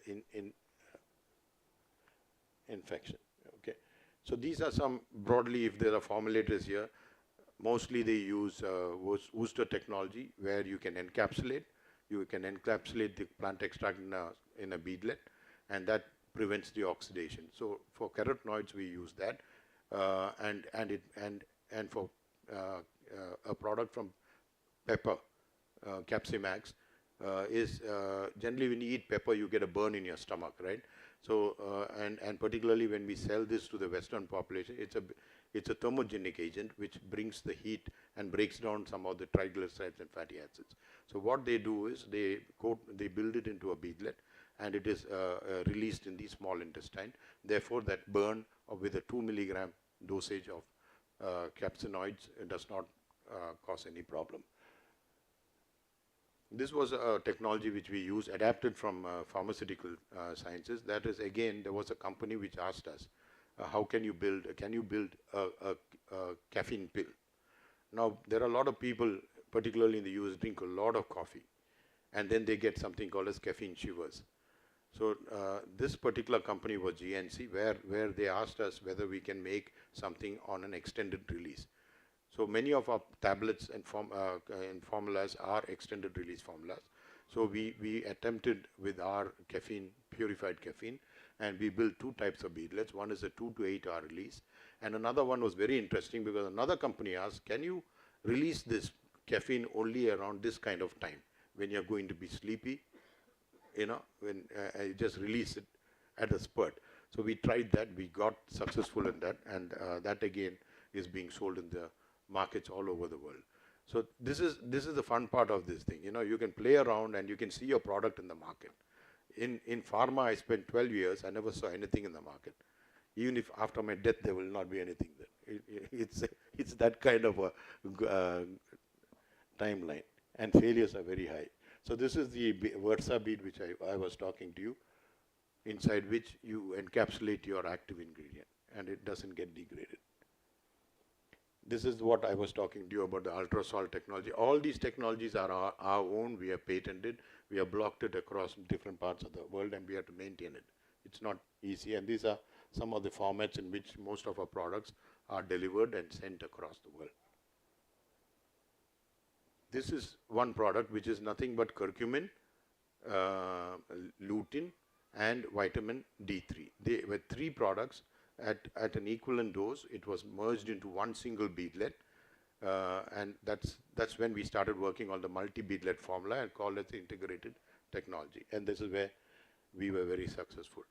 This will give you a snapshot that right now, this is a little a slide which is a few 1 month old, where we have multiple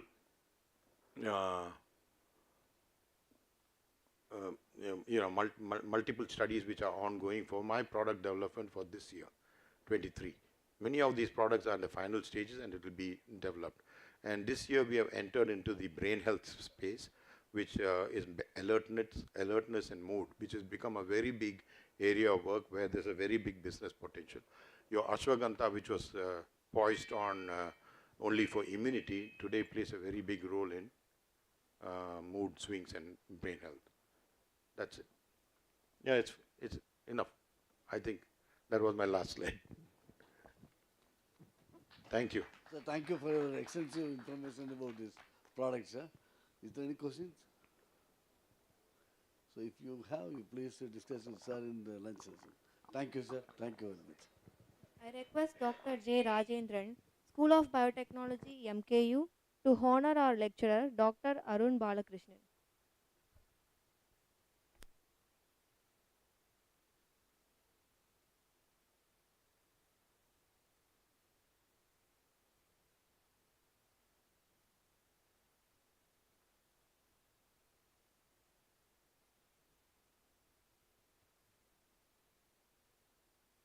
Lunch break is for 30 minutes. All the registered participants and faculty members can collect the kit from the registration desk after lunch.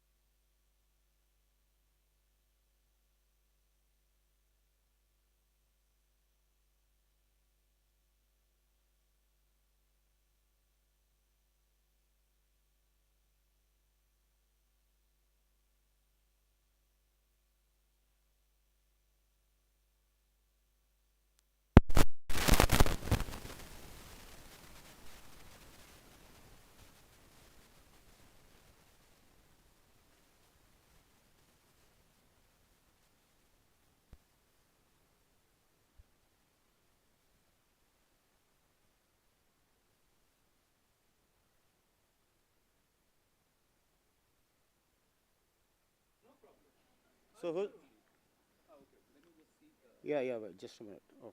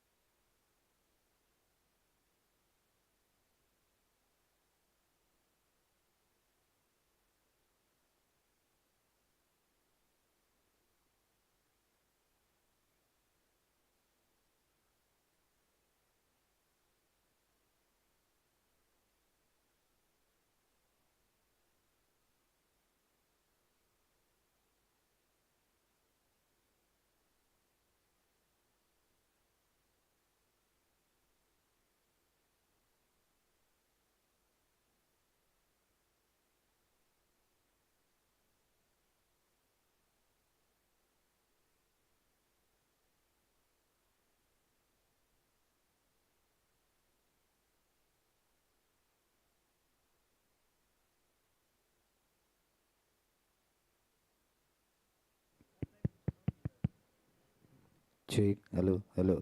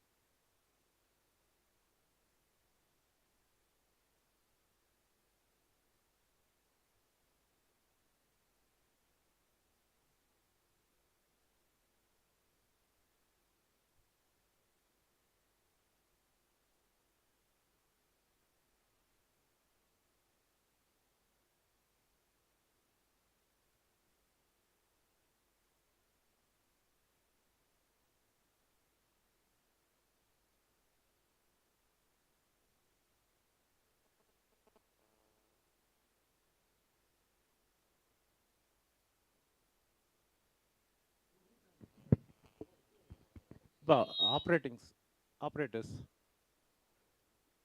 கொஞ்சம் check பண்ணுங்கப்பா. Next talk is by professor Dipankar Nandi.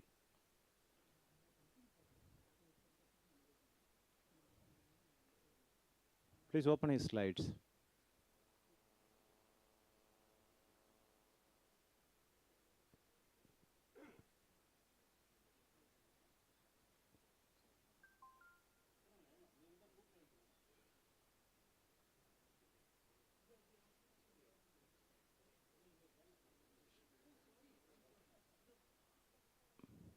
Operators. Yes, sir. Operators on the where slide pa Vignesh. My.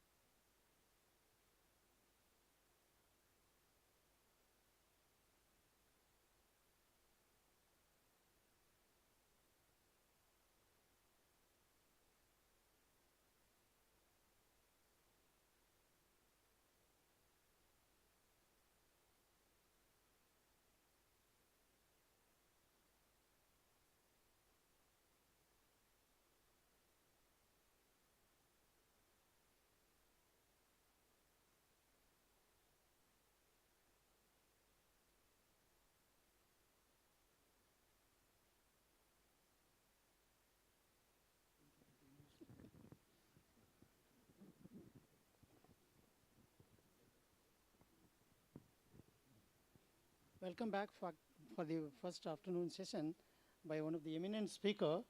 Yeah, it's on. One of the eminent speaker and researcher, very strong researcher, I would say. I know Professor Dipankar Nandi for last 20 years, and we invited some 10 years ago for our Immunocon conference.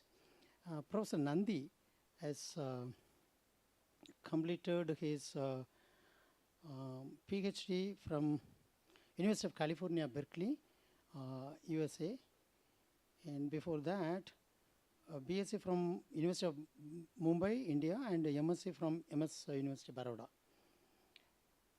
And he was postdoc with Professor John Monaco, Department of Molecular Genetics, Cincinnati, USA, University of Cincinnati.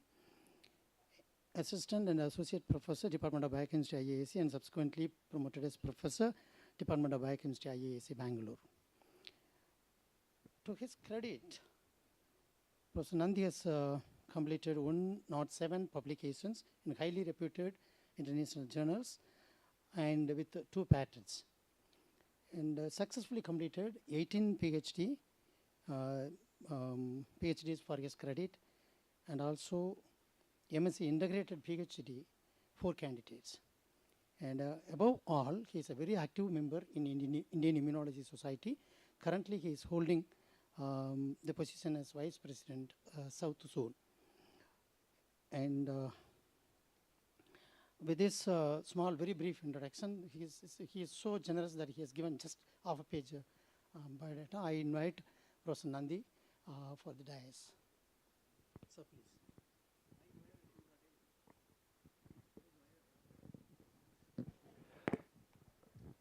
All right. Thank you so much for the kind introduction. I'd like to thank the organizers for inviting me for the talk. Can I have my first slide?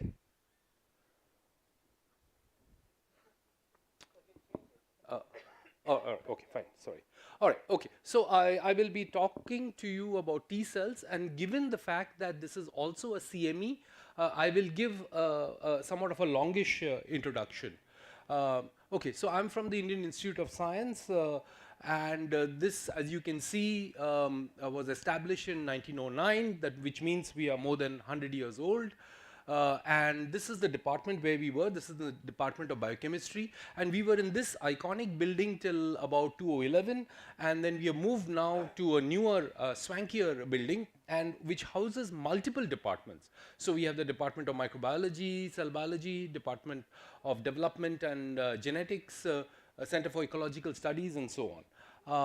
And this is my laboratory. We work on multiple aspects, and so this is a lab collage made by a student to give you an idea about the different aspects that we work on.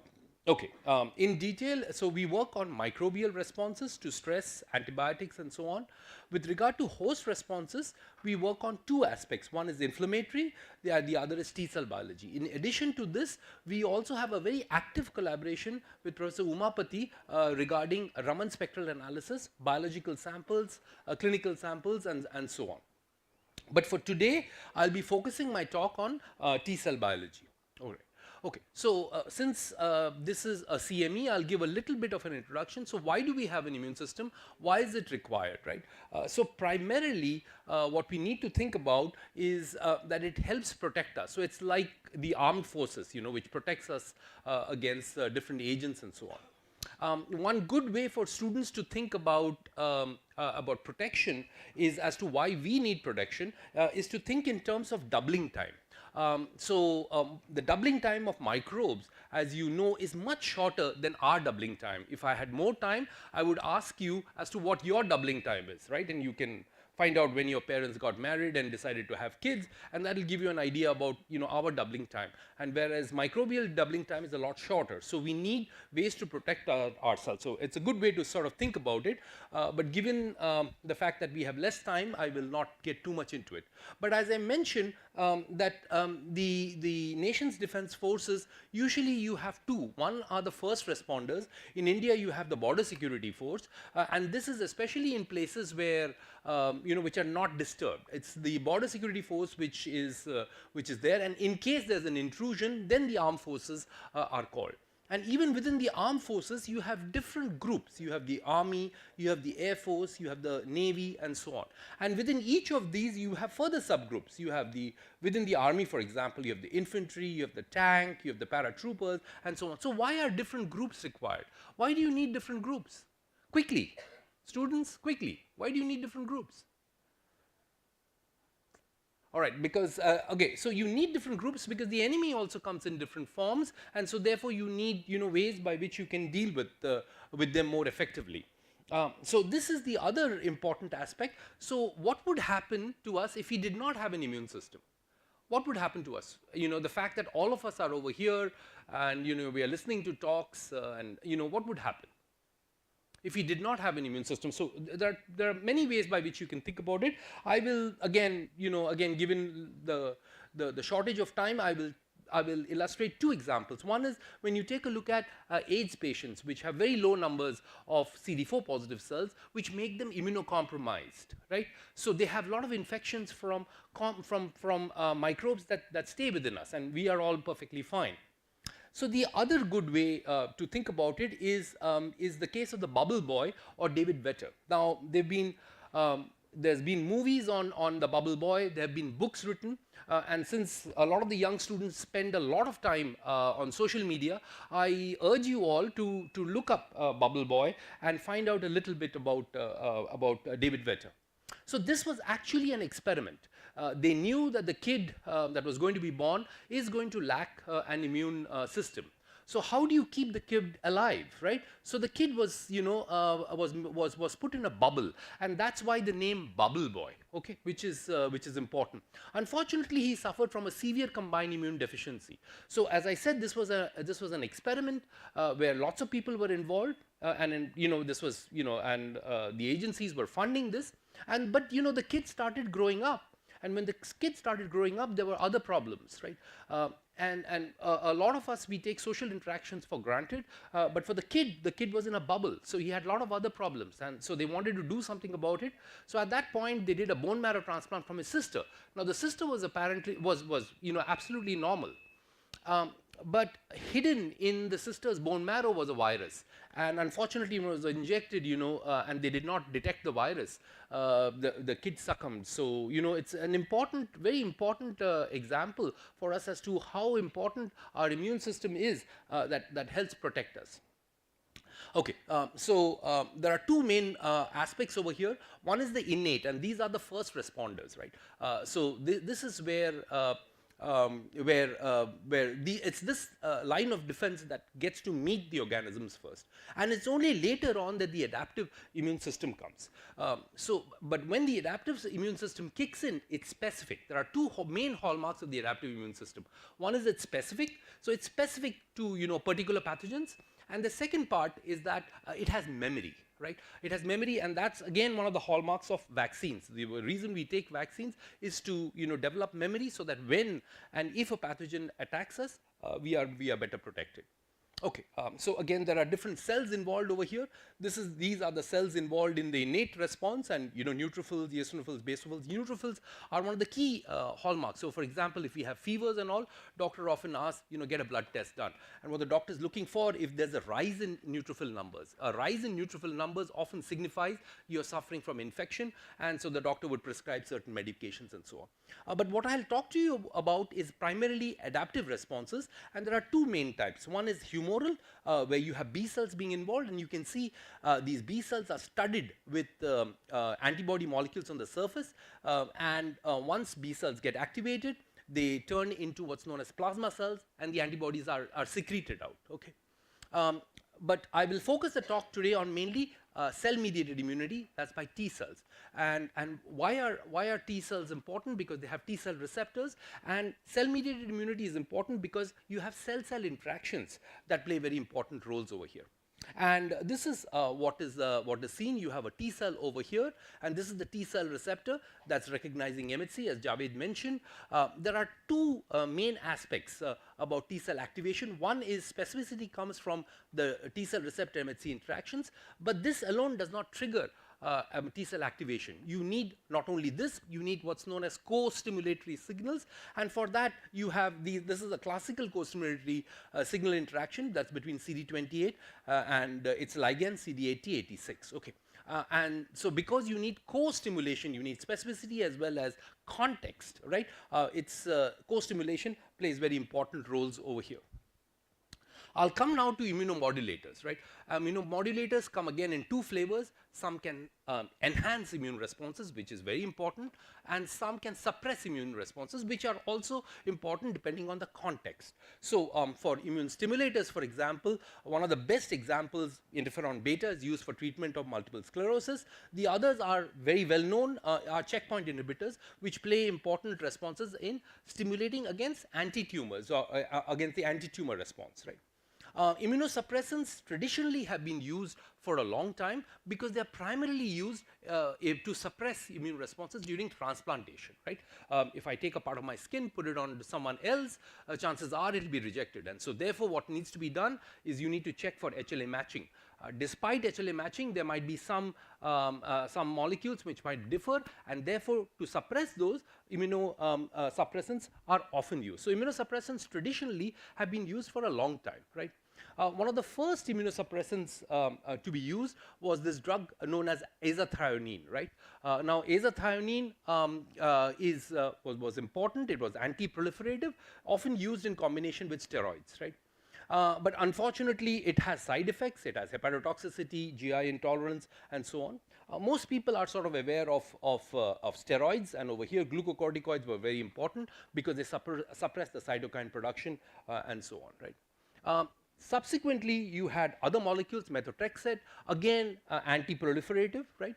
And then you have cyclophosphamide, which was important in suppressing cytokine responses and so on. Then you had mycophenolic acids, right, again, which causes the inhibition of DNA synthesis, and then mycophenolic acid along with cyclosporin and glucocorticoids were used, especially in renal transplant patients and so on. Now, a big change came with what is known about is the use of calcineurin inhibitors. Two of the famous ones are cyclosporin, which was the first one used, and it slowly replaced azathionine because it was very good. Now, how does cyclosporin work? Cyclosporin is an inhibitor of calcineurin, which is the phosphatase, and it turns out that this phosphatase, calcineurin, is very important for a particular transcription factor, which is the NF80 or nuclear factor present in activated T cells, right? And so if you have a cyclosporin, then it inhibits the phosphatase activity. NF80 can't enter the nucleus, and so that's how it works. Similar to cyclosporin, you have FK506, also known as tacrolimus. nowadays tacrolimus is much more potent than cyclosporin, and it has largely replaced cyclosporin. But the calcineurin inhibitors are still a main one that's used. You have other ones also. You have the rapamycin, which is the mTOR inhibitor, and again used in multiple ways and so on. So you can see that clearly T cell inhibitors are important, but because there are side effects and so on, there's a search required for further T cell inhibitors and so on. So that was the main part. So the genesis of this project came up when we were screening different compounds as part of a collaborative project along with Nicholas Piramal, and at that time Arun was heading that unit, and we had a DST grant to screen for their effects, and one of the effects that we looked for was for their effects on CD4 T cell activation. I will discuss this a little bit further. Now for each of this you need a model system. What is the model system? Because your model system has to be good in order to identify these compounds. I will come to it. So we had several, and we identified one of them, and I'll talk about one story which is on 7-hydroxyfluoride, 7-HF. It's much shorter, and I will discuss that. So what we do is we take lymph nodes from the mouse, and usually it's the mesenteric lymph nodes, and then we deplete the CD8 and the B cells using specific antibodies. We isolate the cells that are alive. We do a further panning to make sure that we've got rid of all the B cells, and then we count them. And so we end up with more than 90% CD4 positive cells. So the CD4s are the T helper cells, just to keep that in mind. And then we can activate them using different ways. As I said, you can activate them through the T cell receptor or the CD3 complex, and then, as I said, you need to also activate them with anti-CD28, because it's the two signals which are important for T cell activation, right? Okay, so this is an important one. So for us, visual looks are very important. These are unactivated T cells because the cells sort of settle down. It's a round bottom well, and if you activate them with just PMA alone or ionomycin alone, nothing much happens. Again, over here, PMA is a formal ester. Ionomycin increases intracellular calcium. Again, two signals are required for it. If you do it at relatively lower amounts of ionomycin, this is what you see. You see the cells sort of get together and clump up. If you use slightly higher amounts of PMA and ionomycin, so you have multiple clumps coming up. This signal is much stronger than this, right? You can also activate them with plate-bound anti-CD3, but again, when you use a combination of plate-bound anti-CD3 and anti-CD28, you have these multiple, bursts of proliferation that you see. So, one good way for us is to take a look at this, and initial results we often use just visual looks and then move on forward. So this 7-HF belongs to this family of sesquiterpene lactones, and again this is isolated from the aster family, and they were known to have things, but we were the first one to show that it had some effect with respect to CD4 positive T cells, because that is something people hadn't seen. So what we are looking now is what happens when you activate T cells with anti-CD3 and anti-CD28, and what happens is the T cells proliferate, they produce a lot of IL-2, which is shown over here, right? These are just unactivated cells. This is with activation. You see a lot of IL-2 being produced because IL-2 is an autocrine growth factor. T cells produce it and they proliferate on its own. And in a dose-dependent manner, you see that the 7-HF decreases the amount of IL-2, which is important. As people mentioned, you need to prove something using multiple markers, because people usually don't buy into one marker or one way of looking at it. I told you we have the visual studies, we have IL-2, we also looked at another molecule which is CD69, which is produced which is an early T cell marker produced early on during T cell activation. And again 7-HF reduced CD69. So there were multiple evidences that 7-HF somehow was inhibiting. Okay, there are other ways also by which you can look at this. What happens is when you activate cells, they become large and big. I like to always give this example of our tonsils. When our tonsils get inflamed, they become, it becomes big, and often the doctors sort of, feel around the tonsils to check whether, tonsils have become inflamed if you're suffering from tonsillitis. So essentially what happens, our tonsils are also like your lymph glands. So you have infection, so the cells blast up. So they blast up because they are trying to fight. They also recruit more cells, as a result of which it becomes big. When you take antibiotics, it's cleared off, the pathogen is cleared off, and then your tonsils sort of shrink back. So pretty much similar thing is happening out here. The cells get activated, they become big. And again, 7HF reduces this size, and what we have done over here is very simple. We've just looked at forward scatter, right? And forward scatter in a flow cytometer, and then see this.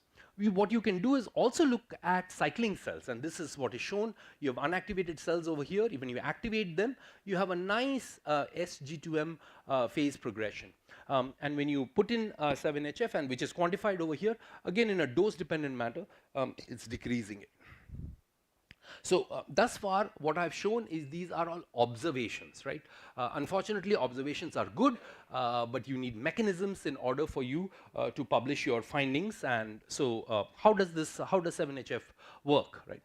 So we got a little bit lucky because when the student was looking, what he found is that when you have activation, when you activate, you have increase in calcium. Right, and when you have these cells along with 7HF and plus activation, the calcium levels are even more than what is seen.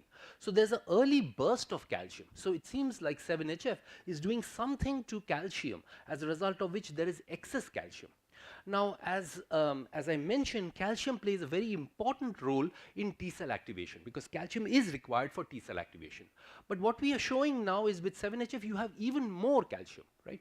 Now, the way cyclosporin and all those other compounds work is that they reduce calcium. What we are showing is the opposite. Actually, you have more calcium.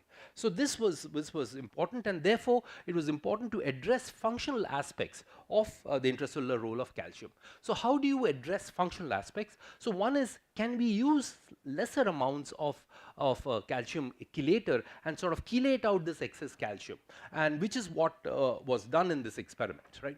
So this is looking at cycling cells. You have cells increase in cycling upon activation. With 7HF, there is a decrease in cycling. Now, to this, if you add very low amounts of BAPTA, you don't want to use very high amounts of BAPTA, because then there'll be very less calcium. But if you use very low amounts of calcium of the chelator, you're able to rescue it. So somehow this 7HF is doing something to the intracellular calcium levels. So we confirmed this. This was a non-specific intracellular calcium chelator. So we used specific ones. We used inhibitors that bind to the TRP channels. We use ones that block the IP3 store-operated calcium channels, and so on.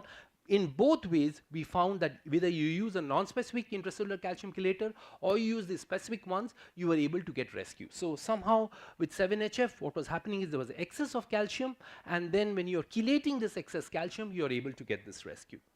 So that was good. Okay.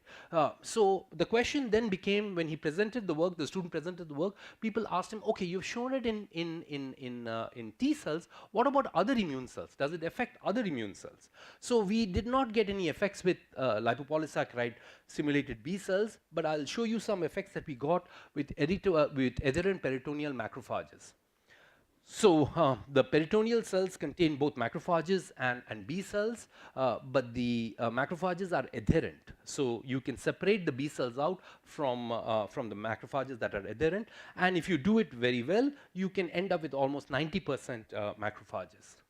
And what happens is, again, if you activate them with lipopolysaccharide, which is a TLR4 ligand, you see increase in nitrite as well as IL-6. And again, if you add 7HF, there is a reduction in nitrite as well as IL-6, which is again, sort of important. Okay. So we had now thus far effects showing effects on CD4 positive cells. We had on macrophages, so which was fine. But these are all studies in vitro. Again, people would want you to show effects in vivo. So does it have an in vivo effect, right? At least in some preclinical model. So which is what we went ahead with.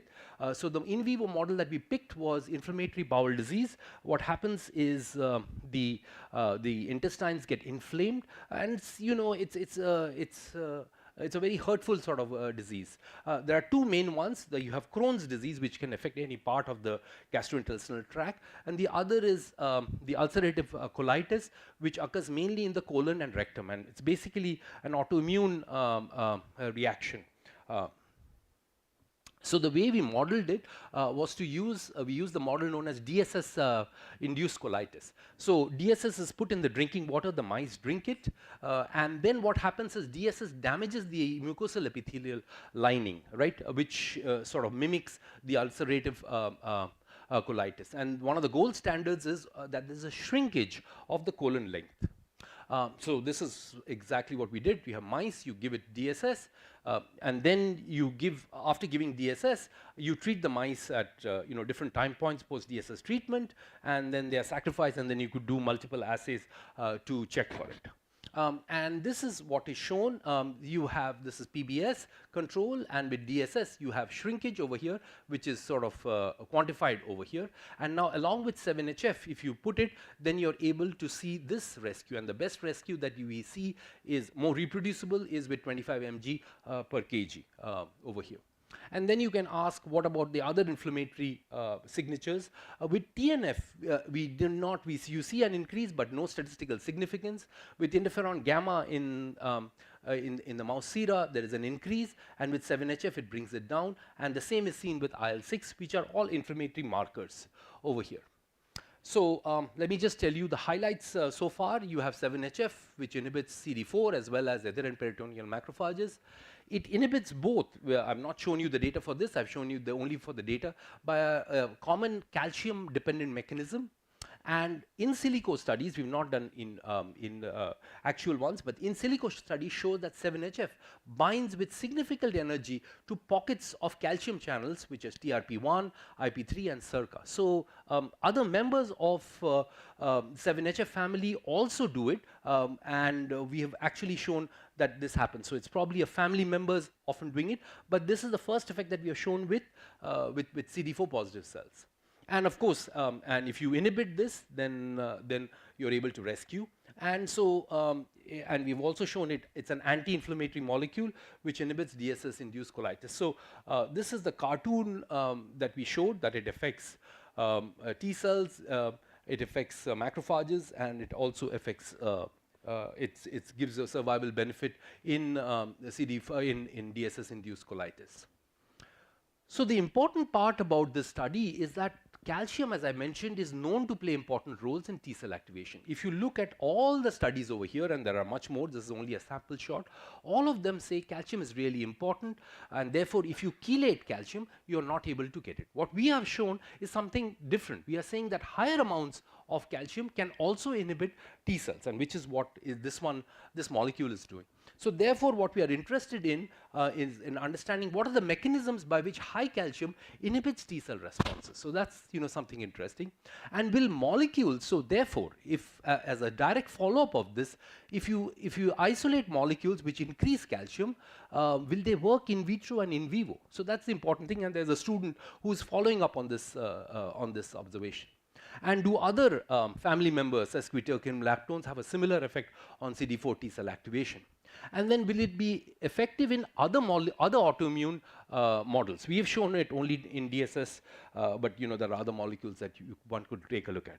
So all the work that I've shown has been done by this student, Sanmoy Pathak, who is now a postdoctoral fellow at University College London. I'd like to thank all lab members, thanks to all my colleagues, departmental and divisional facilities, and of course the granting bodies.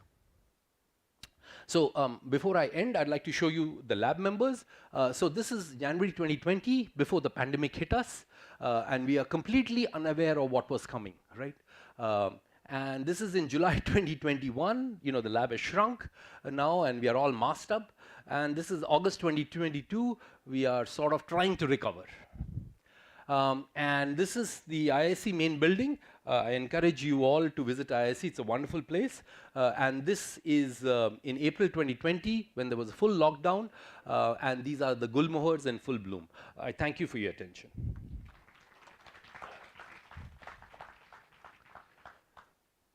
Yeah, if there are any questions, I'll be happy to. Thank you, sir, Okay. for sharing your knowledge and time. Now the session is open for questions. Yeah, sure, go ahead.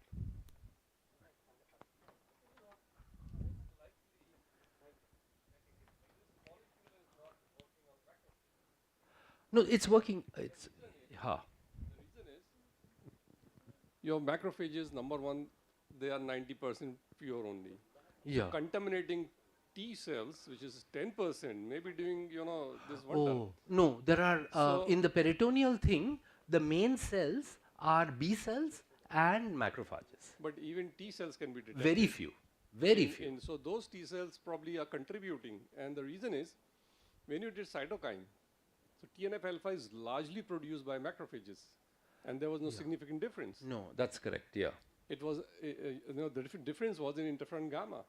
Right, interferon gamma, IL-6. Which is largely produced by T cells. You missed out on the nitric oxide. So NO is produced mainly by macrophages, not by T cells.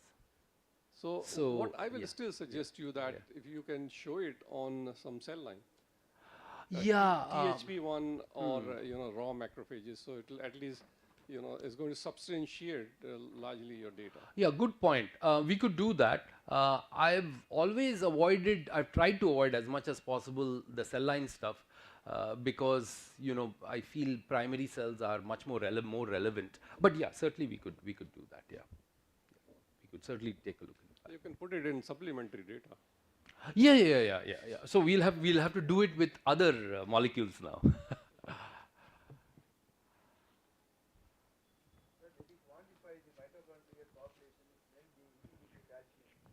No, so mitochondrial thing part we have not done. We just got that thing and then we have not looked detailed into it, right? And now we are following up to try and understand the high calcium, how it might be affecting. And mitochondria is something that we need to take a look at. Very good point, yeah.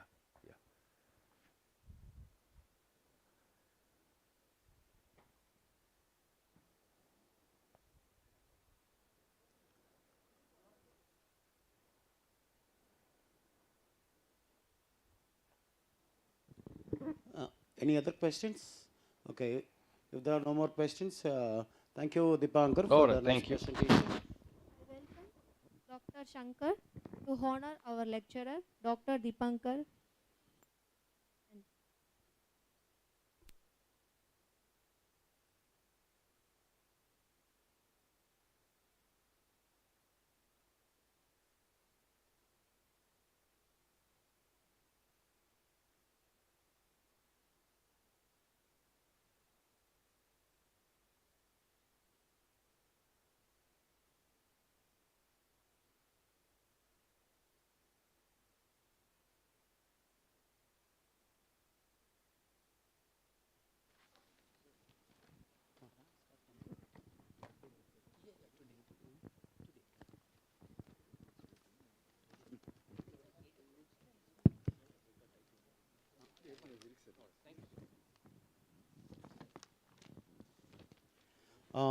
Well, so I'm Shankar Nadeshan, chair for this session, and along with my co-chair, Dr. N.D. Kannan, I welcome you all for the next session on chemistry and bioinformatics.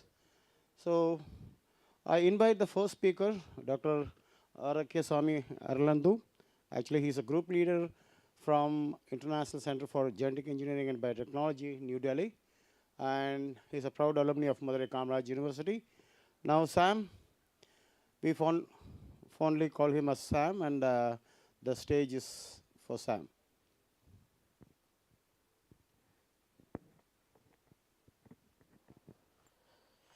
Good afternoon.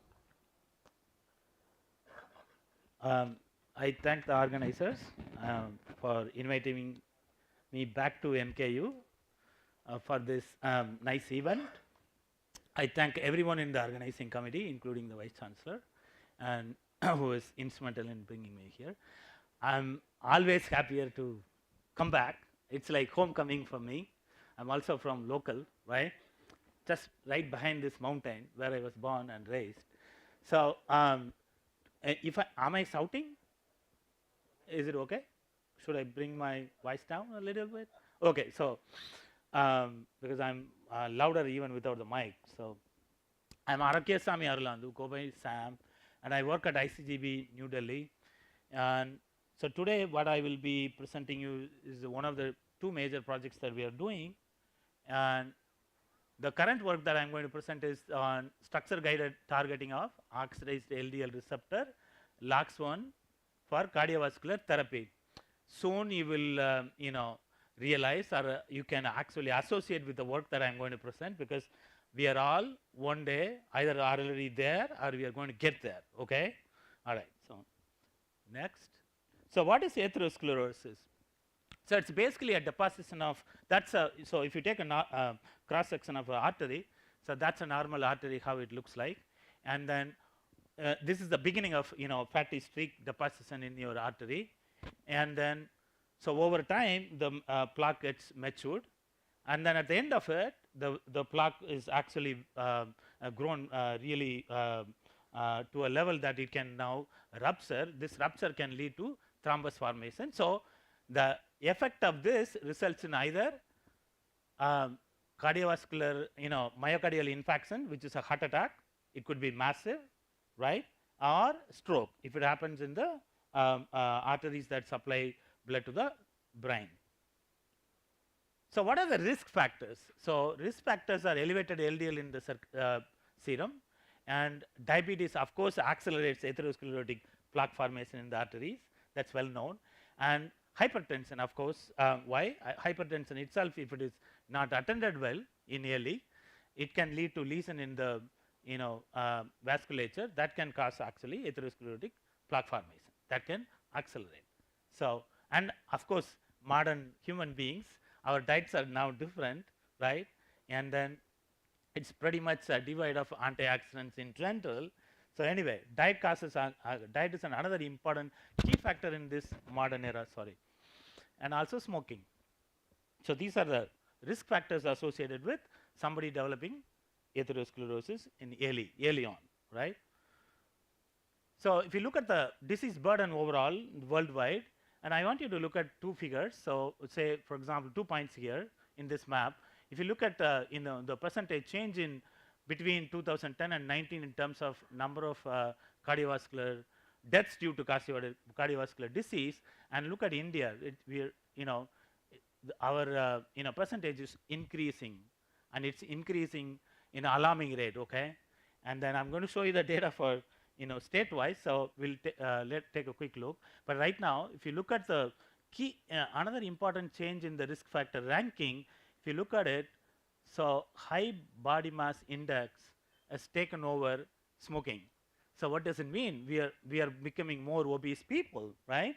So that's taking over. And another thing, if you look at it, so number of deaths overall it's actually cardiovascular disease used to be a rich man disease, right? Not any longer. The number one killer in all over across the world is cardiovascular disease. Okay, lot many people die out of cardiovascular disease than all other diseases, right? Any individual disease. So, and then if you look at among the cardiovascular death, right, the death due to cardiovascular disease, two major contributors are ischemic heart disease or stroke. Both are due to atherosclerotic plaque formation in the vessel. So what are the current target therapies that are available? Statin is a major drug that is used to lower cholesterol biosynthesis, right? So that's a main drug.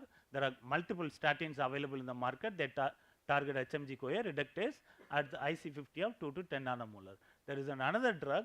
Actually, this is to block cholesterol absorption in the intestine, and then there are other, and then key there are antibody therapies available which can actually lower your serum LDL levels drastically down. And then recently SGLT2 inhibitors, which are basically used for treating type 2 diabetes mellitus, is actually shown to be cardioprotective. The complete mechanisms are yet to be out, but then they show cardioprotective action. So of course, like any other medicine, so statins and other cholesterol lowering drugs have their own side effects, particularly myopathy, which is myalgia, muscle pain, and also GI disturbances. So if you look at the overall deaths, it's about 18 million people, close to 18 million people in 1929. This day, actually, this is higher in 20 and 22. And so overall, about 32% of deaths, right, is accounted by, is due to actually cardiovascular disease. So if you look at the India state-wise, and in places like Tamil Nadu, states like Tamil Nadu, it's alarmingly increasing, okay? So the UP and Rajasthan and Bihar looks really pristine, not probably maybe due to not availability of enough data. That's a possibility. And so what do we need is alternate to statins. So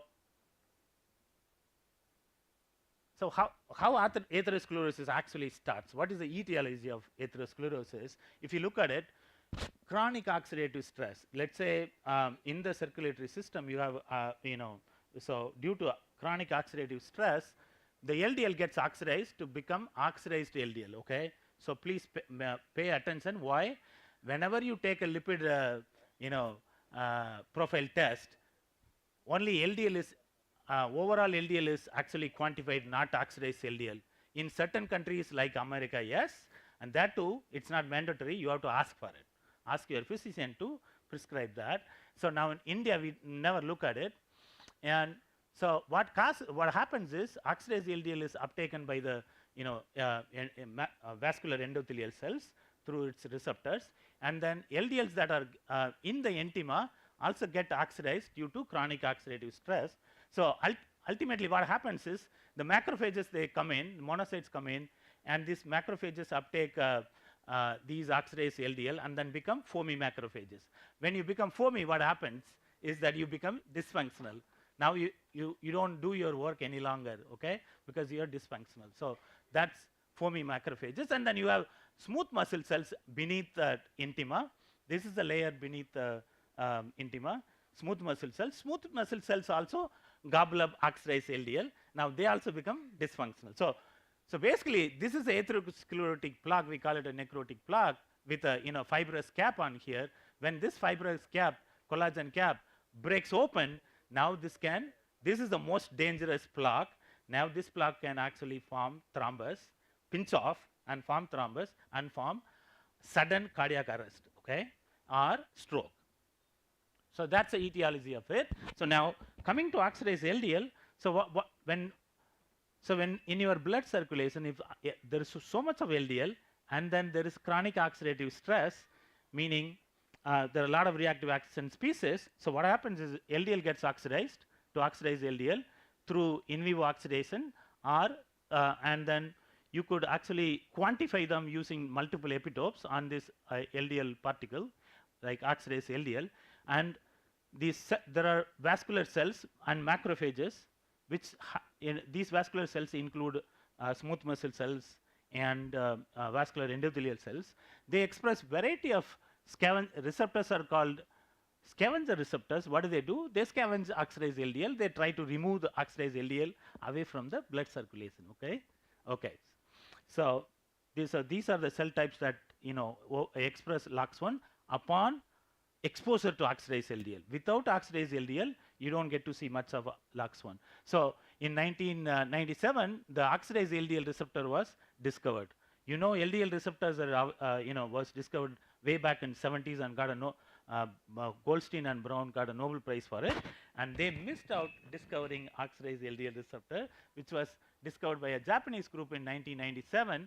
And one of my collaborators' lab, they showed in the LOX1 knockout, actually there is less atherosclerotic plaque formation. So these studies combined together suggest LOX1 could be a novel molecular target for anti-atherosclerotic therapy, right? So this is where we started, and this is a hypothesis that we work on. basically if you block oxidized LDL uptake through oxidized LDL receptor LUX1, so and which basically could be a the therapy could work against hypertension, atherosclerosis, thrombosis, and myocardial infarction and coronary restenosis. What is coronary restenosis? You might have heard about people having stents. So there could be plaque formation within the stent. That's plaque restenosis. Okay, sorry, coronary restenosis. So looking at the receptor structure, this is how a receptor looks like. It has a short cytoplasmic domain with a then followed by a transmembrane domain. Then you have a neck domain, which is this, and then followed by a CTLD domain, C-terminal lectin-like domain. Okay, it's a C-type lectin-like domain. So basically, this is what it's a dimer. This is a crystal structure, and this is a model. And so receptor multimerizes to capture the large megadalton size oxidized LDL particle. Okay. So we also solved the structure of the crystal structure is available in the public domain. We also solved a high resolution structure at 1.2 angstrom at ICGB. So if you look at just the C-terminal domain, and then if you rotate it 90 degrees, and this is the surface that you're looking at as if it is in the circulation looking to capture the oxidized LDL. You see this positively charged spine region. This is oxidized LDL is negatively charged. So this is the hypothesis that this is how they capture using the charge complementarity. And so this is the pipeline that we are working on. So basically what we are trying to do is target LUX1 using small molecule. So what we started with screening small molecular databases, multiple databases, but I will show you data with one database. And then see, you shortlist the molecule after post-docking and molecular dynamic simulations, and then various scoring methodologies. Then we have now screen these molecules using oxidized cell-based oxidized LDL inhibition assay using flow cytometry. Then we want to then next test. Okay, if a molecule inhibits oxidized LDL uptake in the cell-based assay, then you want to know whether it really targets the receptor or not. So that's what we use biophysical method to do that. Then we are basically a structure biology lab. So anything that we find a hit, we immediately co-crystallize to solve the crystal structure, so that you can actually do ligand-based, structure-based ligand development, meaning structure-based lead development. So where we are, so we basically took the structure and then did first what we did was we actually targeted and identified all the possible sites on the druggable sites on the structure, and then we went ahead and identified multiple sites, and then actually screened against these sites multiple molecules, and several hundred molecules, and then the number is actually not correct. This is about 150 to 200 molecules that we shortlisted for in vitro screening using biophysical method, which is surface plasmon resonance. In surface plasmon resonance, for the sake of students, it's very simple. You have a gold coated plate, right? It's a sensor chip on which you have a dextran. On the dextran, you can actually functionalize the dextran for various chemistries. So you capture your protein and then pass the analyte one after another, right? And then now when you actually capture, so what you record is a sensorgram. When the molecule is associating with your protein, then you call this is association kinetics, and then you stop flowing the molecule, then it gets dissociated. That's dissociation kinetics, you can calculate it. So that's how it looks like in a single concentration screening. When we do with the different molecules, this is association, that's dissociation. In fact, this is a single cell kinetics wherein you pass various concentration to do fine kinetics to find out what is a nanomolar affinity or micromolar affinity the molecule binds to your target. Because why? What we are trying to do, target structure based inhibitor discovery. Okay, and this is a key step. So right after that, so what we also needed a cell based assay system to work. So we generated a CHO K1 cells expressing LUX1, and then you could see that it is actually surface expressing. The antibody can recognize from outside in the unpermeabilized cell. So now we have the cell line ready. Then you need to prepare oxidized LDL, human oxidized LDL from the serum, right? And so that's through couple of multiple steps using ultracentrifugation. You can prepare plenty of LDL, and then you oxidize the LDL using copper sulfate, copper chloride or copper sulfate, and then you have now completely oxidized LDL. Okay, nothing is left unoxidized. So now you label this oxidized LDL with DIL dye, and now you can actually image. So that's how it looks like. Say for example, this is CHOK1 cells with the receptor on the surface overexpressing, and you feed it with the DIL labeled oxidized LDL, and now so the receptors come together, and then they uptake oxidized LDL. Sorry, whoops, how do I go back? Can I go back? Uh-oh, I think I'm going forward. No.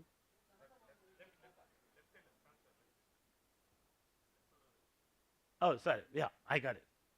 There is a small button, another button beneath that. Sorry, thank you. Sorry for that. So quickly, so we basically use the cell-based method to screen various molecules, and then also calculate IC50 if we find any molecule very interesting. Okay, full IC50. So now, so interestingly, for one of the molecules, so it is so the surface expression level was very low. If you look at it here, see molecule 1, it reduces the this is actually coming back to that later.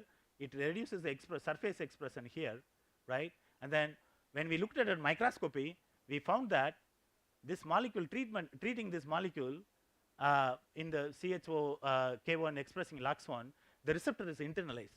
We were not aware of this, and we were totally caught by surprise. So we are currently analyzing in detail what is actually happening. Is it receptor is getting recycled? Why are they actually stored in punctures inside the cell, and where they are, right?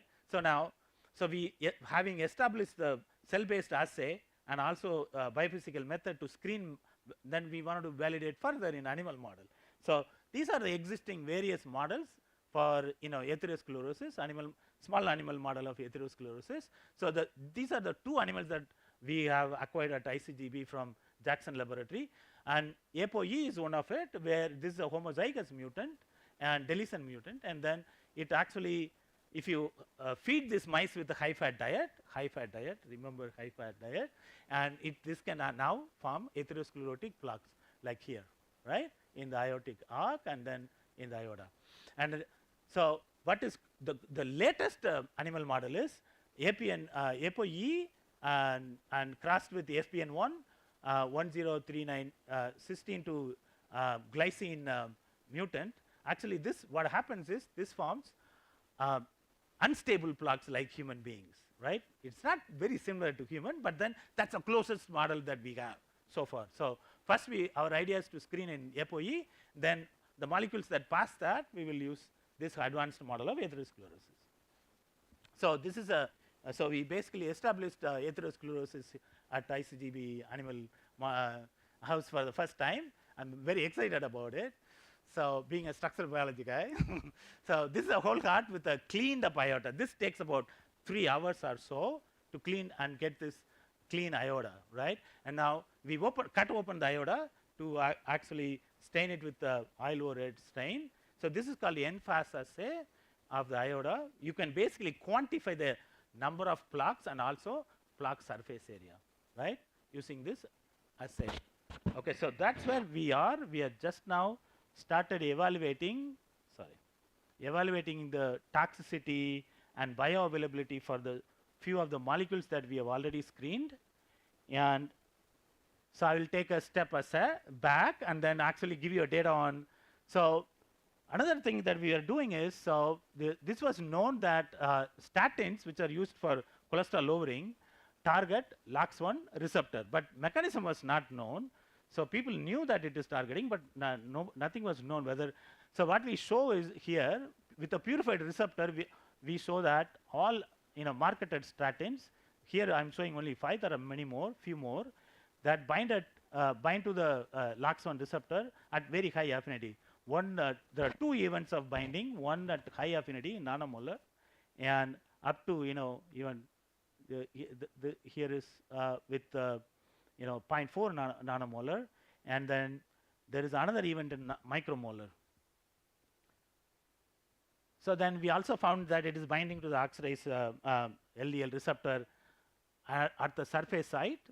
So where we have made the mutants to show that it is actually this mutant is no longer so the binding affinities are highly different to show that it is binding at the surface site. Then based on the statin, so we started thinking, can we design a new molecule? So currently what we are doing is breaking down the statin to build up a new molecule, not statin but away from it. Why? Statins are HMG-CoA reductase inhibitors.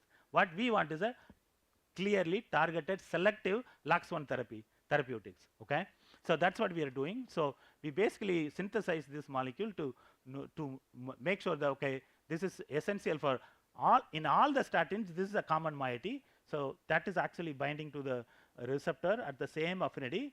And then in fact even HMG, which is a metabolite basically, right, can also bind to the receptor, and that's a heptanoic acid, very basic minimal unit that can it can bind.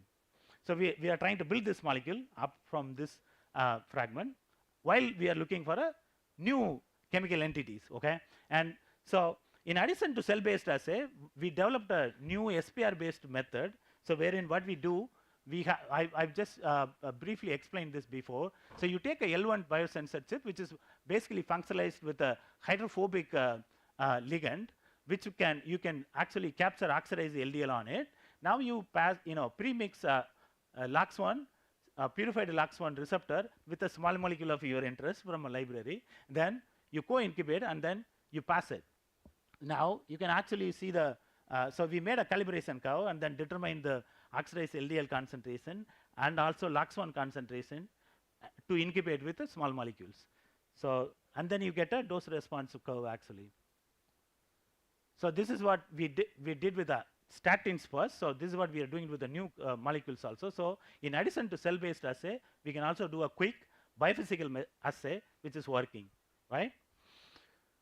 All right, so we also managed to crystallize one. So please don't, keep this data. We have submitted the paper. It is not published yet, right? It is started traveling. Right now it is in one of the journals. So this is the crystal structure of statin. First structure of statin with a receptor, which is binding to the surface side. This is a dimer. You see one each monomer binding one molecule, right? Surprisingly, and also it's very comforting for us that there are two other molecules, one by Boehringer, which is a small molecule, binds at the same surface site where statin bind, and also the small molecules that we are screening also that bind. So while we were doing this exercise, this structure came out from Boehringer, and very recently at the end of 2002, this structure is released by AstraZeneca. AstraZeneca is actually pushing this molecule for clinical trials. So, and if you look at it again, this antibody, there is a loop here that binds exactly to the surface site. So basically all these molecules are targeting the surface site and the LOX1 oxidase LDL receptor, LOX1 receptor. Okay, so to summarize, so we basically solved the higher resolution structure at ICTB, and also we identified that surface site should be druggable, and then we screened millions of compounds, and then screened around close to 200 or something molecules using SPR and cell-based assays. So now we have molecules that block oxidase LDL uptake assay, and also they are right now under validation using animal model ApoE. And then in addition to that, we delineated the how statins block oxidase LDL uptake probably, because why? Statin therapy also is known to bring down serum oxidase LDL levels. So maybe that's how statin is working, but statin probably to work on oxidase LDL receptor might require higher quantity of statin, so which your doctor will determine. I should not tell you that. Okay, so what we are going to do currently what we are doing is doing a preclinical validation in the animal model, and then ideally what we want to do is we are moving towards R-based lead optimization, because we have just started co-crystallizing with other small molecules, and we wanted to do PKPD before we take it further. and technically, ideally, in the future, we want to do tech transfer. Okay, so that's a long-term, dream. So I'll take one additional step back. If I can have a few more minutes, I have 3 more slides. Is that okay? Yeah, fine. Yeah, great. So see, India and China and many other countries have very traditional medicines that are practiced for over a long period of time, and generally the current medicine system rejects these. We don't accept these as a properly validated system. So what we thought was, so we'll take this Indian traditional medicine that are used for cardiovascular, therapy, and then validate them using modern biological tools. What are the tools that we have? Like I already showed, we have oxidase LDL uptake assay system, and assay working, and then we have ApoE animal model. Why don't we evaluate it and also evaluate toxicity in a proper way, as if we will evaluate a small molecule, right? Single molecule. Why not? So that's what we started with, and in fact, this is funded by a company, small Ayurvedic company called AVN Ayurveda Formulations, and again, this collaboration came out of junior-senior relationship from MKU, right? Professional relationship from MKU. A senior of mine who is R&D head in AVN, I spoke to him and he said, "Hey Sam, why don't we screen our formulation?" I said, "Okay, give us some money." Then they gave us money. Then that's how we started, and it's from Madurai itself. Anyway, so we have this formulation called NRAF D002. So which we are evaluating currently using the cell-based assay, where we show, so this is in THP1. So you could see that with the 50 microgram per ml, you get really about 70% inhibition of oxidase LDL uptake in THP1 cells. And these are actually ILO red staining, because for microscopy, this is to, we basically feed this and to estimate foamy macrophages, right? How much of oxidase LDL is taken in. So you could see that when you treat it, you see the red patches, continuous red patches, actually intensity is really significantly lowered. Okay, so that's in the cell line. Now what happens when you give it to the HUVECs, which are primary cells, right? So these are human umbilical veil endothelial cells. So basically this extract actually reduces the oxidase LDL uptake in the primary cells also, right? So that's significant. Then we wanted to evaluate it in the animal model. So that's what we do. I'm sorry for the eosin methoxylin. The staining is not very uniform across, so we made a mistake in the beginning, but now we have standardized it. This is what looks, the data that comes out for publication will be good, okay? Believe me that. And so basically what we look at is, in the beginning, we did a 28 days repeat dose toxicity, first single dose toxicity, then 28 days repeat dose toxicity according to OAC guidelines. And then we look at histopathology for heart, liver, kidney, and spleen. These are key organs, right? So look at the toxicity. So, and then we decided that 250 and 500 milligram per kg dose will be non-toxic to any of these organs. Then, sorry about that. Yeah, so we took 7 groups of mice, each one having 10 animals to have a enough statistically valid number. So this is like I said, the whole heart with iota, cleaned up iota, and that's a cross section how it looks like. See, basically we took group 1 took only chow diet, second one vehicle control, which is basically water, and then we gave atorvastatin as a positive control because it's a market leader, right, among the statins, and then we took water extract 250 and 500 milligram per kg body weight, and also we took a methanolic extract, the same thing. And it's not in methanol, it's actually lyophilized powder, absolutely devoid of methanol, okay? But both are solubilized in water and then given to the animals for 98 days, right? So our idea here is to not only look for efficacy, also look at chronic toxicity, because when you take a medicine for a longer time, you don't know what is really going on, right? So that's what currently we are doing. In fact, I got this slide yesterday made by my students, and then so our preliminary analysis, this is not a complete analysis yet, but then it is very promising that 500 milligram of methanolic extract and the 500 milligram of water extract show significant plaque reduction. So basically what you are looking at is, this is a iota, cut open iota, stained with oil red ore stain, and then you see this atherosclerotic plaques. That is actually a junction where it will be fusing into the heart, right? And this is the aortic arc where you see the majority of the plaque formation, right? And then, so using image analysis, you quantify the surface area of the plaque. So that's how this data is. So right now so we haven't tested, we are actually doing histopathology to look at whether these concentrations were, for after 98 days, were toxic or not, right? So hopefully we'll have a very, we are hoping to have a interesting data from Ayurvedic formulation for the first time with this much detailed data. So this is the team that without which that I wouldn't be doing this. And so actually I've collaborated with I've collaborated with multiple people, and then these are the 3 current collaborators.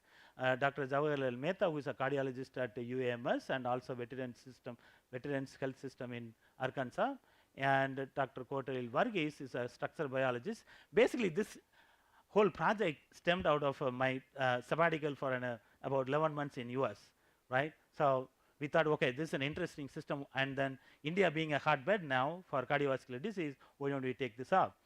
So then Anmol, everyone will know here that she's one of the very interesting human immunologists in India, and she works for Emory Vaccine Center at ICGB. And these are my graduate students. These 2 guys are, Akansa and Soban initially did all the work. In fact, Akansa did most of the work on oxidase LDL receptor, LOX1 purifying, crystallizing, all that. And Azim came over and then took over the project. These 2 graduated now and moving on. And Azim and Sogom and Dr. Irsa, these 3 guys do the current work, and then Muthu Shankar was initially involved in in silico screening. And these 2 guys are computational guys to do in silico screening and all other work. So funding came from ICGB core funds, and in fact buying the whole suite of Schrodinger cost hell a lot of money. ICGB gave that money. I'm happy that ICGB did that. And then currently the work that I'm showing is funded by ICMR, NCDD, non-communicable disease group, and also I have a small grant from Avian Formulations in Madurai. Thank you very much. I'll take questions from now. Thank you, Sam, for your nice presentation. Now the session is open for discussion.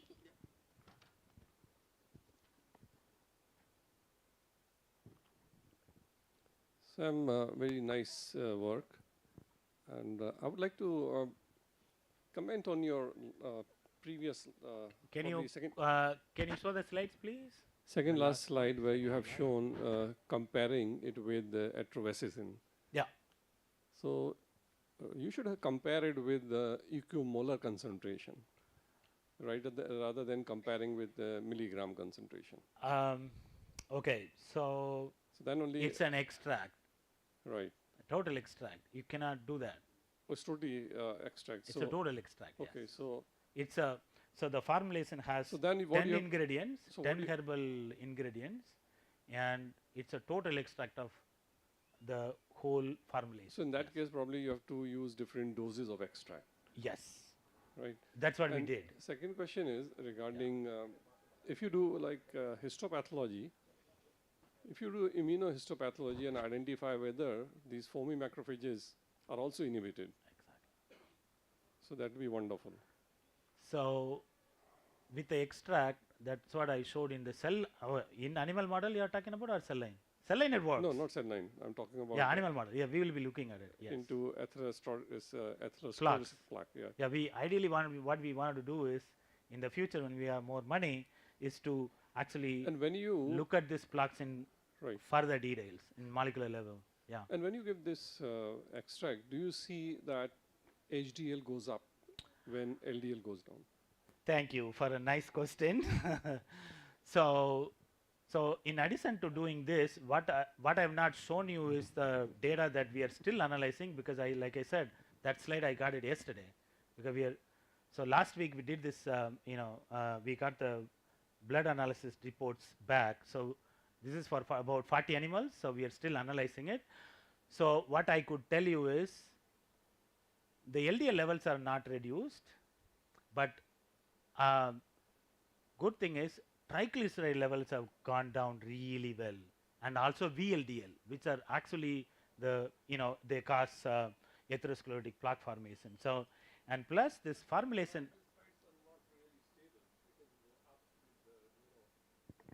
Whatever feed they take, so it's quite unstable. Sorry, say that again.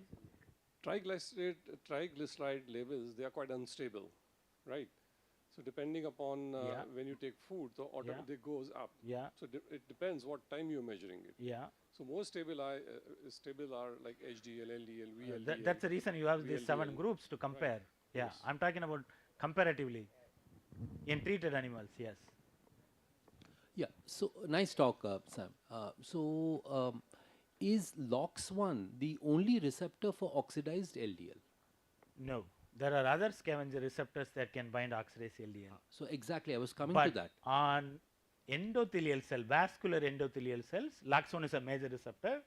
In immune cells, CD36 is a major receptor for oxidized LDL. Yeah, so therefore, having a drug against LOX1, do you think will bring down oxidized LDL receptor, because you have other molecules also, no? So in addition to CD36, they also express LOX1, but not that level, not to the very high level. But say for example, if you want to, so where all this starts, because you have lots of LDL in the circulatory system and which gets oxidized, and then the first line of event that happens is that these endothelial cells uptake oxidized LDL, and this surface receptor comes to the surface only upon exposure to let's say we expose it for at the cellular level, we expose it for about 48 hours, only then it comes up. We are able to quantify it, otherwise you cannot quantify. So what we are looking at is, so you can actually, let's say, so the treatments, okay, at least in the small molecule, that's what we will be doing, but with the extract, what we are doing is we are dosing along with the treatment, right? So this is to slow down atherosclerosis or reduce the plaque formation. So that's what we are planning. So the initial events are heavily involved by LOX1 receptor on the endothelial cell surface. That's what actually sends out the signal to the immune system and invites the immune system to come in, right? So we believe, yes, LOX1 alone, plus again, the LOX1 knockout mice data that clearly showed without LOX1, which is a deletion mutant, so you have lot less atherosclerotic plaque formation. So then what about other human patients, with mutations in LOX1 receptor, and what is their phenotype? That's a really a good question. So we haven't looked at that. But others would have looked into. Yeah, maybe. I'm not aware of. Yeah, because it. I mean, I don't have answer right now. Yes. Because I think that will explain more, right? Correct. At least LDLR mutation, you know that Brown and Goldstein worked it out, and that's very well known because a lot of yes. So, but unfortunately, we don't quantify oxidized LDL. Anytime you and me do lipid profile, you only look at LDL, right? Not oxidized LDL. So another thing that we are looking at is to come up with a point of care diagnostic kit that you can easily quantify oxidized LDL. Yeah, sorry. Any other questions? Okay, if there are no more questions, so thank you, Sam, for your wonderful presentation. So now I request my co-chair, Dr. N.D. Kannan, to felicitate Sam.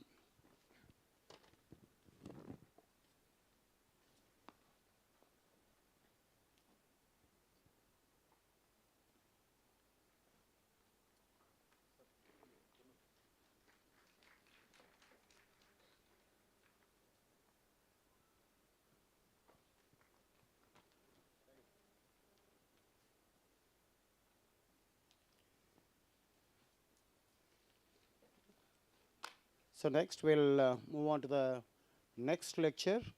Actually, I'll invite Professor R.M. Accreditation, the Vice Chancellor of Madurai University, Chidambaram, and he's going to talk about the circularity of agricultural system for rural livelihood, food security, nutritional enhancement, and resource conservation. So I request Professor Accreditation to take this.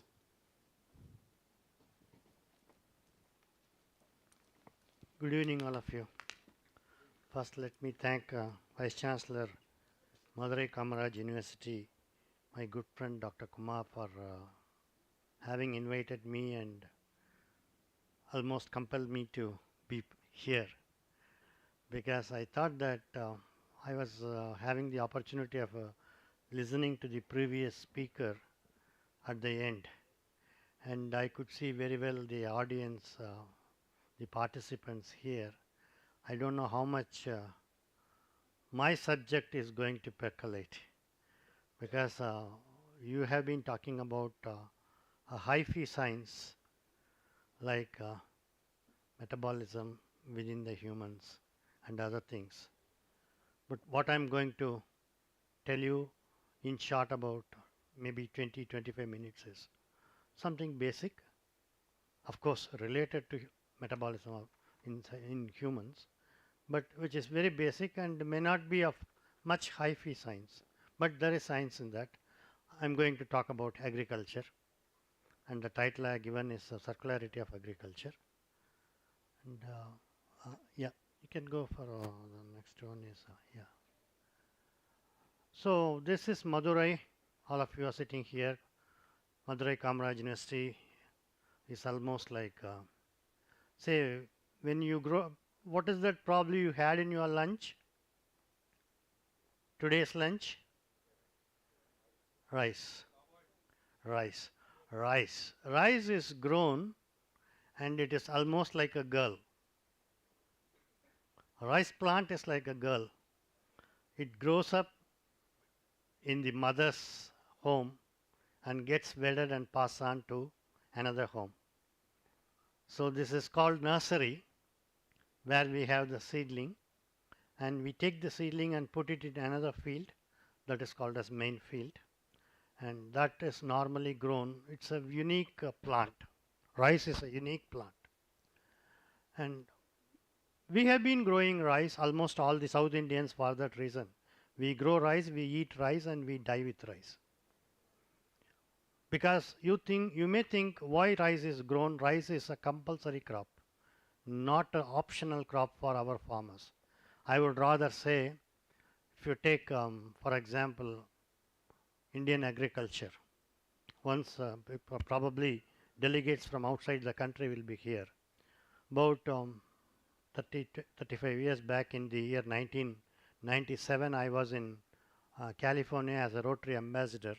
People were shooting questions at me, telling that after 50 years of Indian independence, what is that you have achieved? Then I replied to them, if you look at the American land area, it is 900 million hectares. If you look at Indian land area, it is 300 million hectares, 1/3. But in 1997, their population was 300 million and our population was 900 million. So I told them, with 1/3 of your land size, we are growing enough food for 3 times a bigger population. That is our achievement. So when we think of that food production, unless we are resilient in food production, our economy would not have survived. You would have been a colony of some other country, because we have only less than 5% of the land area, less than 3% of the water resources in the world. With that, we are producing enough food for 17% of the world population. So that is an ideal or unique significance of Indian science and technology. So agriculture is something important. Coming here, Madurai is known for commerce. I was talking to commerce and trade, and it's a big village. And here the conditions are different. And my university, that is Annamalai University, is located in a tail end of what you call as Kaveri River Delta. Kaveri River Delta. And if you look at the rice production in Tamil Nadu, we are number 2 within India, next to Punjab. And within India, within Tamil Nadu, only 3 districts contribute for more than, there are about, nearly around 30 districts, but 3 districts contribute for 30% of rice production. One district is this Kadalur district. And how is that we are disadvantaged? And there are, the Planning Commission of India, or Niti Aayog, what you call now, has classified 150 districts in India as to have been disadvantaged based on socio-economic parameters. And out of that 150 districts, 4 districts in Tamil Nadu are disadvantaged, and all the 4 are the coastal districts, Kadalur, Viluppuram, Nagapattinam and Thiruvannamalai. And I was making a question, why do we eat rice and why do we grow rice? Why can't we grow anything other than rice? We are compelled. Because all plants, for that reason, maybe botanists are here, biologists are here. All plants may survive water scarcity for quite a long time. But no plant will survive water stagnation even for a single day. Because roots have to respire. When water stagnates, it will displace the oxygen in the soil. For lack of respiration, roots will die, then plants will die. But rice alone has a unique capacity to absorb oxygen from the leaf and transport it to the root. So, rice can withstand partial water stagnation. And all these coastal area, if you look for Kerala, Tamil Nadu, Andhra, Orissa, West Bengal, and thereafter even Southeast Asian countries, they have monsoon, which is very heavy during a particular time. The soil is predominantly clay, water will not go down, and they are nearer to the coast, water cannot drain into the sea. Instead, sea will come into the land, so there will be water stagnation on the field. And no other plant can withstand water stagnation. Rice alone can withstand water stagnation. That is why we are compelled to grow rice and we eat rice. So this is a rice growing area, of course. And again, now we talk about climate change. And here is a sample of data. I got an analysis of rainfall, because normally people talk about hyphae science, which is very good in publication, and it gives you much higher citations and H-index. You are after that populistic science. But what is required for the society, for the really poor people who cannot gain access into the university, who remain outside, you need to serve them. And so this is a science which is almost a translational science, which goes straight to the beneficiaries. And here rainfall, and why I was talking about that particular thing is, when we talk about climate change, we always talk about CO2 concentration, carbon dioxide concentration, what the Western world does, and increase in temperature, of course. But the most important impact of climate change for our developing nations is the rainfall. The rainfall pattern, how is it altered? For example, you get rainfall above average mean. Our annual rainfall is around 1200 millimeter, and that differs. You go to Kovilpatti or Aruppukkottai, the annual rainfall is 400 millimeter. But in my place in Annamalai Nagar, within one day I will get that 400 millimeter. Within one day.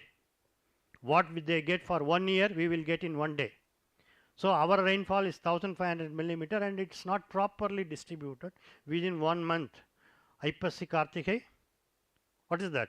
Anybody can answer Aipasi Kartigai? Huh?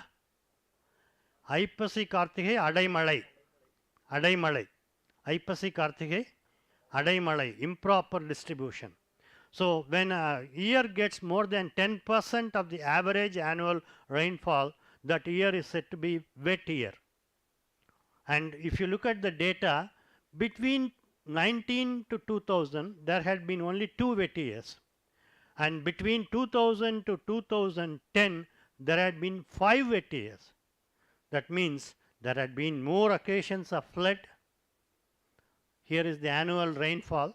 Look at the annual rainfall. It has gone up by 250 millimeter from 1980 to 92. Again, 2000 to 2010. From 1355, it has come down, sorry, it has gone up by 250 millimeters. It's about the credit. This is about the credit. But people always talk about the credit. They don't mind about the debit. But here is the debit. Look at the evaporation. It has reduced. Debit has reduced, credit has increased. What does it mean? There are more number of wet years. What is the impact? This is the impact. See there?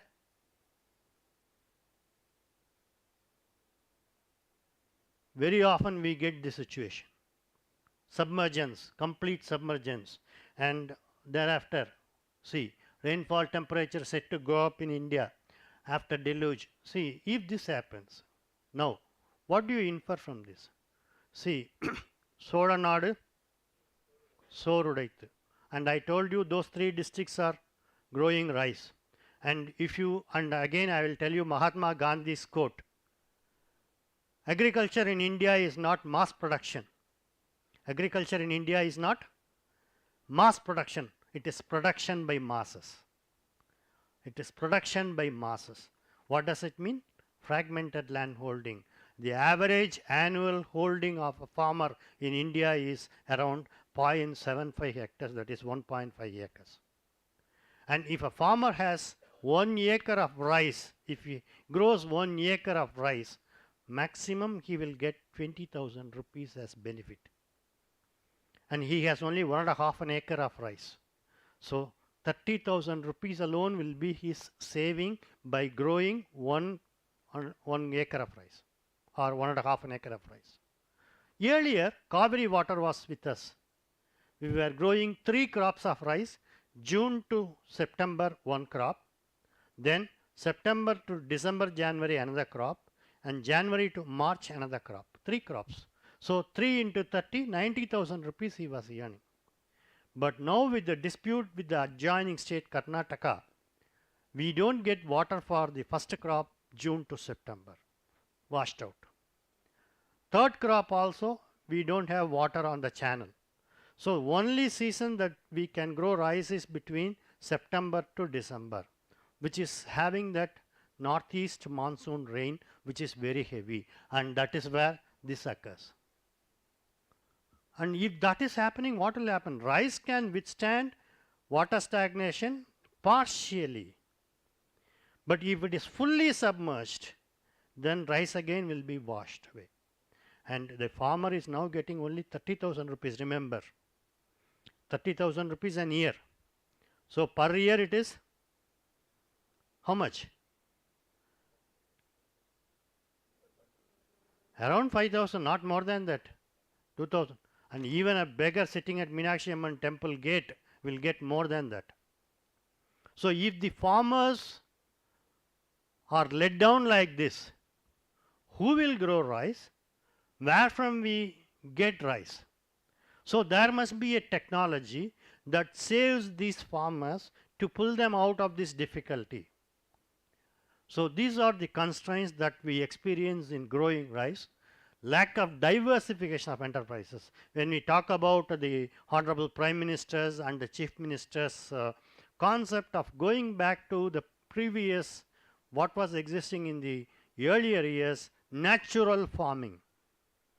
There had been integration of components, but with the advent of a short International Rice Research Institute, and we are having population explosion, we wanted to meet out with the food production, so we were going on with the technologies. Green revolution was there, and we have intensified cropping, and we have lost diversification of enterprises.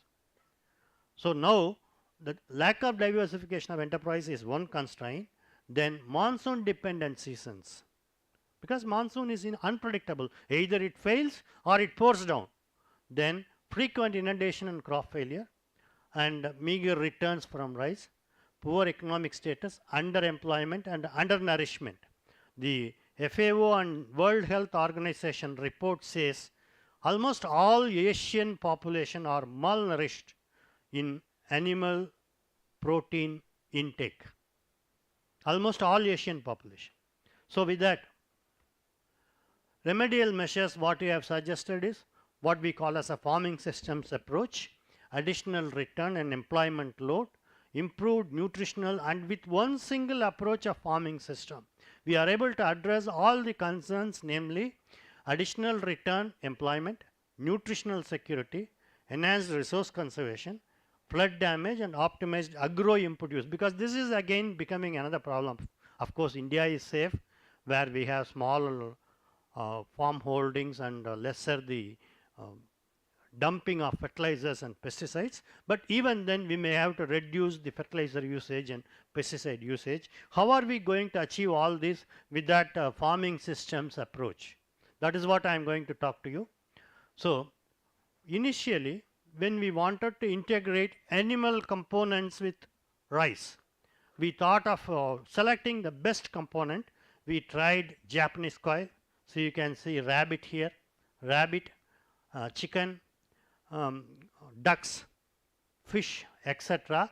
in the rice fields, and we had a comparison like this. We grew rice alone, rice fish, rice poultry, rice rabbit, rice fish poultry and rice fish rabbit.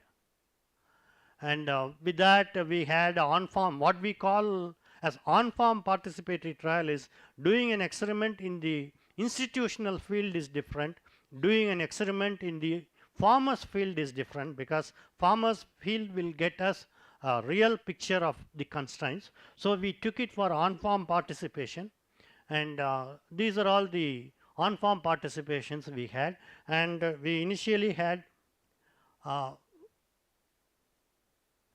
we have to optimize the size of fish. See, if I go for talking this, whenever I was presenting before the peers in project sponsoring groups, normally there will be a question. I think many of you can understand Tamil here. Okay, I do agree. Some of you, many of you would have seen a picture called Padinaru Vayadinile. Did you? And there will be a dialogue by Kamal Hassan. Do you? Exactly. Aata aadu valata, koli valata, nai valakala. So people will ask at me, what is this aata aadu valata, koli valata, nai valakala? What is the science behind? See, we have to take up growing poultry above the rice crop and growing fish along with the rice crop. Then the fish should not eat on the rice, number one, and the poultry dropping should not damage the rice, number two. Then number three will be, if you have a cage like that, it will make the shade to come on the crop's foliage, canopy. So that should not be harmful. So considering all this, we may have to optimize the size of the fingerlings to be stocked in the rice field and the poultry to be stacked above the rice crop. All these we did by institutional field experiments and perfected it with on-farm participatory experiments. And after that, what is the impact? As I said, poultry dropping, whether it is normally acidic, its pH is around 6. So it will burn the crop. We saw that. And fortunately, rice has a high silica content in the leaves. So it doesn't scorch the rice crop, rice canopy much, but it has a complementary impact. See, this is a seed of a wheat plant called Echinoclava crescalli, which is a very competitive weed with rice, which will grow with rice and compete with rice and pull down its yield potential. So the dropping of poultry had a negative impact on the germination of Echinoclava. So it has complementary weed control, and the fishes swimming into the field. Choice of fish for weed control. What fish fingerling to be grown along with the rice. So these we had experimentation. Of course, these may not be of interest to you. and I will show that these are all the different wheat species compared, and we optimized. Yeah. So you can see that when we grow fishes, the fishes were able to eat on the weeds and reduce their infestation level. This is a reduction in biomass, this is percentage reduction. Yeah, fishes contribute for 26% of weed control, poultry contribute for 24% of weed control, fish plus poultry contribute for 30% of weed control in the absence of any inorganic pesticide or weedicide.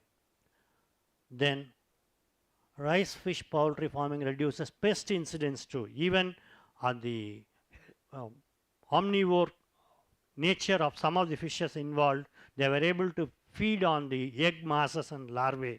By that way, they were able to reduce the pest incidence in rice, fish, poultry compared to rice alone.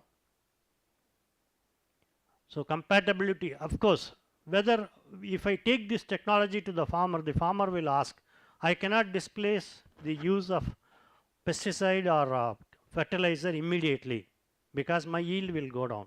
Can I use this technology along with the use of inorganic chemicals or pesticides? For that reason, we were studying the compatibility with pesticides. We saw that release of fish fingerlings when they are 4 to 5 centimeter long by around 8th day is absolutely safe without much of mortality. But even then, even though there is not much of fish mortality, the fish tissues were able to suffer some sort of damage when you use the pesticides. So we decided not to use the pesticide or fertilizer. As a result, our recommendation was go with rice and fish and poultry the same way we teach, and we then thought what will be the impact on the society when it is adopted on a larger scale. So we had the 4 districts, namely Nagapattinam, Kadalur, Viluppuram and Thiruvannamalai. Each we divided into 3 clusters, and each cluster will have 3 villages, and each village we selected 100 farmers. Total area covered is 12,000 hectares, and this is how it is done. Normally, before preparing the field, before ploughing the field, we take a deep trench of 1 meter width and 1 meter depth along the rice field. Then we have 8 feet tall concrete posts, 4 feet buried inside the soil, 4 feet protruding above, and then we fabricate a poultry cage with wire mesh bottom and wire mesh sides lodged to a wooden frame. We take it to the farmers' fields, then we assemble there, and finally the village will look like this with the poultry cages installed above the rice field and the fish trenches running along the rice field. So this is how we take up rice, fish, poultry. So this is in short. For every 5 cent, that is 200 square meter, there need to be a poultry cage of this dimension, and the number of birds, 20 birds, that is for every bird there is a requirement of 1 square foot, and for every 10 meter of rice there will be 1 bird. At this proportion, this is stacked up, and the trench size, fingerlings, and the composition of the fishes, rohu, mrigal, katla, common carp, this is what we do. And this is how the operation goes. Every day the farmer has to go and feed the birds, and we chose broiler birds because the rice crop continues in the field for 105 days. And the poultry bird comes up for harvest and sale within 35 days. So within 105 he can have 3 broiler, right? Then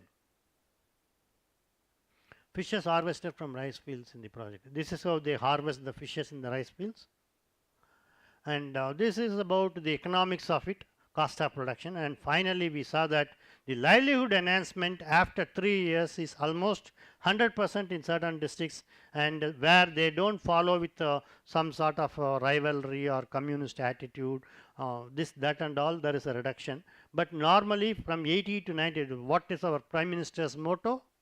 What is our Prime Minister's motto? Doubling the farmer's income. doubling farmers' income. That is now achieved with more than 100% of increase in livelihood enhancement. And manurial addition, this is about environment. We have manurial addition, and manure addition is, manure addition is around 19 ton per hectare, which is impossible with any other organic manure. You cannot have any other form of organic manure contributing to a tune of 19 ton per hectare. But this technology has 19 ton per hectare of organic manure, and this is how the farmers brood the chicks and take them. And again, what comes when we go to the farmer's field? See, a bird takes about 90 to 100 rupees as cost of production. But when it is taken to the market, what you get in the market, if you eat chicken, 1 kg of live weight is around 150. I don't remember because I don't go to the market. Now, 1 kilo கோழி எவ்வளோ விக்குதுன்னு யாருக்காவது தெரியுமா? 200 rupees. So 400 rupees should be a return for every bird. But if the farmer takes it to the market, he has to gain 300 rupees profit.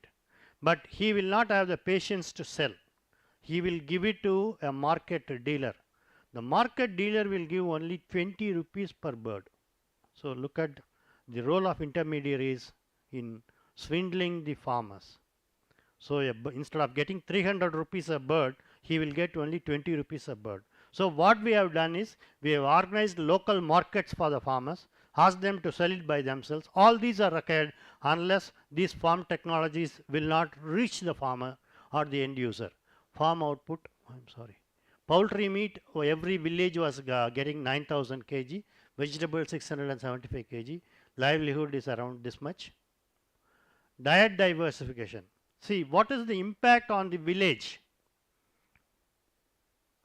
Poultry meat intake for every household increased 4 times. Because, see, you have a tendency in your kitchen garden, if you grow some brinjal, you will take some brinjal.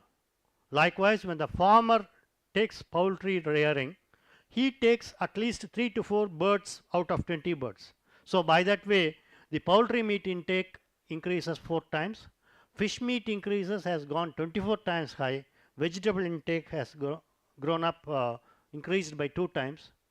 And health indicators. What is the impact on the health of the farming households in the villages? The blood biochemical parameters, blood hemoglobin count from 11.78 to 13.2. From calcium level 9.3 to 9.7.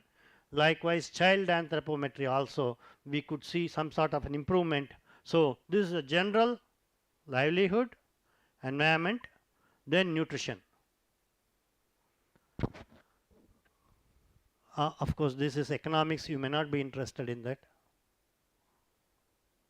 Social impact, employment generation, 250 man days was the original involvement of labor in rice production. But when we have this rice, fish, poultry, the employment generation increased up to 469 man days. So this is in a way preventing migration of rural labor to urban sites. Environmental impact, pest damage has come down without the use of pesticides. Annual, these are again repetition, economic impact. Resource conservation, again, see, I was telling you that rice is a plant that can withstand water stagnation. For that, the cultivation pattern has been designed with standing water. And the consumption of water, which is a very essential input. See, if at all there is going to be another world war, that world war is going to be for sharing water resources. So water is an important resource, and in a way, in transplanted rice, the way we grow rice, water is wasted, because water consumption is around 1600 millimeter per hectare of water, of which only 600 millimeter is taken by the crop, by rice. 1000 millimeter is wasted. So we need to increase the water use efficiency of the system, and with poultry and fish, we saw that the water consumption is reduced, number of irrigation frequency has reduced, and water use efficiency has increased. See, from 744.39 per millimeter of water with anomaly rice, fish, poultry farming system, Initially with rice alone it was 28 only. So these are all the general say some glimpses of what we have been doing. International Rice Research Institute is very much interested, and they are in collaboration with us, and we had presented this in the State Planning Commission and taken it to National Agricultural Innovation Project. We have got very good, see, whenever we do some sort of research in translational science like agriculture, it should reach the end user. There is no way just discussing it in a closed compartment like this. And these are all, and we have taken this technology to Nepal and Bangladesh and demonstrated that. And this has been commented by the FAO country representative. And we have some scientific publications, SCA impact factor publications on that. Sustainability in new areas, poultry cages could stand, okay. And there's a, is there a small video attached to that? Can you see that?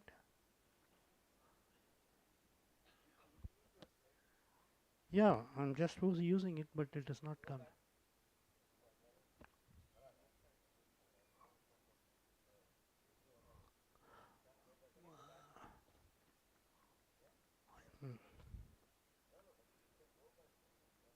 Voila. No, it's not coming. I had a small 2-minute video along with that.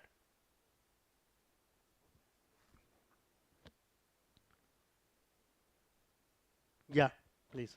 This is a Doordarshan presentation. Coverage. Audio is not coming. We all have seen many kinds of farming.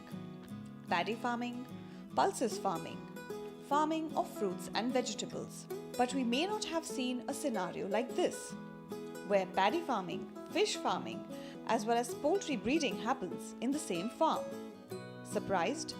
Well, this is possible and is in fact now a reality in the lives of many of Tamil Nadu's small and marginal farmers. The struggle of these farmers is twofold. One is to earn a decent livelihood, and the second is to meet their nutritional needs in their income. The answer to both these problems turned out to be the integrated farming technique. This method was taken to farmers by Professor R.M. Kathesaran, the Research and Development Head at the Agronomy Department at the prestigious Annamalai University in Chidambaram. The idea was to integrate paddy farming, poultry breeding, and fish farming in one field. The advantage of this is that apart from rice, the farmers can supplement their earnings from the sale of eggs, poultry, as well as the fish that they rear, and also consume the same, which adds nutrition to their diet. हमने Annamalai university में एक programme fund किया है जिसके तहत हम ये देख रहे हैं एक ही फील्ड में 3 तरह के प्रोड्यूस हम निकाल रहे हैं। ये एक बड़ा अच्छा सिस्टम है, इनको हम इंटीग्रेटेड फार्मिंग सिस्टम कहते हैं, जिसके तहत एक ही प्लॉट से किसान कई तरह की उपज पैदा कर अपनी लाइवलीहुड, रोजगार और न्यूट्रिशनल रिच खाद्य पदार्थ जनरेट करता है। Sustainability and ecological advantage of the system is that the fishes will swim into the rice field, eat on the pests and their larvae, eggs, etc., and also on the weeds, so that they offer some sort of biological control, whereas the droppings from the poultry that reaches the field gets dissolved in water, serves as a manure, so that the total use of inorganic inputs like fertilizers and pesticides are done away with. So the system turns wholly organic. BIRAC's financial support came in handy for the project, especially in the case of poultry cages, which cost a hefty 11,000 rupees each. Around 75 farms around Chidambaram were identified for the integrated farming technique, which yielded positive results for the farmers. Doctor ஐயா வந்து கொடுத்தது ரமேஷ் சார்லாம் இதில் ரொம்ப compel பண்ணி கொடுத்தாங்க. எங்களுக்கு நல்ல சௌகரியமாக தான் இருக்கும். அந்த 5 குண்டு ஒரு கூண்டு வந்து 3000 ரூபா, 5 குண்டு இந்த கோழி கொண்டு விற்றோன்னா 5000 ரூபாய்க்கு விற்கும். கண்டிப்பாக 5000 ரூபா கண்ணை மூடிட்டு விற்கும். ஒரு கோழி 2 கிலோ, 2.5 கிலோ, 3 கிலோ கூட வரும். ஒரு கோழி அப்படி கணக்கு பண்ணுங்கள். கோழி மீன் வந்த பிறகு அதை இறச்சி சாப்பிட்றோங்க நாங்கள். அது வந்த பிறகு தான் நான் நல்ல பிறகு சாப்பிட்டுட்டு இருக்கிறோம். Yeah, thank you. And I don't think that I can take any questions because maybe that many of you may not have been impressed with a very simple science like this. Yeah. So, no,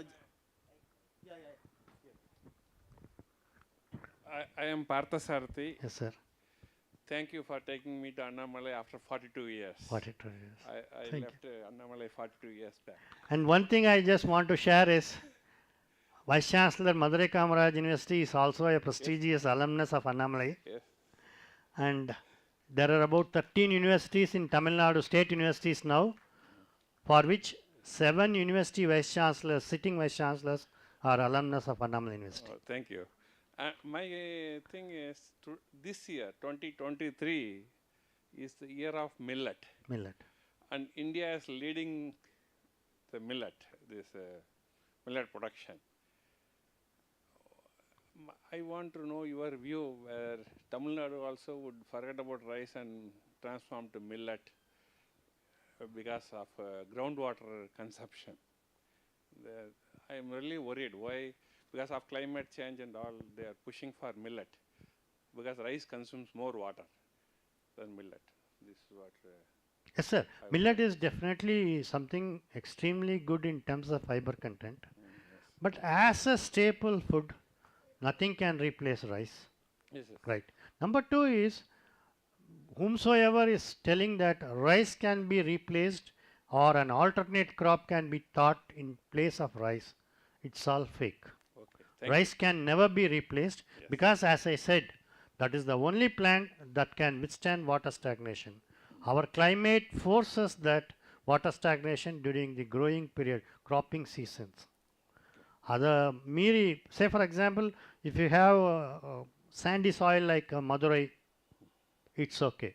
But if you go to Sodavandan, it's partly clay. So there, when there is a rain, heavy downpour of rain, when there is a stagnation of water, all other crops will perish. Only rice alone can withstand. That is why these farmers are going for rice. Thank you, sir. Thank you. So, any other questions from the audience? Okay, so if there are no more questions, thank you very much, Professor Accreditation, for this wonderful lecture. Thank you, sir. Now I invite Professor Dr. N. Shankar to honor the speaker, Professor Dr. R.M. Kadresan, Vice Chancellor of Annamalai University.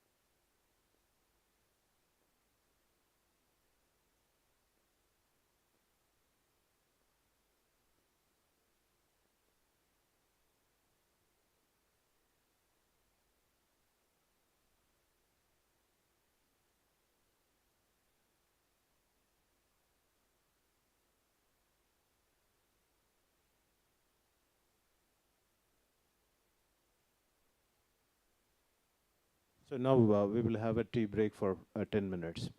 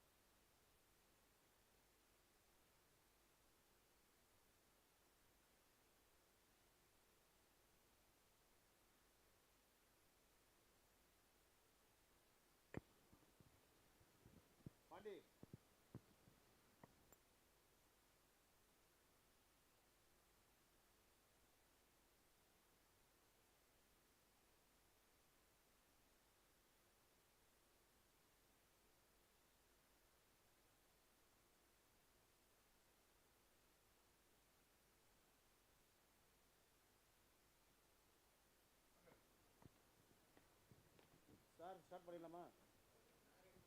Okay sir. ரெடியாக தான் இருக்கீங்களா? அங்கே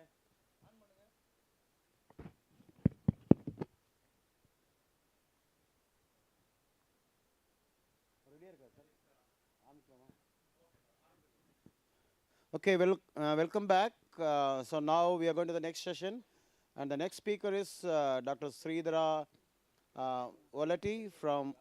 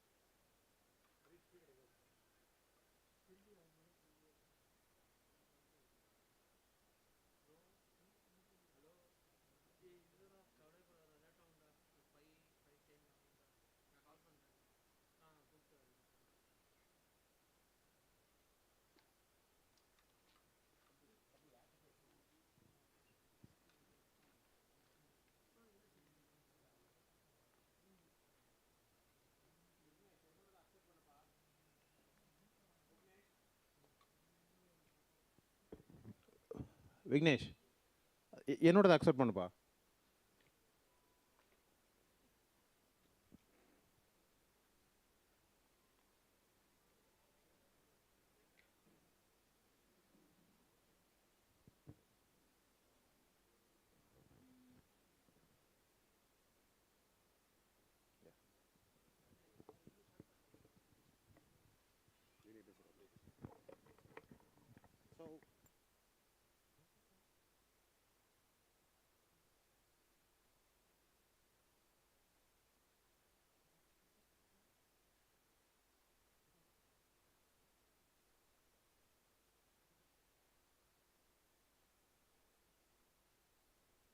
So oh, okay, good. Yeah. Welcome back. So the next speaker is Dr. Sridhara Volati. He's a Chief Executive Officer for Bionest, University of Hyderabad, India. So he's going to talk about the rational identification of therapeutics for COVID-19 strains with lethal outcomes. So, Dr. Sridhara, so over to you. Thank you very much. Yeah. So can I share my presentation? Yeah, please go ahead.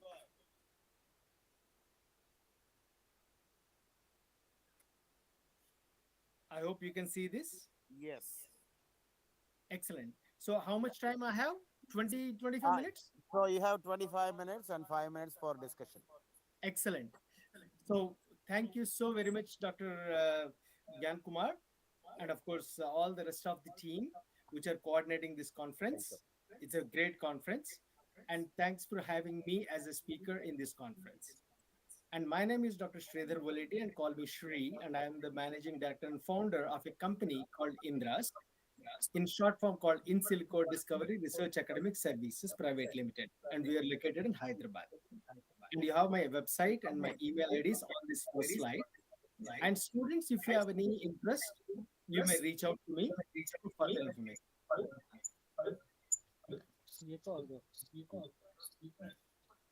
And as of course the wait is always a worth. You know, we were supposed to start at 4 o'clock. It's almost like 5 o'clock, an hour wait. This is exactly what happened even in COVID-19 time. When COVID-19 started almost towards the 2019 end, there was nothing that was there for its solution. And 3 months later, the time is valuable. Of course, within 3 months later, the entire world came into a grinding halt. And then what everybody realized is what is the value of time. Time is health, time is money, time is knowledge, and time is value. The reason why I'm saying all these things actually is how a project can be done in time and arrangements can be done within a time. That is the purpose of this entire talk is all about. So back in 2020, April 2020, when the entire world came into a halt towards the February of 2020, after China, everybody was started looking for solutions for COVID-19 infections. And of course, the alpha variant that came when it first came, it became really lethal. And everybody wanted to help the humanity in the best way they can. So as world, like pharmaceutical companies and governments and everybody was looking for a solution. And that time there was no thought about either what the drug that has to be used, what kind of a medicines that one has to take, what kind of a food one has to take, how to protect oneself. When every government and every world was actually, entire world was scratching their heads, India also did the same thing. And irrespective of the pharma or healthcare, anything, any company which can help providing a solution to COVID-19 was helpful. So the two things came first. First is the masks, and the second one actually is the sanitizers. Other than these two, we are protecting ourselves from external sources for COVID-19. There was no internal management was there. So that time, every company started their help, and the Prime Minister of India at the time approached every company to help the humanity. And Tech Mahindra is another industry giant. It is into IT. It actually approached us, both Indras as well as Reagen Innovations. We are the two partners. The reason why these three came together is a different story altogether. And they said, can we come out with some solution for COVID-19? So this is the project, how it progressed. It started in the April 2020 and ended by March 2021. That's exactly 1 year from the day the time we started, with three major milestones, MS01, 02, and 03, correspondingly in June, September, and December of 2020. Now, what Tech Mahindra wanted was actually, it was actually Tech Mahindra, but it was in a larger scenario. They have a foundation called Mahindra Foundation from Anand Mahindra's direction. So all they wanted were actually, these are the four mandates and these are the requirements for the project. The overall goal was actually to find out a therapeutic for COVID-19. So that is the basic mandate. But they have committed only for a 50 lakh financial constraint. And within 1 year, the timelines have to be adhered. And they also wanted the entire work to be published and patented. So in as many as journals and wherever we can. And the last but not the least is an expected outcome at the end. That is a return on investment of the money what they kept. So usually pharmaceutical companies, what they do is they discover the drugs and they sell it and they make money out of it. So from idea to execution, that is called, in this case, we are calling it drug repurposing for COVID-19. I'm sure all the students by now have realized and must have been known that a drug discovery, finding a new drug for any disease, whether it is antibacterials, antivirals, or any inflammatory disorders, oncology, diabetes, or etc., anything, it takes at least 12 years. And what we want, what the expectation was, can we do something in 1 year? Can we find something?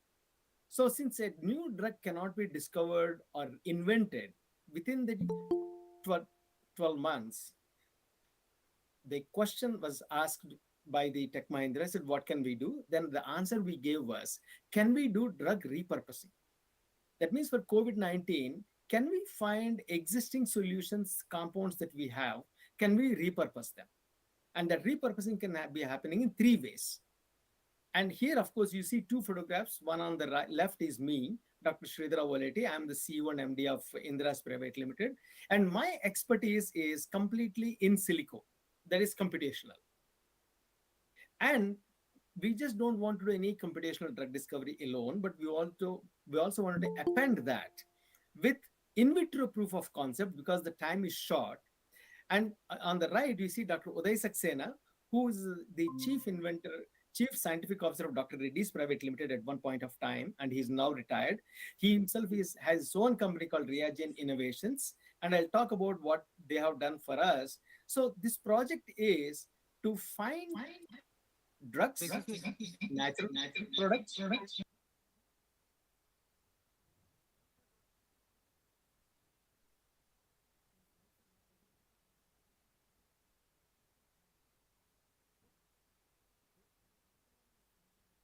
idea to execution. I have not changed it yet. Are you in the slide?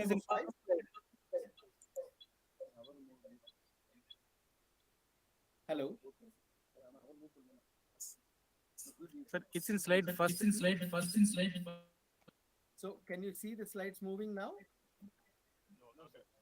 Not a It is moving for me. Sir, make it in slideshow mode. I put it in slideshow only. Now it's moving. Well, now this is not slideshow.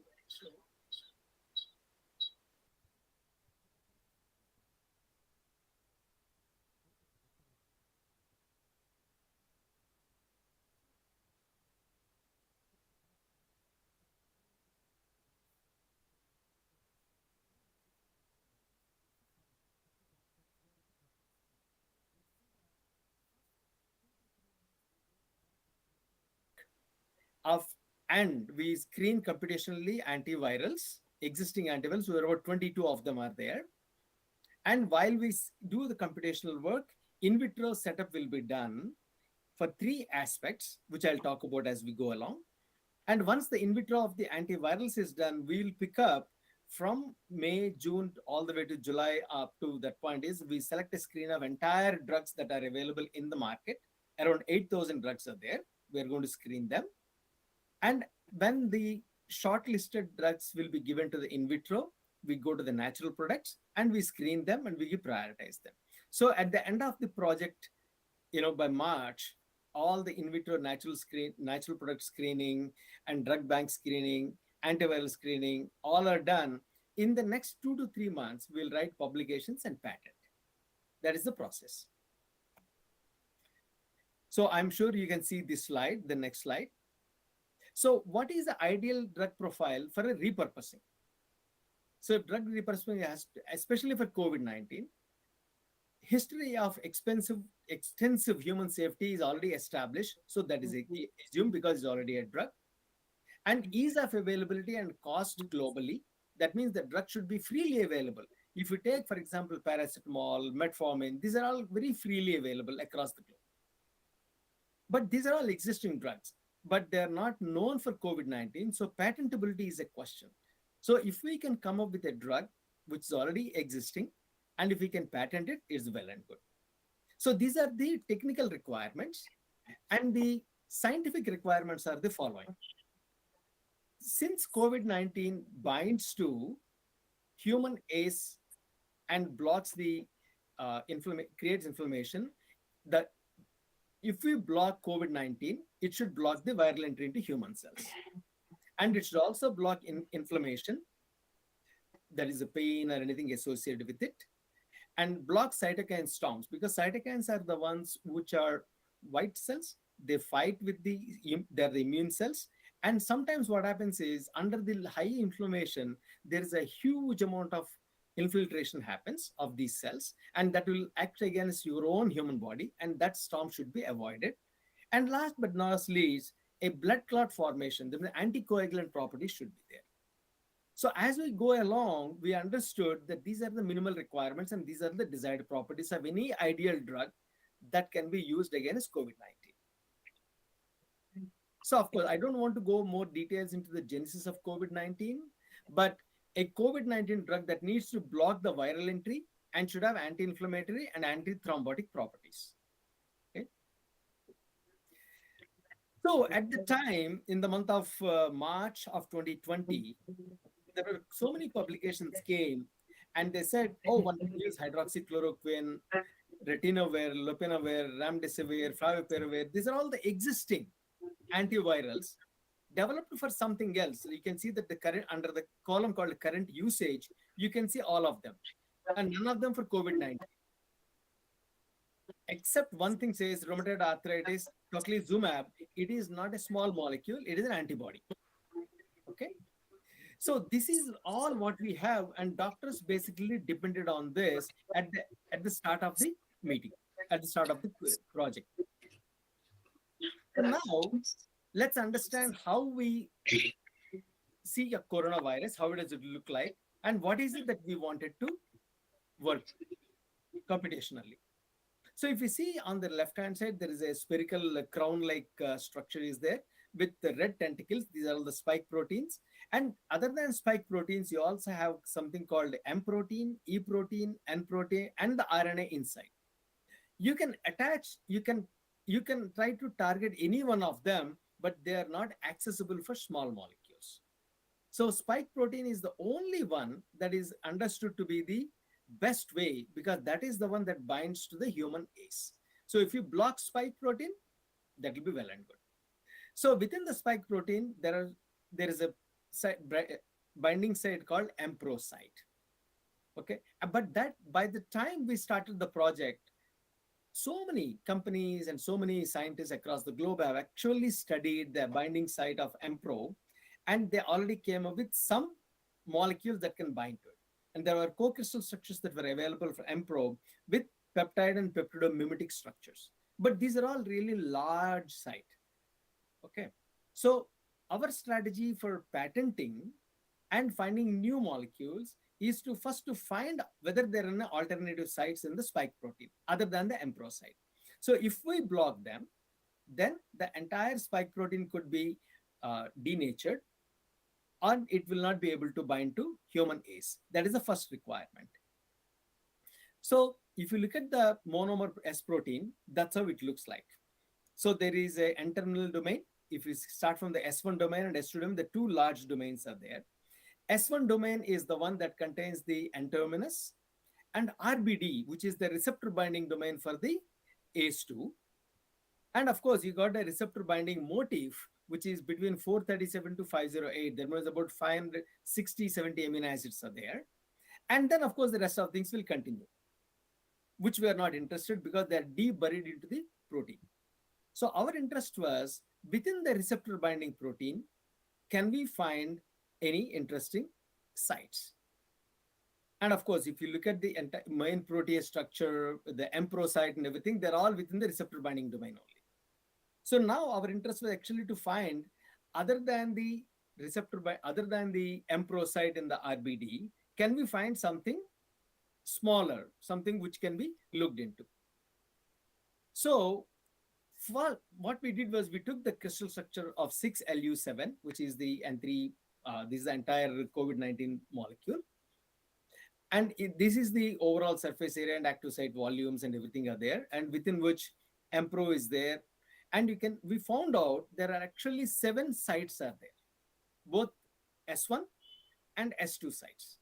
In S1, there are S11 and S12, which are smaller volumes. And then within S1, there is one more called S13, which is really small. And within S2, you got so many are there, S21 to S21 to S24. Since S2 and S4, S2 sites are far away, we don't want to worry about that. And S1, out of 1, 2, and 3, we looked at S11 and S12, looking at the surface areas. They're large enough. There are 600 angstrom square areas are there. And their volumes are also 140 to 100 and 140. What this basically means is they're more spherical and they're actually covered. So if we're able to access them, then we may be able to get a chance. And because the timeline is shorter, we could evaluate all 7 of them, but we took only 2 of them as a priority. And we compared that with the MPRO. And if you look at the MPRO volume, it is almost 5 times larger than any one of these S12 and S12. So that means S11, the MPRO site is large enough where you can see most crystal structures are peptidomimetics. That is the reason. Now, if you look at the site, you can look at the protease site, which is the MPRO site. And there is S11 and S12, 2 smaller active sites, which is circled by yellow color line. And we have S21 and S22, which are way inside the S2 domain. Okay, so we could actually, these are some of the molecules which we dogged, and I'll show you the results of it. But our main interest was only S11 and S12 in the receptor binding domain, because S2 is not a receptor binding domain. So our project outline is this. We've got 3 milestones. We wanted to evaluate within 2 months the FDA approved antiviral drugs and see whether they can work for COVID-19. And then in the second phase, in the next 3 to 8 months, we want to evaluate all FDA drugs approved at the time. Okay, we took drug bank and we want to screen them, and we want to come up with 10 prioritized drugs in all these 3 active sites, followed by 30,000 natural products. So if we can get 10 each, then the chemists, we don't have to make any molecules because we can buy the APIs, and the in vitro pharmacologists could quickly test the areas in which it can bind, and then they can actually screen it. So that is the proposed work. And of course, this is the total drug bank and drug database bank. And if you look at the first solution that we got, the FDA approved antiviral drugs, 22 of them, first milestone. You can see the first column is the FDA drugs for as antivirals, and the delta G is the binding energy that we get that gives the strength of binding, and the rank score is the one that gives you the quality of binding computationally. So in these things, what actually it matters is whatever is large with respect to negative, that means -7 is larger than -6, which is larger than -2. That means the higher the number and the negative, the better it is both for the binding energy as well as the rank score. So out of all these 7 of them, we prioritize 7 of them. And you can see that homoharringtonin, lopinavir, and ritonavir are the ones which have the highest rank score, both in S11 and S12, and they have similar rank scores in MPRO. That means there is a possibility that it could bind any one of them, but all these 3 sites have given higher delta G or higher rank score. And the interacting residues we have given. So we thought out of these 3, out of the top 7, would be any one of them would be better.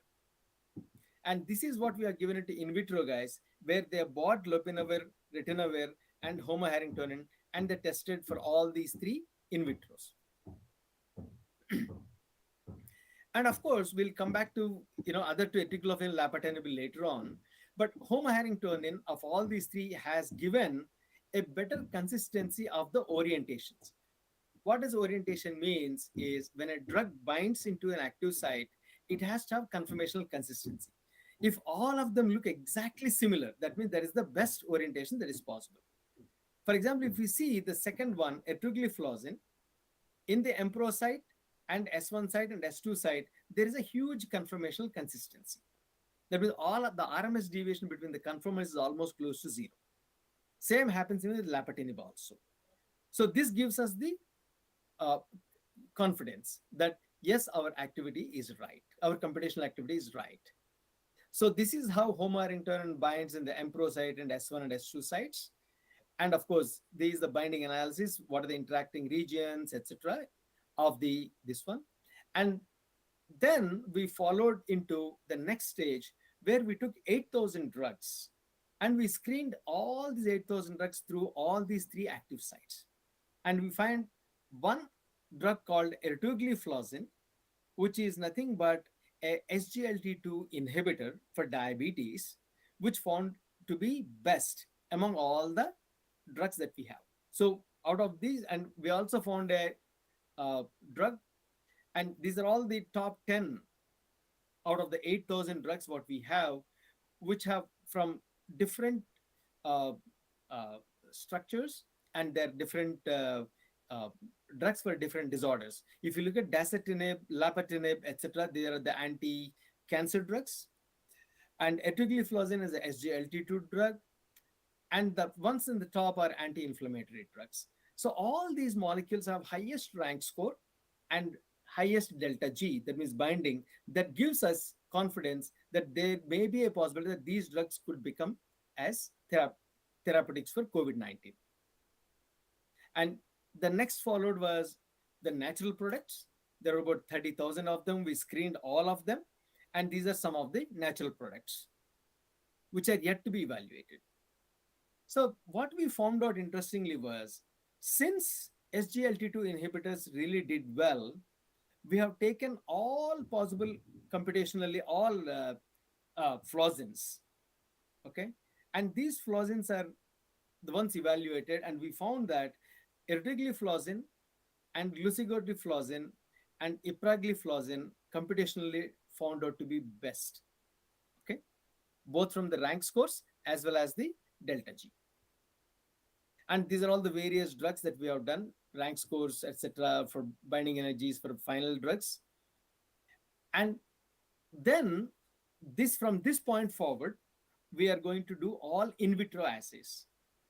So if you look at the first thing was to bind the receptor binding domain to human ACE2. So we have taken the binding domain of RBD of spike protein with the ACE2, and we cloned just that particular product, the peptide. It's about 50 amino acids, 60 amino acids, and we assume that it binds in that. And we did test in vitro the percent inhibitions of various drugs at 50 micromolar, 100 micromolar, and 200 micromolar. And if you look at, for most of the drugs, the higher the concentration, of course, it inhibits fully. That is the green color bar. But the minimum dose we are given is 50 micromolar, where you could find for some drugs, there is more than 50 to 60% of inhibition is already there. That means the IC50s will work around 50 to 30 micromolars. So these are all the drugs that we have taken, which were found computationally, prioritized with rationale, and were tested in the in vitro binding assay. And we also wanted to make sure that cell viability in the lung cells should remain drug safety. That means when these drugs go into the cells, they should not destroy the cell. Okay, so in that way, all these drugs have found to be very safe. And I'm sorry that there is a graph that is missing in the dasatinib. I think that is because of the coloration, and that also has around 80. Cell count is around 450 or something. I'm sorry, that it is just a graphical mistake. So these existing drugs, because they're already existing drugs, there is no cytotoxicity of all of them. That's why they are in the market. And we find erdagliflozin is around at 100 micromolar, it is almost as that of control. So even at that high concentration, it is not causing any cytotoxicity to the cells. So that's a second one. And third one is, as what I talked about earlier, was to block the cytokine storm. So if you look at from the control, which is the LPS, if you do the LPS induced challenge, IL-1 beta, then concentration will be increased. And you can see that etugliflozin, lapatinib, L-thyroxine, iodoxol, etc., they all have similar kind of numbers. So that means they are not causing the cytokine storm upon COVID-19 binding to ACE2. So that means this is really important, that these drugs are safe and they do not create cytokine storm within the human system. And last but not the least is, we have got two things: 3D bioprinted vascular lung model. And of course, this is what we wanted to make sure is for two reasons. One is for monocyte addition, and other one is for the blood clotting. So in these things, both control as well as etugliflozin gave, or in all these drugs were found to be safe. With LPS or without LPS, there is no monocyte addition is being done. So that gives us the confidence that this is going to work in the in vitro. And of course, as I told you, because the COVID-19 also causes thrombin and then causes blood clots, we want to make sure that these drugs cannot create the blood clotting.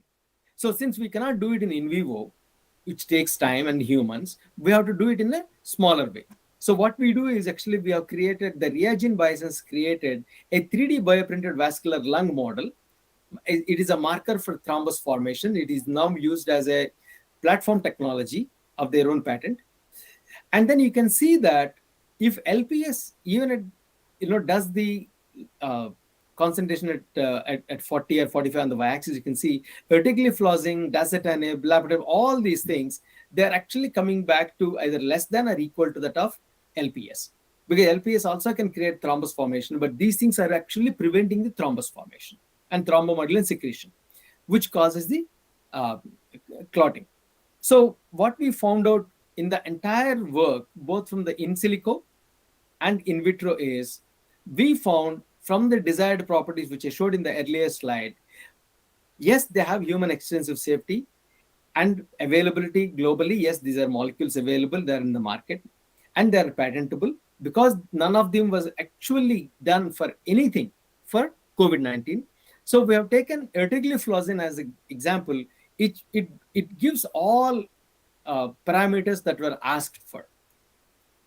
If you see the last column, it says yes, as there are desired properties. That's why we proposed ertigliflozin as a SGLT2 inhibitor as a drug for COVID-19. And so we have broadly, we have SGLT2 inhibitors and tyrosine kinase inhibitors and anti-inflammatory as that of reagent, which gives all yeses in all these things. And if you look at the chloroquine or hydroxychloroquine, it blocks only the entry into the lung, but it does not guarantee anti-inflammatory, anti-thrombotic, anti-cytokine productions. That's the reason not only chloroquine, the other frapinavir, all the antivirals were not able to cure the COVID-19 infection. And at the bottom, you see the image where we have the 3D model, the bioprinting model. So you take the first monolayer, you print them, and you put a marker on the top, and then endothelial cells, and you put the marker again, and you make multi-layered system. And then you put the drug on the top and see whether it goes through all these barriers and reaches to thrombin. If it does not, it is well and good. So I think I'm right in time. So in summary and conclusions, we have utilized physiochemical parameters like molecular weight, surface area, and polarities. These three things are the criteria for filtering all the antivirals, natural products, and drug compounds. And all these databases were screened through 3 binding sites. One is the EMPRO, S11 and S12, which are all 3 of the receptor binding sites, which gives us the patentability. And through computational docking and series analysis of the binding energy and the dock scores, we found out a total of 10 FDA drugs, 11 natural products were finalized.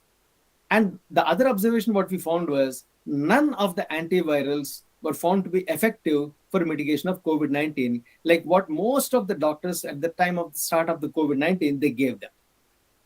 And last but not the least, SGLT2 inhibitors, tyrosine kinase inhibitors, and anti-inflammatory drugs, out of all the drugs that are there in the market, 8,000 of them for various disorders, found to be effective to bind to the spike protein of COVID-19. So in short, this all happened within 1 year. By March of 2021, we gave all the results out. And of course, the majority of this data was published and of course came into the news. And we also got several awards. And of course, I'll give you some of the publications that we have done. We did not do any peer review, but we put everything into as a preprints into BioRxiv. And these are all some of the journals. And we wrote a mini review. And what is more important actually is we patented this drug, ertigliflozin and other drugs, as part of our COVID-19 therapeutics from this one. And this is a PCT. You can see that the second from the bottom, it says patent. That is the one that we have submitted in 13th August 2021. Now it has come to national phase entry, and then we would like to publish this across the various globe across US, Europe, and everything. And as part of the national awards, there is a Aegis Graham Bell Award is given, and we were one of the finalists for the invention in life sciences by Tech Mahindra and our collaboration. So with that, I thank first Madurai Kamaraj University for giving me this opportunity to present the science what we have done, and the iCURE organizing committee and Dr. Arun Balakrishnan, who introduced me to you all. That's how it's happened. And Dr. Shalini Saxena, who has a PhD from BITS Pilani and who was trained under me for postdocs and industry. She worked this entire computational work under my guidance. And Reagin Innovations, led by Dr. Uday Saxena, whose team has actually done all the evaluations of in vitro work. And last but not the least, Tech Mahindra team, including Dr. Ratnakar, for the initiative, trust, and funding to us for doing this work. And with that, I close this one and thank you very much, and I'll take questions. Good day. Yeah, thank you, sir. Thank you, sir, for your nice presentation. Now it is open for interactions or any questions. Yes, please. The questions, sir. Yeah.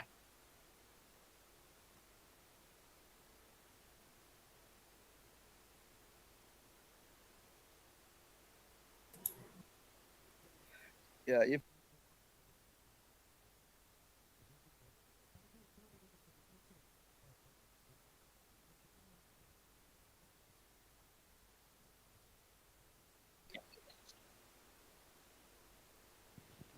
So good evening, dear participants. Now we are going to have the cultural event.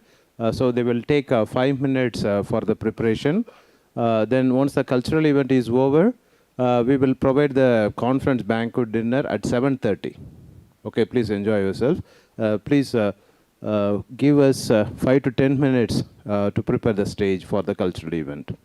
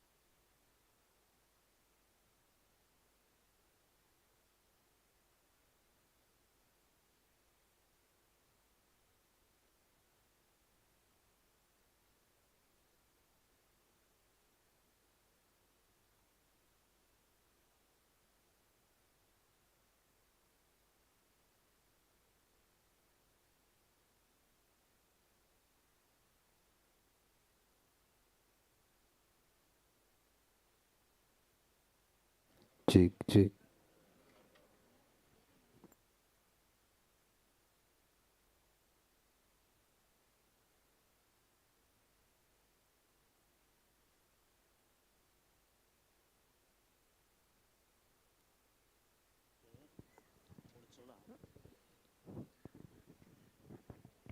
Check, check.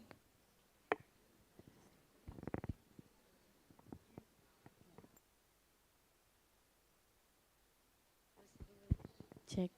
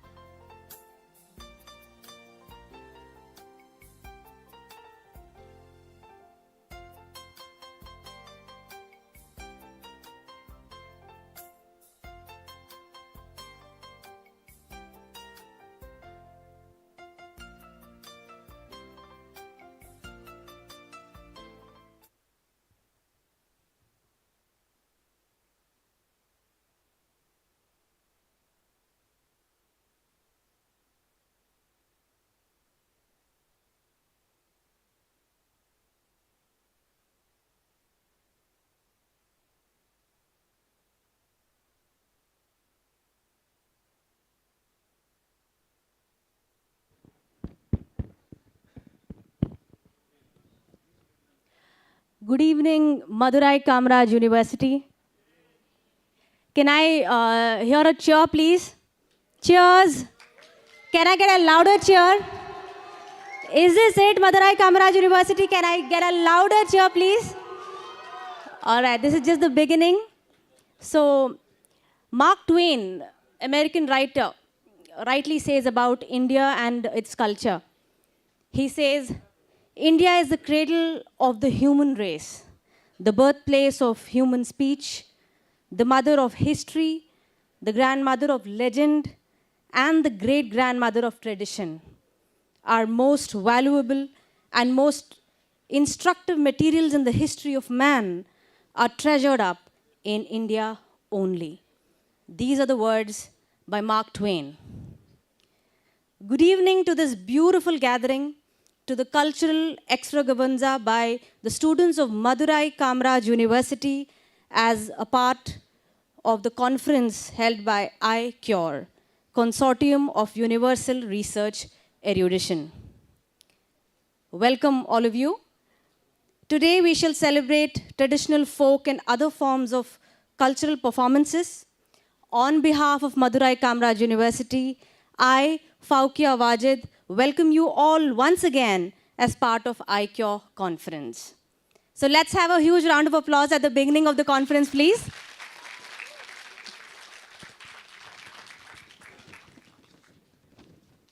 Unity in diversity. These aren't simply words. They are a metaphor for a country like India, which is extraordinarily rich in culture and legacy. So the moment we all, listen to this word culture or cultural, what comes to our mind first? Especially, being people of Tamil Nadu, what comes to our mind? Art forms. And when it comes to art forms, what comes to our mind? Bharatanatyam? Yes? Does Bharatanatyam come to your mind when you talk about art? Yes. Super. So Bharatanatyam is a major form of Indian classical dance that originated in Tamil Nadu, the oldest dance form in India. So dear friends, let's begin this cultural evening with a Bharatanatyam performance by Ms. Gloria Jacob, a student of Nagaratnam, Angalammal College, affiliated to Madurai Kamaraj University. So, cheers to Gloria Jacob.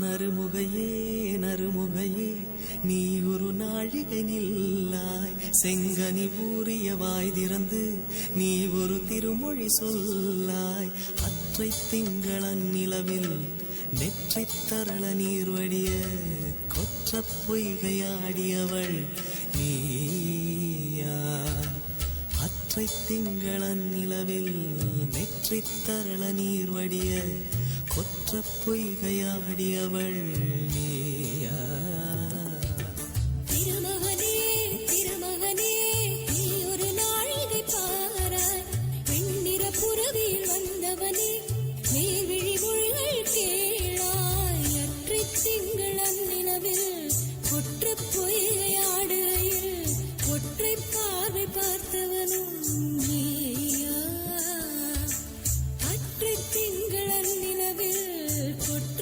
பொய்கையாடுகையில் ஒற்றை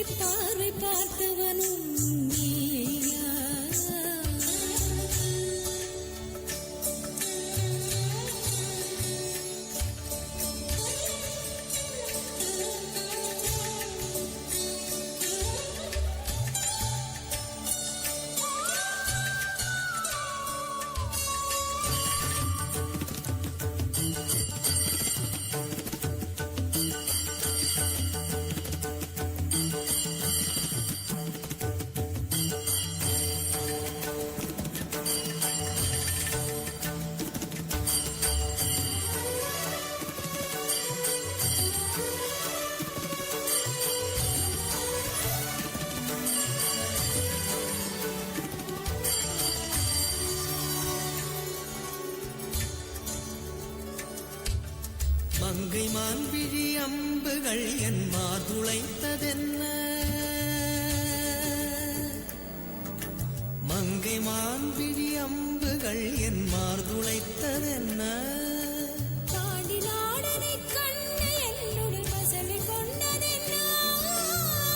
நிலாவிலே பார்த்த வண்ணம் கனாவிலே தோன்றும் இன்னும் நிலாவிலே பார்த்த வண்ணம் கனாவிலே தோன்றும் இன்னும்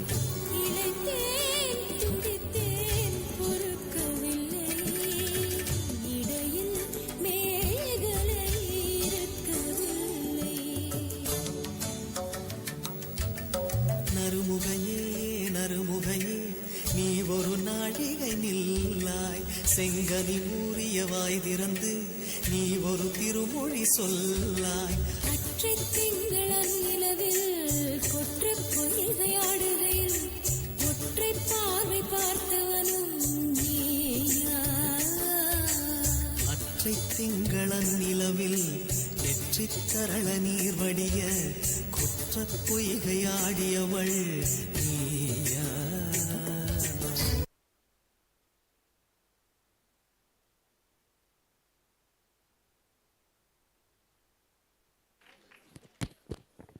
Wow, that was a beautiful performance, Miss Gloria Jacob. Thank you for such a soul-refining and soothing performance. So, right after the dance performance, what do you expect? Do you expect music? Yes? Wonderful. So, I would like to listen to piano. What about you? Some piano ho jaye? Color is the keyboard. The eyes are the harmonies. The soul is the piano with many strings. The artist is the hand that plays, touching one key or another to cause vibrations, not just in the body or in the location, but in the soul.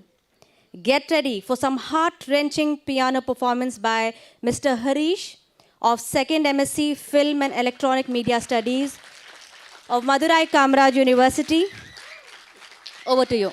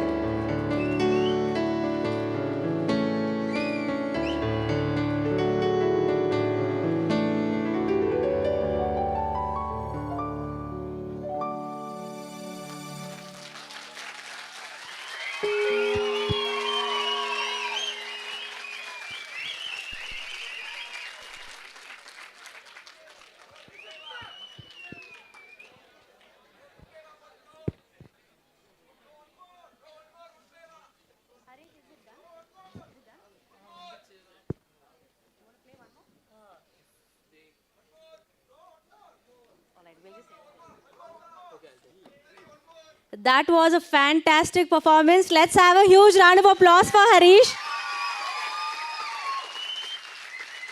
Seems like the audience really enjoyed this medley of Indian cinema film hits.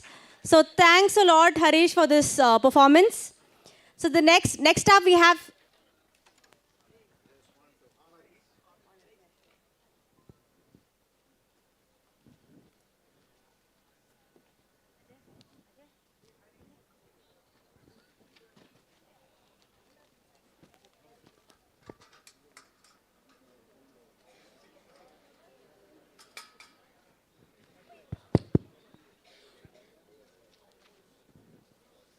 So we've got something special.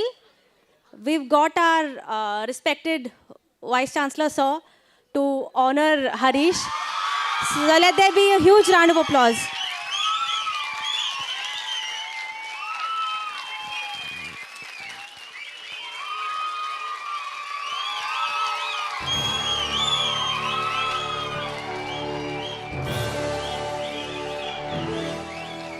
Thank you so much, sir. And thanks a lot, audience, for being such a sport, for enjoying everything that's coming up here. So next up, we have something unique. So this is called Silambam. Does everyone, like any one of you, know what it is? The art form?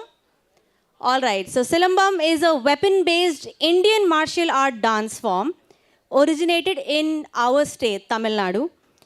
The word Silambam is based on the Tamil word Silambal, which means sound. So let us watch this mesmerizing art of the battlefield, Silambam, performed by Mr. Yogeshwaran, student of first MA Journalism and Mass Communication, Madurai Kamaraj University. So let's welcome him with a huge round of applause.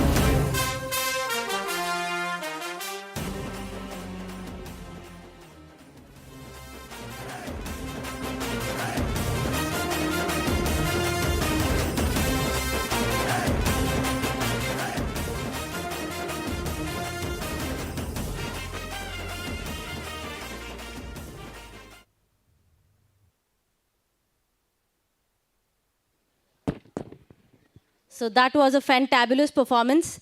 You know what, I really think that we need to celebrate these traditional art forms because that's what keeps, you know, the spirit of our nation, spirit of our state alive. So thanks a lot for this beautiful performance. You know, Silambam not only gives us, you know, strength when you perform that, it also gives you focus and confidence. That's what, you know, science says. And it also improves blood circulation and heart function. So now we would like to honor him, Mr. Yogeshwaran.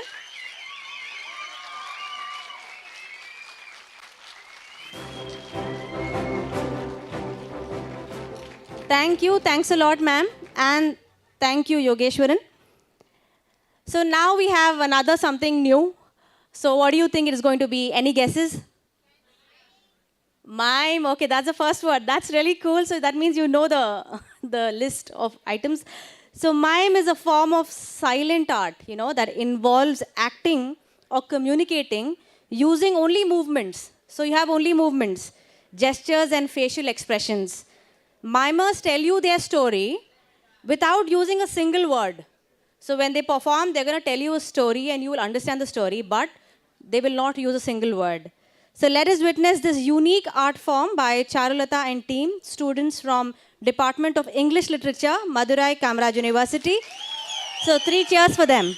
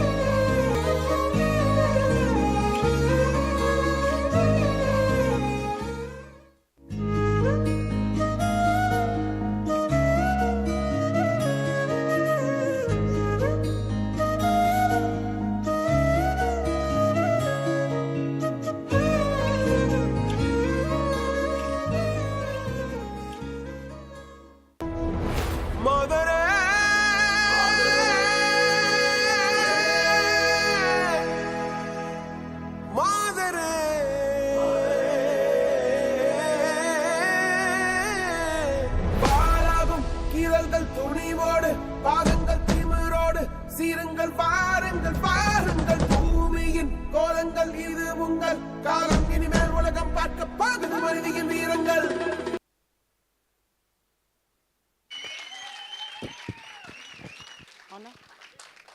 Thank you so much for that thoughtful performance. So now we have a glimpse of something different, a different art form. Let us now taste the topping on the cake, a Western dance performance. You know, Western dance form has been with us for quite some time in popular culture, in the films we watch and the music we listen to. So I call upon stage Miss Ashwini from first MA English Literature, Madurai Kamaraj University for a Western dance. So let's welcome her with a huge round of applause.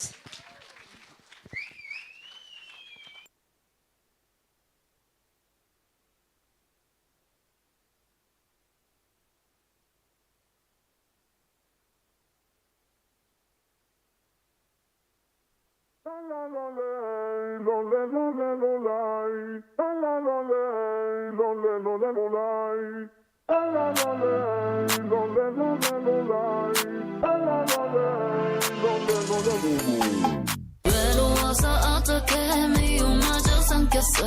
화낼 힘도 없어 여유도 없고 뭐 그리 아니까 가까운 게 그냥가 왜들 그래 서럽게. Maria, Maria, Maria, Maria 빛나는 밤이야 날 괴롭히지 마. Oh Maria, Maria, Maria 뭐하러 아둥바둥해 이미 여름동데. 태도 난 여전히 하나를 내뱉지 퇴퇴퇴 소리꾼 소리꾼 퇴퇴퇴 소리꾼. Man, I'm not sorry, I'm dirty.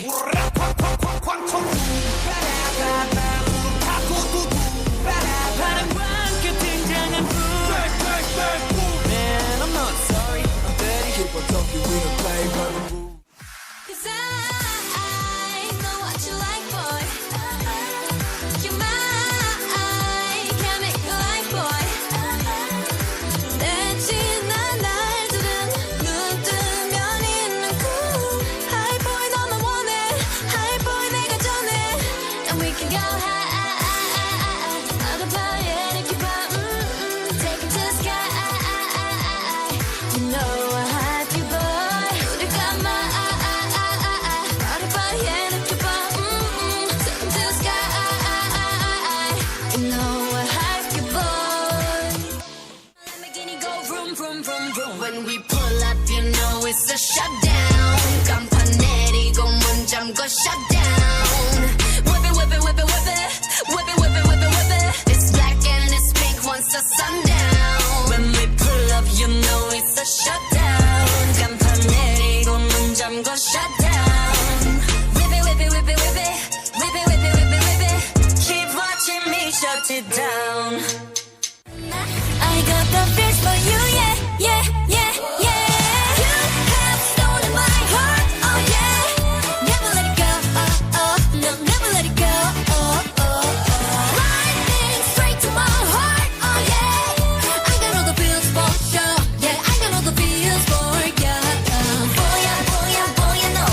I know I get the feels. Boy, yeah, boy, yeah, boy, you know. I know you feel it. 넌 날 반쯤 미치게 만들어. You got me like cray, cray, crazy love. 대체 네가 뭔데? 미쳤다니까 기분이 up and down. You got me like cray, cray, crazy love. 나도 내가 out of control. I'm getting loco, loco. I'm getting loco, loco. 미치지 않으려면 미쳐야 해. 나를 다듬고 이 부쩍 세상에. Can't hold me down 'cause you know I'm a fighter. 제발로 들어온 아름다운 감동. Want me and I'm gonna live with you. Can't you bring the pain on, yeah. All the time I bring the pain on, yeah. Bring me promise, I keep falling every day on another time.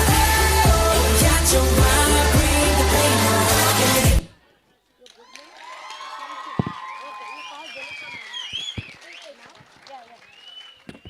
That was a cute performance. Thanks a lot, Ashwini. I would like to invite Jennifer ma'am to honor Ashwini for the beautiful performance.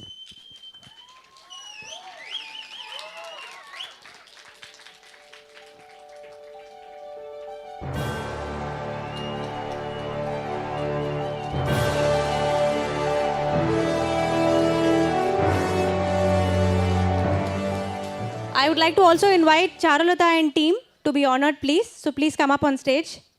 Charulata and team, are you guys here? Quickly.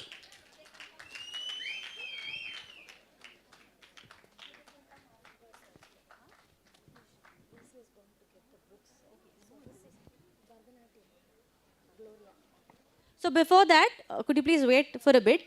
Your gifts are on the way. So before that, I would like to invite Miss Gloria Jacob to be honored. Do we have Miss Gloria Jacob with us now?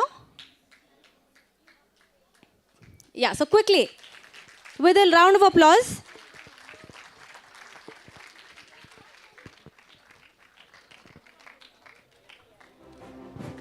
I request Professor Shakila to honor Miss Gloria Jacob.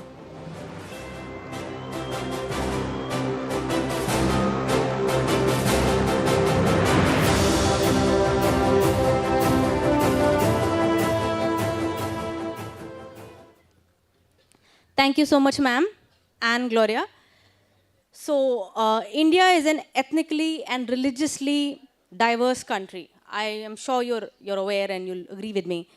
Various heterogeneous traditions, numerous regional cultures, and different communities flourish here. Folklore has gone beyond any identity. It is the entire body of social tradition. Let us witness a folk art performance which consists of various folk forms of Tamil Nadu, such as Karagatam, Oyilatam, Marakal dance, and Parai Isai, by Mr. M. Arumugam, student of 2nd MA, Folklore and Culture Studies, Madurai Kamaraj University, along with his team. Welcome the team with a huge round of applause.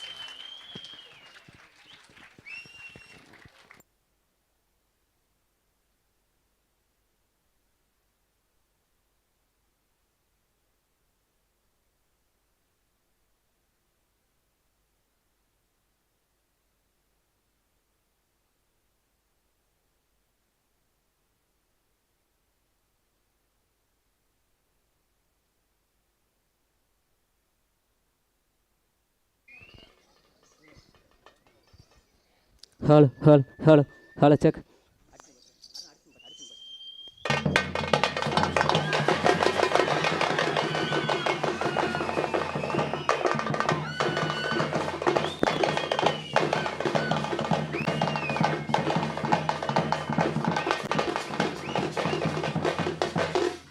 Hello அகம் கையை முகம் காட்டி அன்புருவை நிலைநாட்டி இன்புருவ வணங்குவது இஸ்லாம் வீரர்களின் வழக்கம்.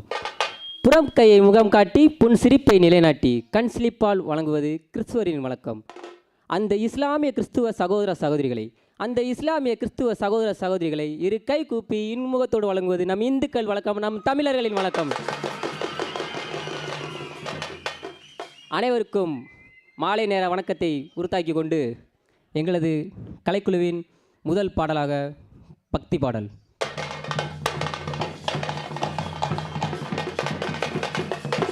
ஆடை முகத்தோடா ஐந்து கரத்தோடா கணபதியா எங்கள் கவலைகளை தீருமையா.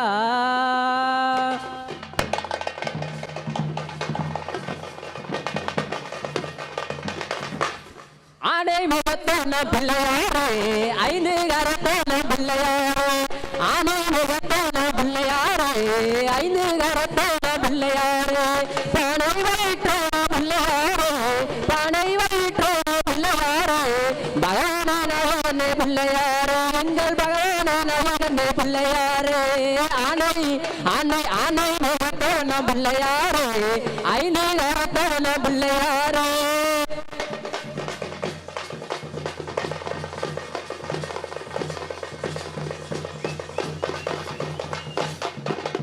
அவள் போய் கடல்லையும் வாங்கி வரவா உனக்கு அரிசி கால கட்டையும் செஞ்சு தரவா தன்னானா தன்னானா தன்னானா அவள் போய் கடல்லையும் வாங்கி வரவா உனக்கு அரிசி கோல கட்டையும் செஞ்சு தரவா அரச மரத்தோனே பிள்ளையாரே அரச மரத்தோனே பிள்ளையாரே எங்களை ஆட்சி கொள்ள வேண்டும் ஐயா பிள்ளையாரே எங்களை ஆட்சி கொள்ள வேண்டும் ஐயா பிள்ளையாரே ஆணை ஆணை ஆணை முகத்தவனா பிள்ளையாரே ஐந்து கரத்தவனா பிள்ளையாரே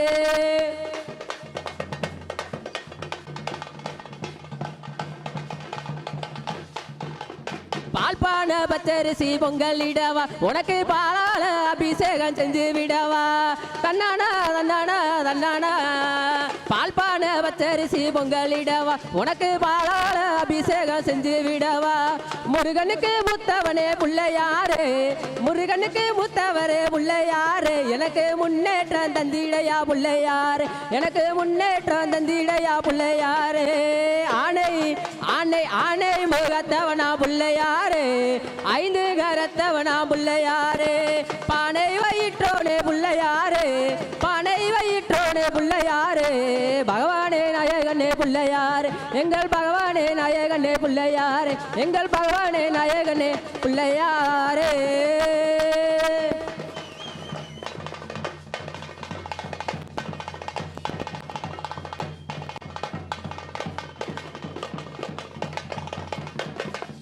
கைத்தட்ட மறந்து ரசித்துக் கொண்டிருக்கும் அனைத்து மாணவ செல்வங்களுக்கும் எங்களது கலைக்குழுவின் சார்பாக நன்றியை தெரிவித்துக் கொண்டு இதோ அடுத்த நிகழ்வாக ஐயா அன்பு கடந்திட்டு வணக்க வருகுது அவையோர்களே அமுதகான ஜொலிக்க போகுது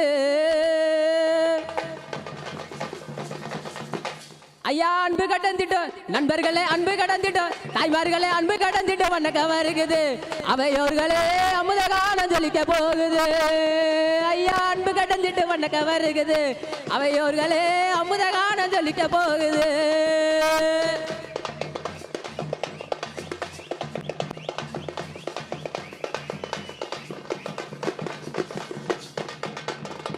பண்டைய கால தாத்தாவோட பழங்கால ராகம் போட பண்டைய கால தாத்தாவோட பழங்கால ராகத்தோட பாட்டாக பாட்டாக பாட்டாக ஜொலிக்க போகுது இங்க பாட்டாக ஜொலிக்க போகுது ஐயா அன்பு கடந்திட்டு வணக்க வருகுது அவையோர்களே அமுதகான ஜொலிக்க போகுது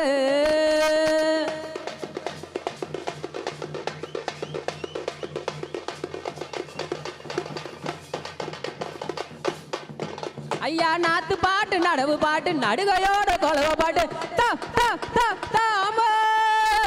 நாத்து பாட்டு நடவு பாட்டு நடுகையோட கொலவ பாட்டு நல்ல பாட்டு கேட்க போகுது நல்ல பாட்டு கேட்க போகுது நம்ம நாட்டு கதைய சொல்ல போகுது நம்மளோட நாட்டு கதைய சொல்ல போகுது அன்பு கடந்திட்டு வணக்க வருகுது அவையோர்களே அமுதகான ஜொலிக்க போகுது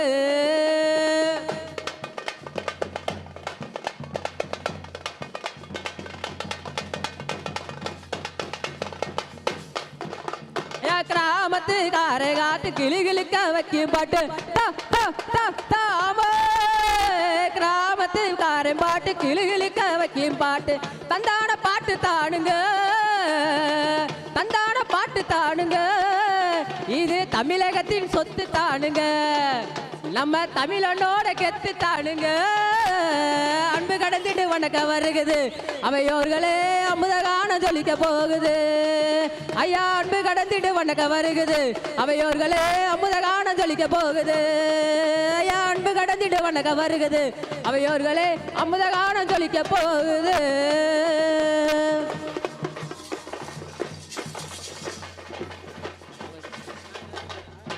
அடுத்த நிகழ்வாக எங்களது கலைக்குழு மாணவர்கள் வழங்கும் கிராமிய கரகாட்ட கலை நிகழ்ச்சி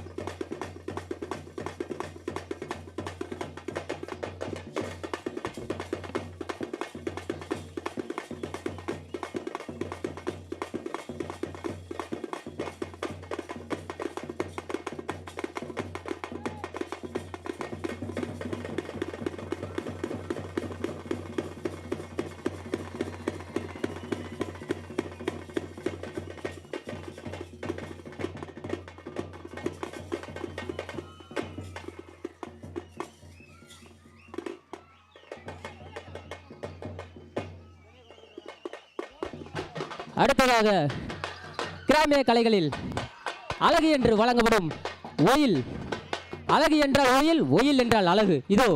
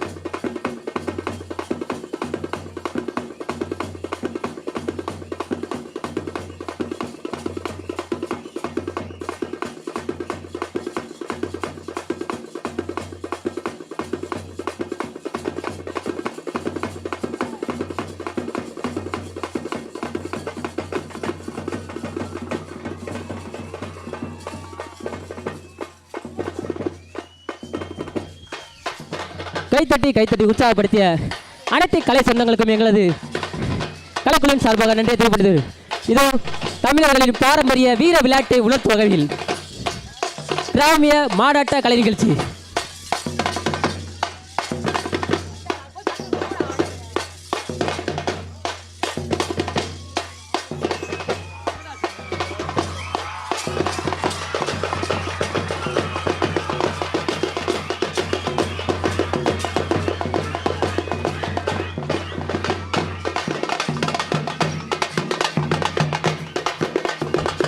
மாட்டுக்கார வேலாவோ மாட்ட கொஞ்சம் பார்த்துக்கடா, மாட்டுக்கார வேலாவோ மாட்ட கொஞ்சம் பார்த்துக்கடா. காட்டு மல்லி பூத்திருக்க காவல்காரன் பார்த்திருக்க, காட்டு மல்லி பூத்திருக்க காவல்காரன் பார்த்திருக்க. தோட்டப்பட்ட மயில கால கூட்டமேய பார்த்துதாடா, மாட்டுக்கார வேலாவோ மாட்ட கொஞ்சம் பார்த்துக்கடா, மாட்டுக்கார வேலாவோ மாட்ட கொஞ்சம் பார்த்துக்கடா.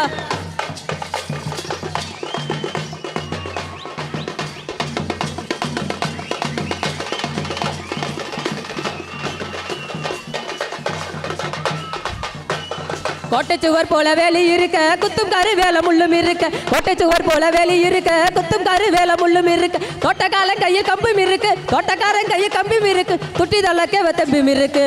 மாட்டுக்கார வேலாவோ மாட்ட கொஞ்சம் பார்த்துக்கடா, மாட்டுக்கார வேலாவோ மாட்ட கொஞ்சம் பார்த்துக்கடா.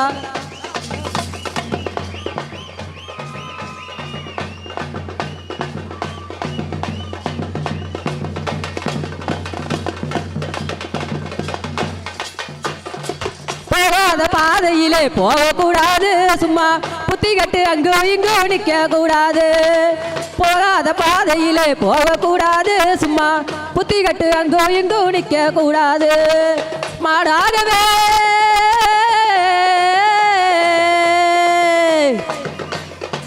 மாடாகவே மனுஷன் மாறக்கூடாது மற்றவங்க பொருள் மேல ஆசை வைக்க கூடாது மற்றவங்க பொருள் மேல ஆசை வைக்க கூடாது மாட்டுக்கார வேலாவோ மாட்டை கொஞ்சம் பார்த்துக்கடா மாட்டுக்கார வேலாவோ மாட்டை கொஞ்சம் பார்த்துக்கடா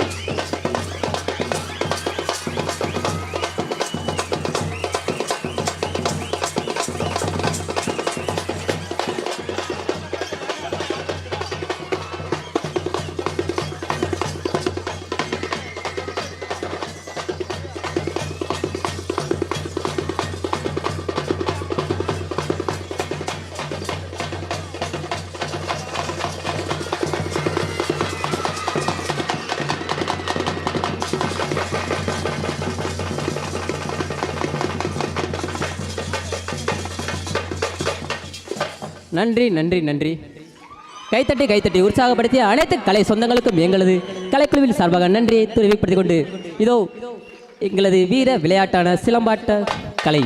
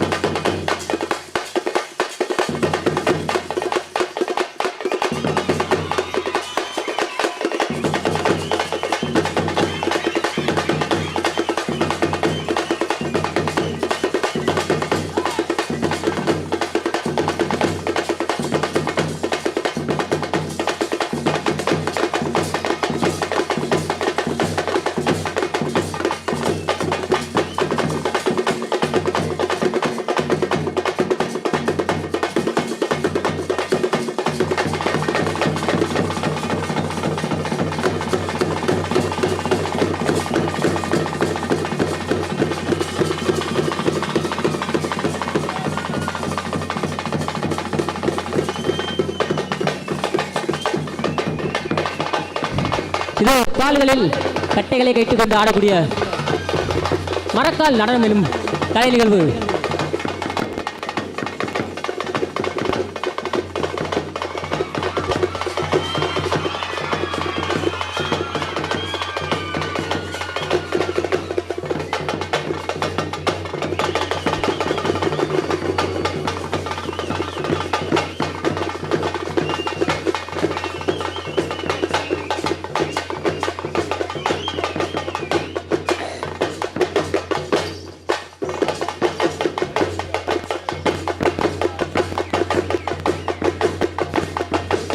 கொக்குளிக்கட்டை என்று அழைக்கப்படும் மரக்கால் நடனத்தை இதோ உங்கள் கண்களுக்கு முன்னால்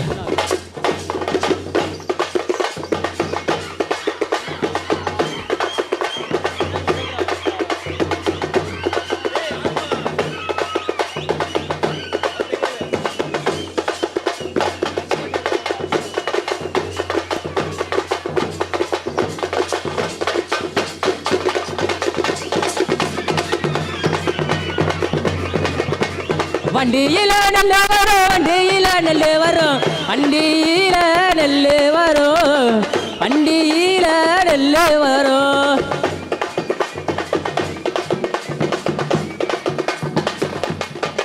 அந்த வண்டி நல்ல ஊற வைக்க வண்டி நல்ல ஊற வைக்க கைத்தடி கைத்தடி கைத்தடி உச்சாப்படுது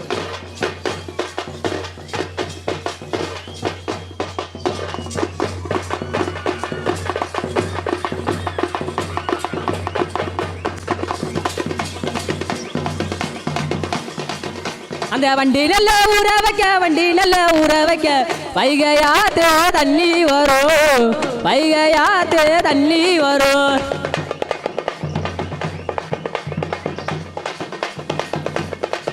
அங்க குண்டானில நல்ல வரும்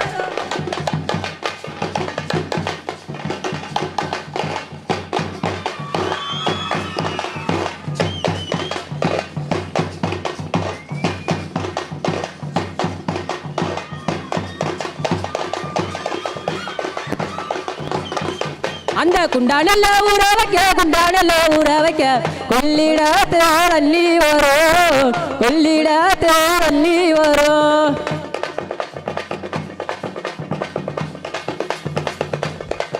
அந்த பொட்டியில நெல்லு வரும் பொட்டியில நெல்லு வரும் பொட்டியில நெல்லு வரும் பொட்டியில நெல்லு வரும்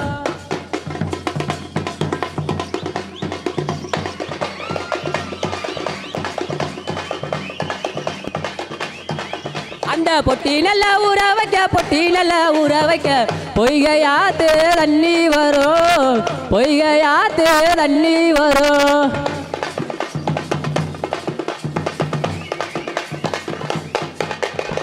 வண்டியில நெல்லு வரும் நெல்லு வரும் நெல்லு வரும் வண்டியில நெல்லு வரும் வண்டி நல்லா ஊற வைக்க வைகையாத்து தண்ணி வரும் வைகையாத்து தண்ணி வரும் வைகையாத்து தண்ணி வரும் வண்டியில நெல்லு வரும் வண்டியில நெல்லு வரும் வண்டியில நெல்லு வரும் வண்டியில நெல்லு வரும் அந்த வண்டி நல்ல ஊற வைக்க வண்டி நல்ல ஊற வைக்க வைகையாத்து தண்ணி வரும் வைகையாத்து தண்ணி வரும்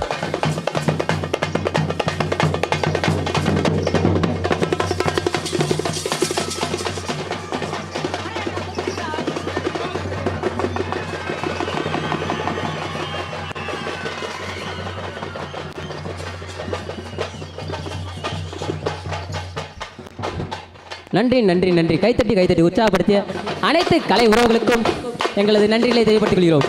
அடுத்த நிகழ்வாக இறுதி நிகழ்வாக பறையாட்ட கலை நிகழ்ச்சி.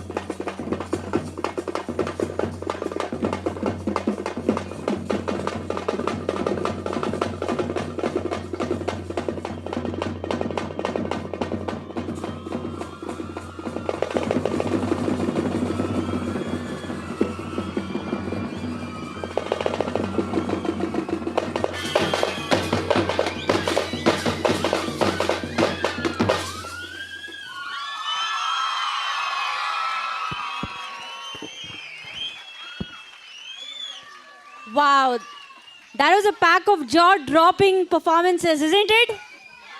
I'm sure you all enjoyed.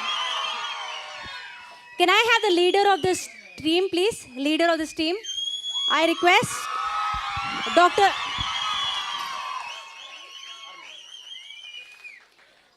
Dr. Renuga Devi, retired professor. Let's have a huge round of applause for her for joining us here. So to honor Arumugam.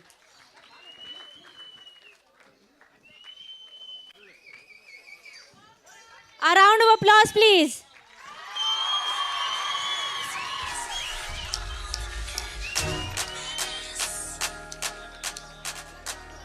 The others can join as we honor Arumugam sir.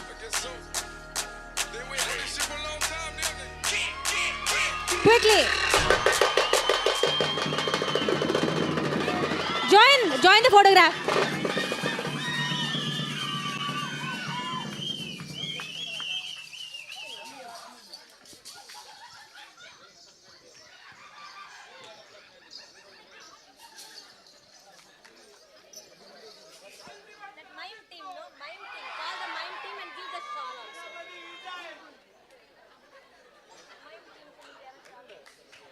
Can we also have the mime team, the mimers up on stage, please? I request Professor Ashok Kumar to honor the mime team. Mimers, come up on stage, all of you, the entire mime team.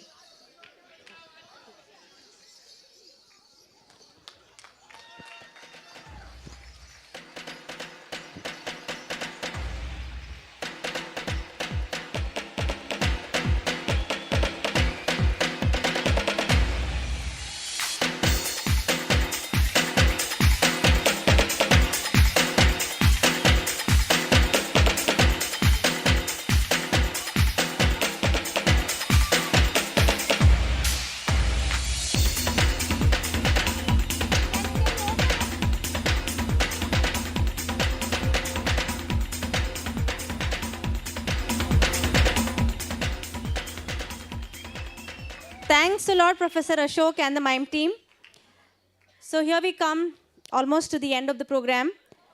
Culture is an important part of our upbringing, and it is because of our culture we are who we are, both as a nation and as individuals. From the bottom of my heart, I thank each and every one present here to have witnessed this cultural celebration. As we have come to the end of this event, I now invite Dr. Shakila, Professor and Head, School of Biotechnology, and the coordinator of this iCURE event to give a vote of thanks. Thank you.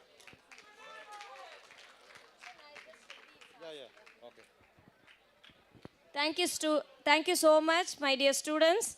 I would like to thank all the team members. I would like to mention about Gloria for performing Bharatanatyam, and Harish was a fabulous expression, performing piano, and Yogeshwaran, Silambatam again, and a team of members, Charulata and team, who were performing mime. That was also very fabulous. All the, whatever went on today for the cultural program was really fabulous. And finally, we were all immersed with the folk dances by the teammate of Arumugam and team. So I congratulate all the teams, and finally, on behalf of the organizing committee of iCURE, MKU, I propose this vote of thanks, and I thank each and everyone, all the members of this particular cultural team who had come all the way to perform this performance, and also the participants who are all here throughout this cultural program. Thank you so much. We have some announcements to make. Kindly be. Yeah, so good evening to the iCURE 2023 participants.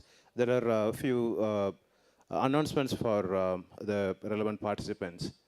So now the dinner will be served in front of the CIC hall at 7:30. So the dinner will be served against the token.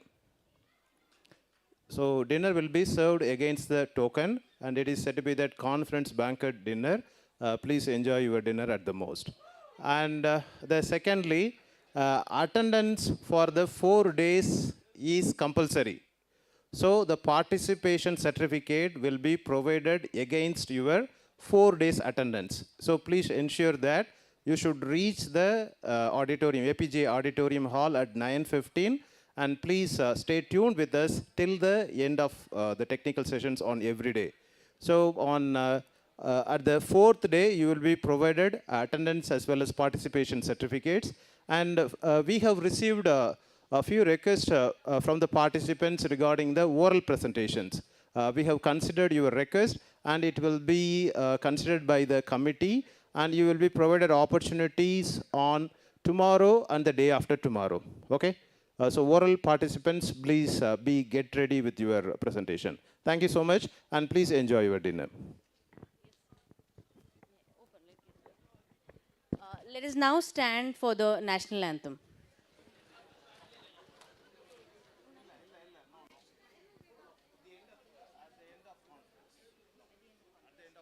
So we can have it at the end of conference. Thank you. Thanks a lot.